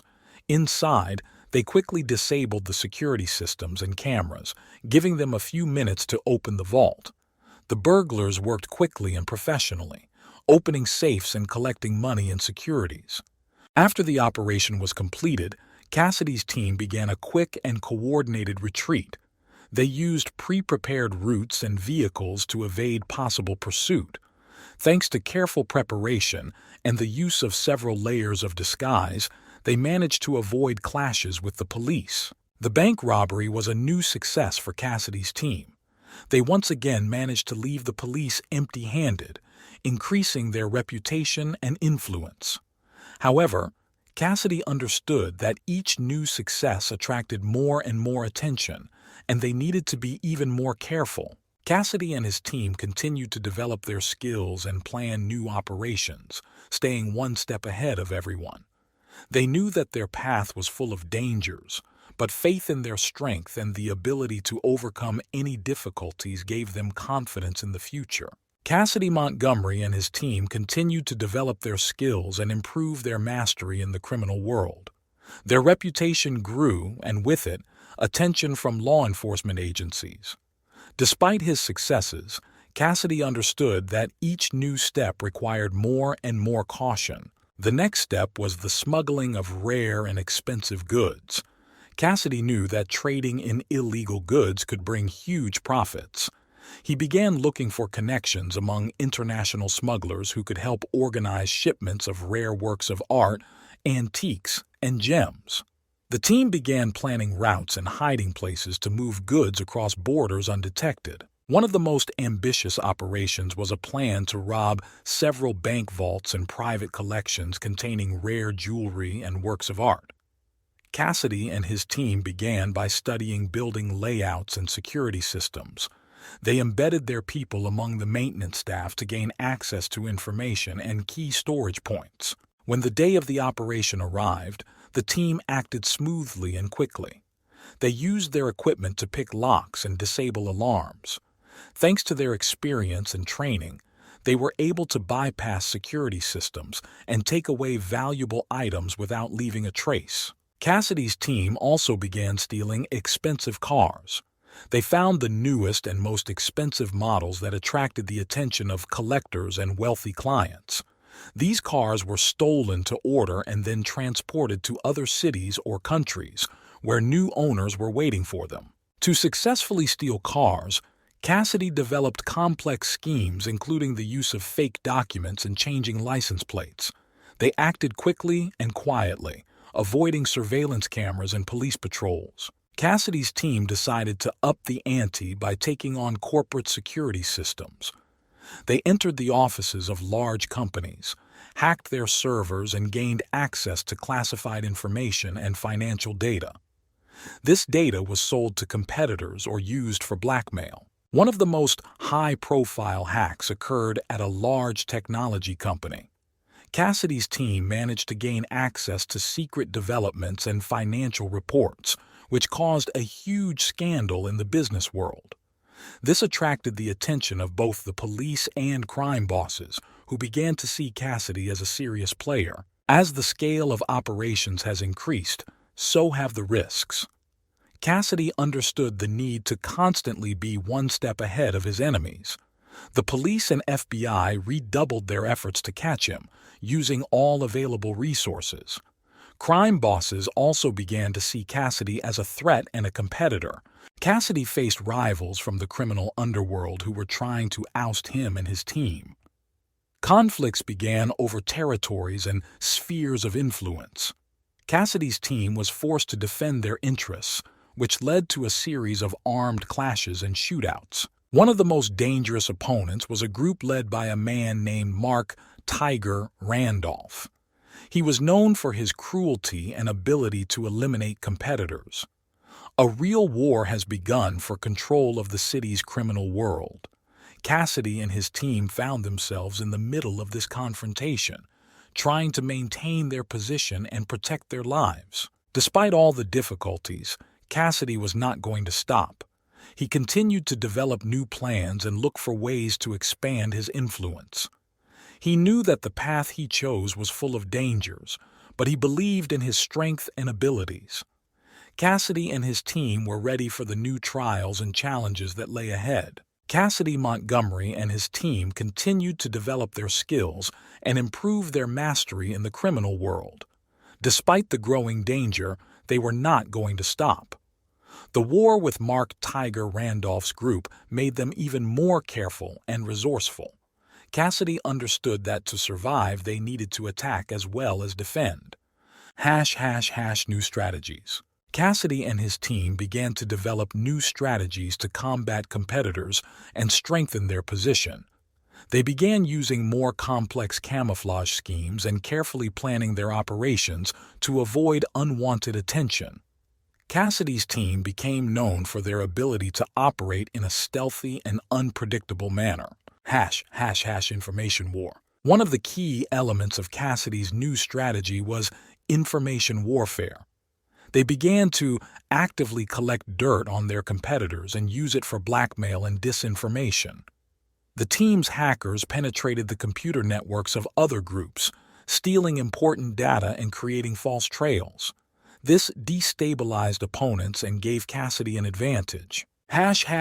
Protecting your interests. To protect their interests, Cassidy and his team began to create a network of secret shelters and bases. These places were equipped with everything necessary for a long stay and protection in case of attack. Underground communications and hidden routes played an important role, which made it possible to quickly move and hide from persecution. Strike at Tiger. Cassidy decided that the best way to defend himself was to strike first. They began planning an operation against Mark Randolph and his group. The goal was to weaken the Tiger's position and eliminate its key associates. Intelligence service. Cassidy's team did a thorough reconnaissance. They found out the meeting places, hiding places, and travel routes of Randolph and his people. An important role in this was played by infiltrated agents who transmitted information from within the Tiger Group. Operation. The day of the operation arrived. Cassidy and his team acted quickly and decisively. They attacked several key targets simultaneously, eliminating Randolph's main associates and destroying his main bases. During the operation, explosive devices and weapons were used, which made it possible to create chaos and disorganize the enemy. Victory. Operation was successfully completed. Mark Randolph was seriously weakened. His influence in the criminal world was significantly reduced. Cassidy and his team have secured their position, showing that they are not only capable of protecting their interests, but also ready to attack if necessary. New opportunities. The victory over the Tigers opened up new opportunities for Cassidy and his team. They became even more influential and respected in the criminal world. New connections and resources allowed them to expand their operations and go international. Planning international operations. Cassidy began planning international operations. They began to explore the smuggling and illegal trade markets in other countries, finding new ways to increase their income. An important role in this was played by new technologies and methods of camouflage, which allowed them to act unnoticed and effectively. Fighting new threats. However, with the growth of influence came new threats. Cassidy understood that their success was attracting the attention of not only competitors, but also international law enforcement agencies. They needed to be even more careful and plan their moves carefully. Cassidy Montgomery and his team were ready for new challenges. They knew that their path was full of dangers, but faith in their strength and the ability to overcome any difficulties gave them confidence in the future. New operations, new enemies, and new victories lay ahead of them, and Cassidy was confident that they could cope with any challenges. After defeating Mark Randolph and strengthening his position in the criminal world, Cassidy Montgomery and his team began preparing for new, ambitious operations. Their successes attracted the attention not only of competitors, but also of international law enforcement agencies, which forced them to act even more carefully and carefully plan their steps. International operations. Cassidy and his team decided to go international, expanding their operations into new markets. They began to explore the possibilities of smuggling and illegal trade in Europe and Asia. This required new contacts and partners who could provide logistics support and security. Creation of an international network. Cassidy and his team began to create an international network, including reliable partners and allies in various countries. They entered into agreements with local criminal groups, ensuring mutually beneficial cooperation. Intermediaries played an important role in this, helping to establish connections and coordinate actions. Smuggling of rare goods. One of the first major cases at the international level was the smuggling of rare works of art and antiques. Cassidy and his team organized shipments of valuable items from Europe to Asia using complex routes and camouflage. They collaborated with influential collectors and ensured the safety of transportation. International bank robbery. The next ambitious step was the robbery of one of the largest international banks. Cassidy and his team began with thorough reconnaissance and preparation. They studied building plans, security systems, and employee work schedules. An important element of the plan was to introduce its people into the bank's staff. When the day of the operation arrived, the team acted smoothly and quickly. They entered the bank using fake documents and passes. Inside, they disabled the security systems and cameras, giving them a few minutes to open the vault. Thanks to their experience and training, they were able to bypass security systems and take valuable items and cash. After the operation was completed, Cassidy's team quickly left the bank using previously prepared routes and vehicles. They changed several cars to confuse their tracks and avoid prosecution. Thanks to careful preparation and the use of several layers of disguise, they managed to avoid clashes with the police. Increasing pressure from law enforcement agencies. With the success of international operations, pressure from law enforcement agencies has also increased. The police and Interpol began to work closely together to catch Cassidy and his team. They used all available resources to find and arrest the criminals, including wiretapping, monitoring financial transactions, and conducting raids. Fighting new threats. Cassidy knew they needed to constantly adapt and improve their methods to stay ahead of the curve. They began using new technologies and camouflage methods to hide their tracks and avoid detection. Hackers played an important role in this, helping to break into security systems and delete incriminating data. New ambitions. Despite the mounting pressure, Cassidy and his team showed no signs of stopping. They began to develop new ambitious plans, including robbing large international corporations and creating their own legal businesses for money laundering.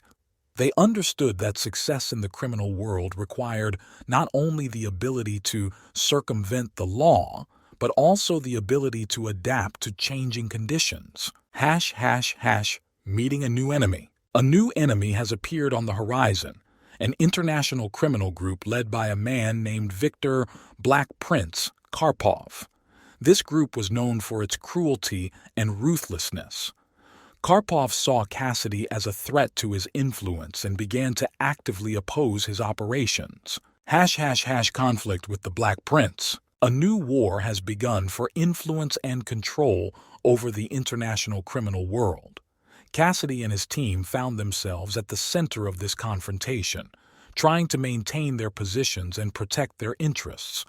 The conflict with Karpov became a new test for Cassidy, requiring not only strength and determination, but also the ability to find unexpected solutions. Cassidy Montgomery and his team continued to move forward despite all the difficulties and threats.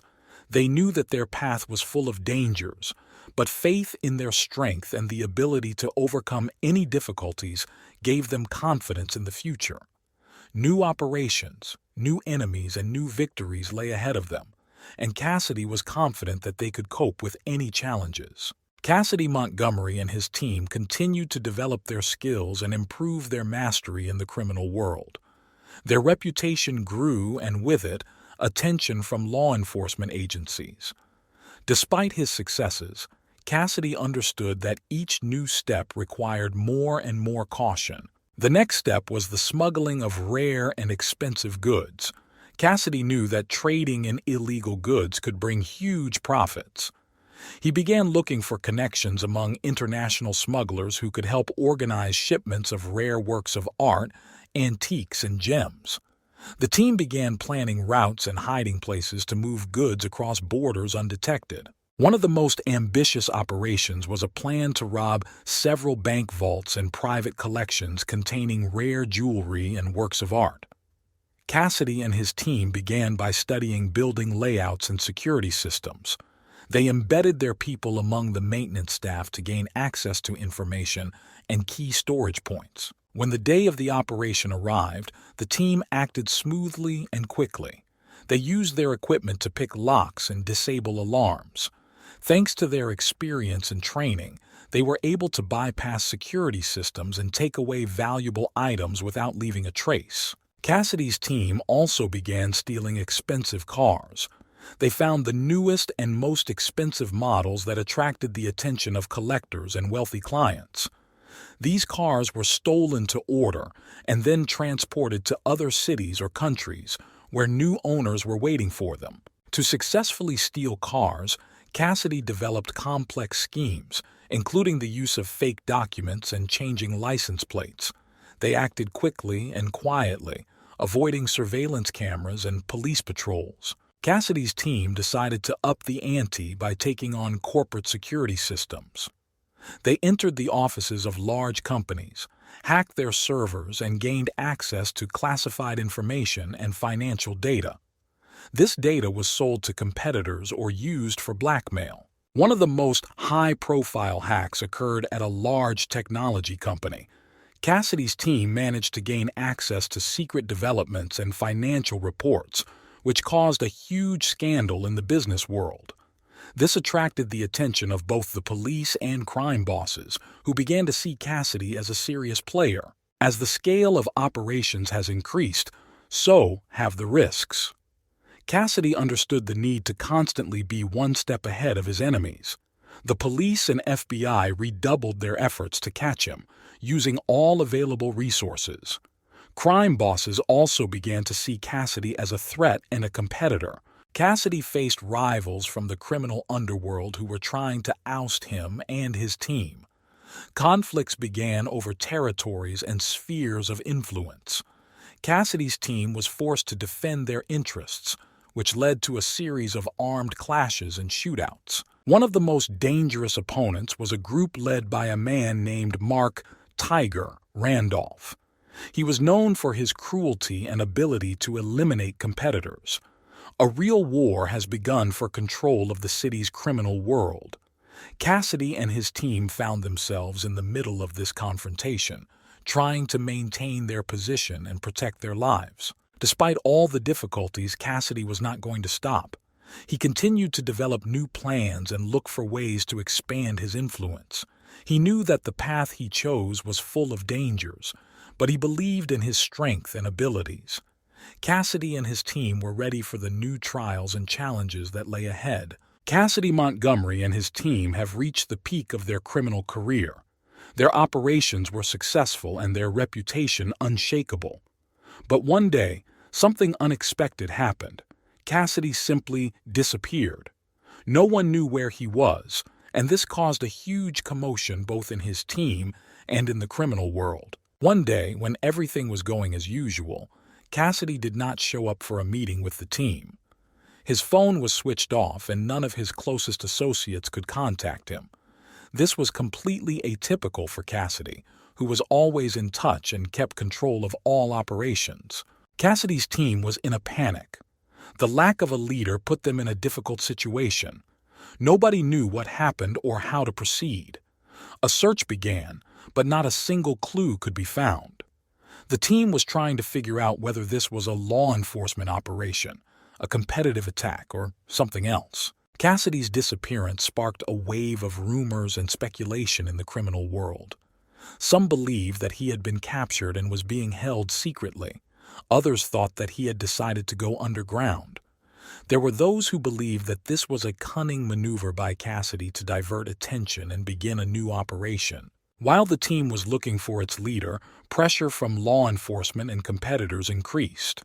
The police and Interpol, having learned of Cassidy's disappearance, began to take active measures, hoping to take advantage of the situation and capture the team without their leader.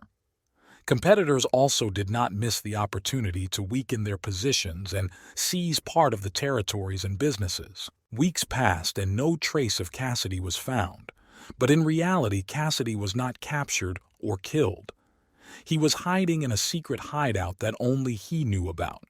This place had been prepared by him in advance in case of emergency. He used it to reconsider his plans and prepare for a new phase of his life. A few months later, when the situation surrounding his disappearance reached its peak, Cassidy unexpectedly returned. He showed up at one of his team's secret gatherings, causing surprise and relief among his teammates. Cassidy explained that his disappearance was part of an elaborate plan. Cassidy used the time in the secret hideout to review strategy and develop a new plan. He understood that continued existence in the current conditions had become too dangerous, and it was necessary to radically change the approach to their activities. The new plan included creating a network of legitimate businesses to launder money and protect their operations. Cassidy began investing in legitimate businesses, restaurants, nightclubs, construction companies, and technology. These businesses not only generated income, but also served as a cover for their criminal operations. Cassidy and his team have learned to skillfully disguise their actions using legal structures. Cassidy also reconsidered his alliances. He began to collaborate with influential politicians and businessmen who could provide him with protection and support. These connections helped Cassidy create an impenetrable network that protected him and his team from attacks from competitors and law enforcement. Over time, Cassidy and his team became less visible in the criminal world, but their influence and income only grew. They have learned to use new technologies and strategies to manage their operations and protect against threats. Cassidy seemed to have found the perfect balance between legal and illegal activities, Despite all the successes, Cassidy understood that their path would always be full of dangers. But he also knew that his team had become stronger and smarter because of all the trials they had gone through. Cassidy and his comrades continued to move forward, ready for any challenge and confident in their abilities. New operations, new enemies, and new victories lay ahead of them, and Cassidy was confident that they could cope with any challenges. After Cassidy Montgomery and his team returned to active duty, their success continued to grow, and with them, the number of enemies. Despite enhanced precautions and the expansion of his network of legal businesses, Cassidy understood that danger could lurk at every turn. A new, even more dangerous enemy has appeared on the horizon: Carlos "Cobra" Martinez, the head of one of the largest international criminal groups. Martinez was known for his ruthlessness and desire to eliminate all competitors. He saw Cassidy as a serious threat to his interests and began preparing a plan to eliminate him. Cassidy and his team began to notice signs that they were being watched. Suspicious people began to appear at their enterprises, and some of their allies began to receive threats.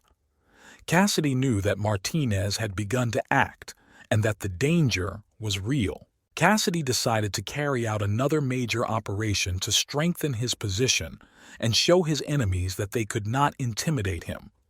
This was a robbery of a large international bank, carefully planned and prepared.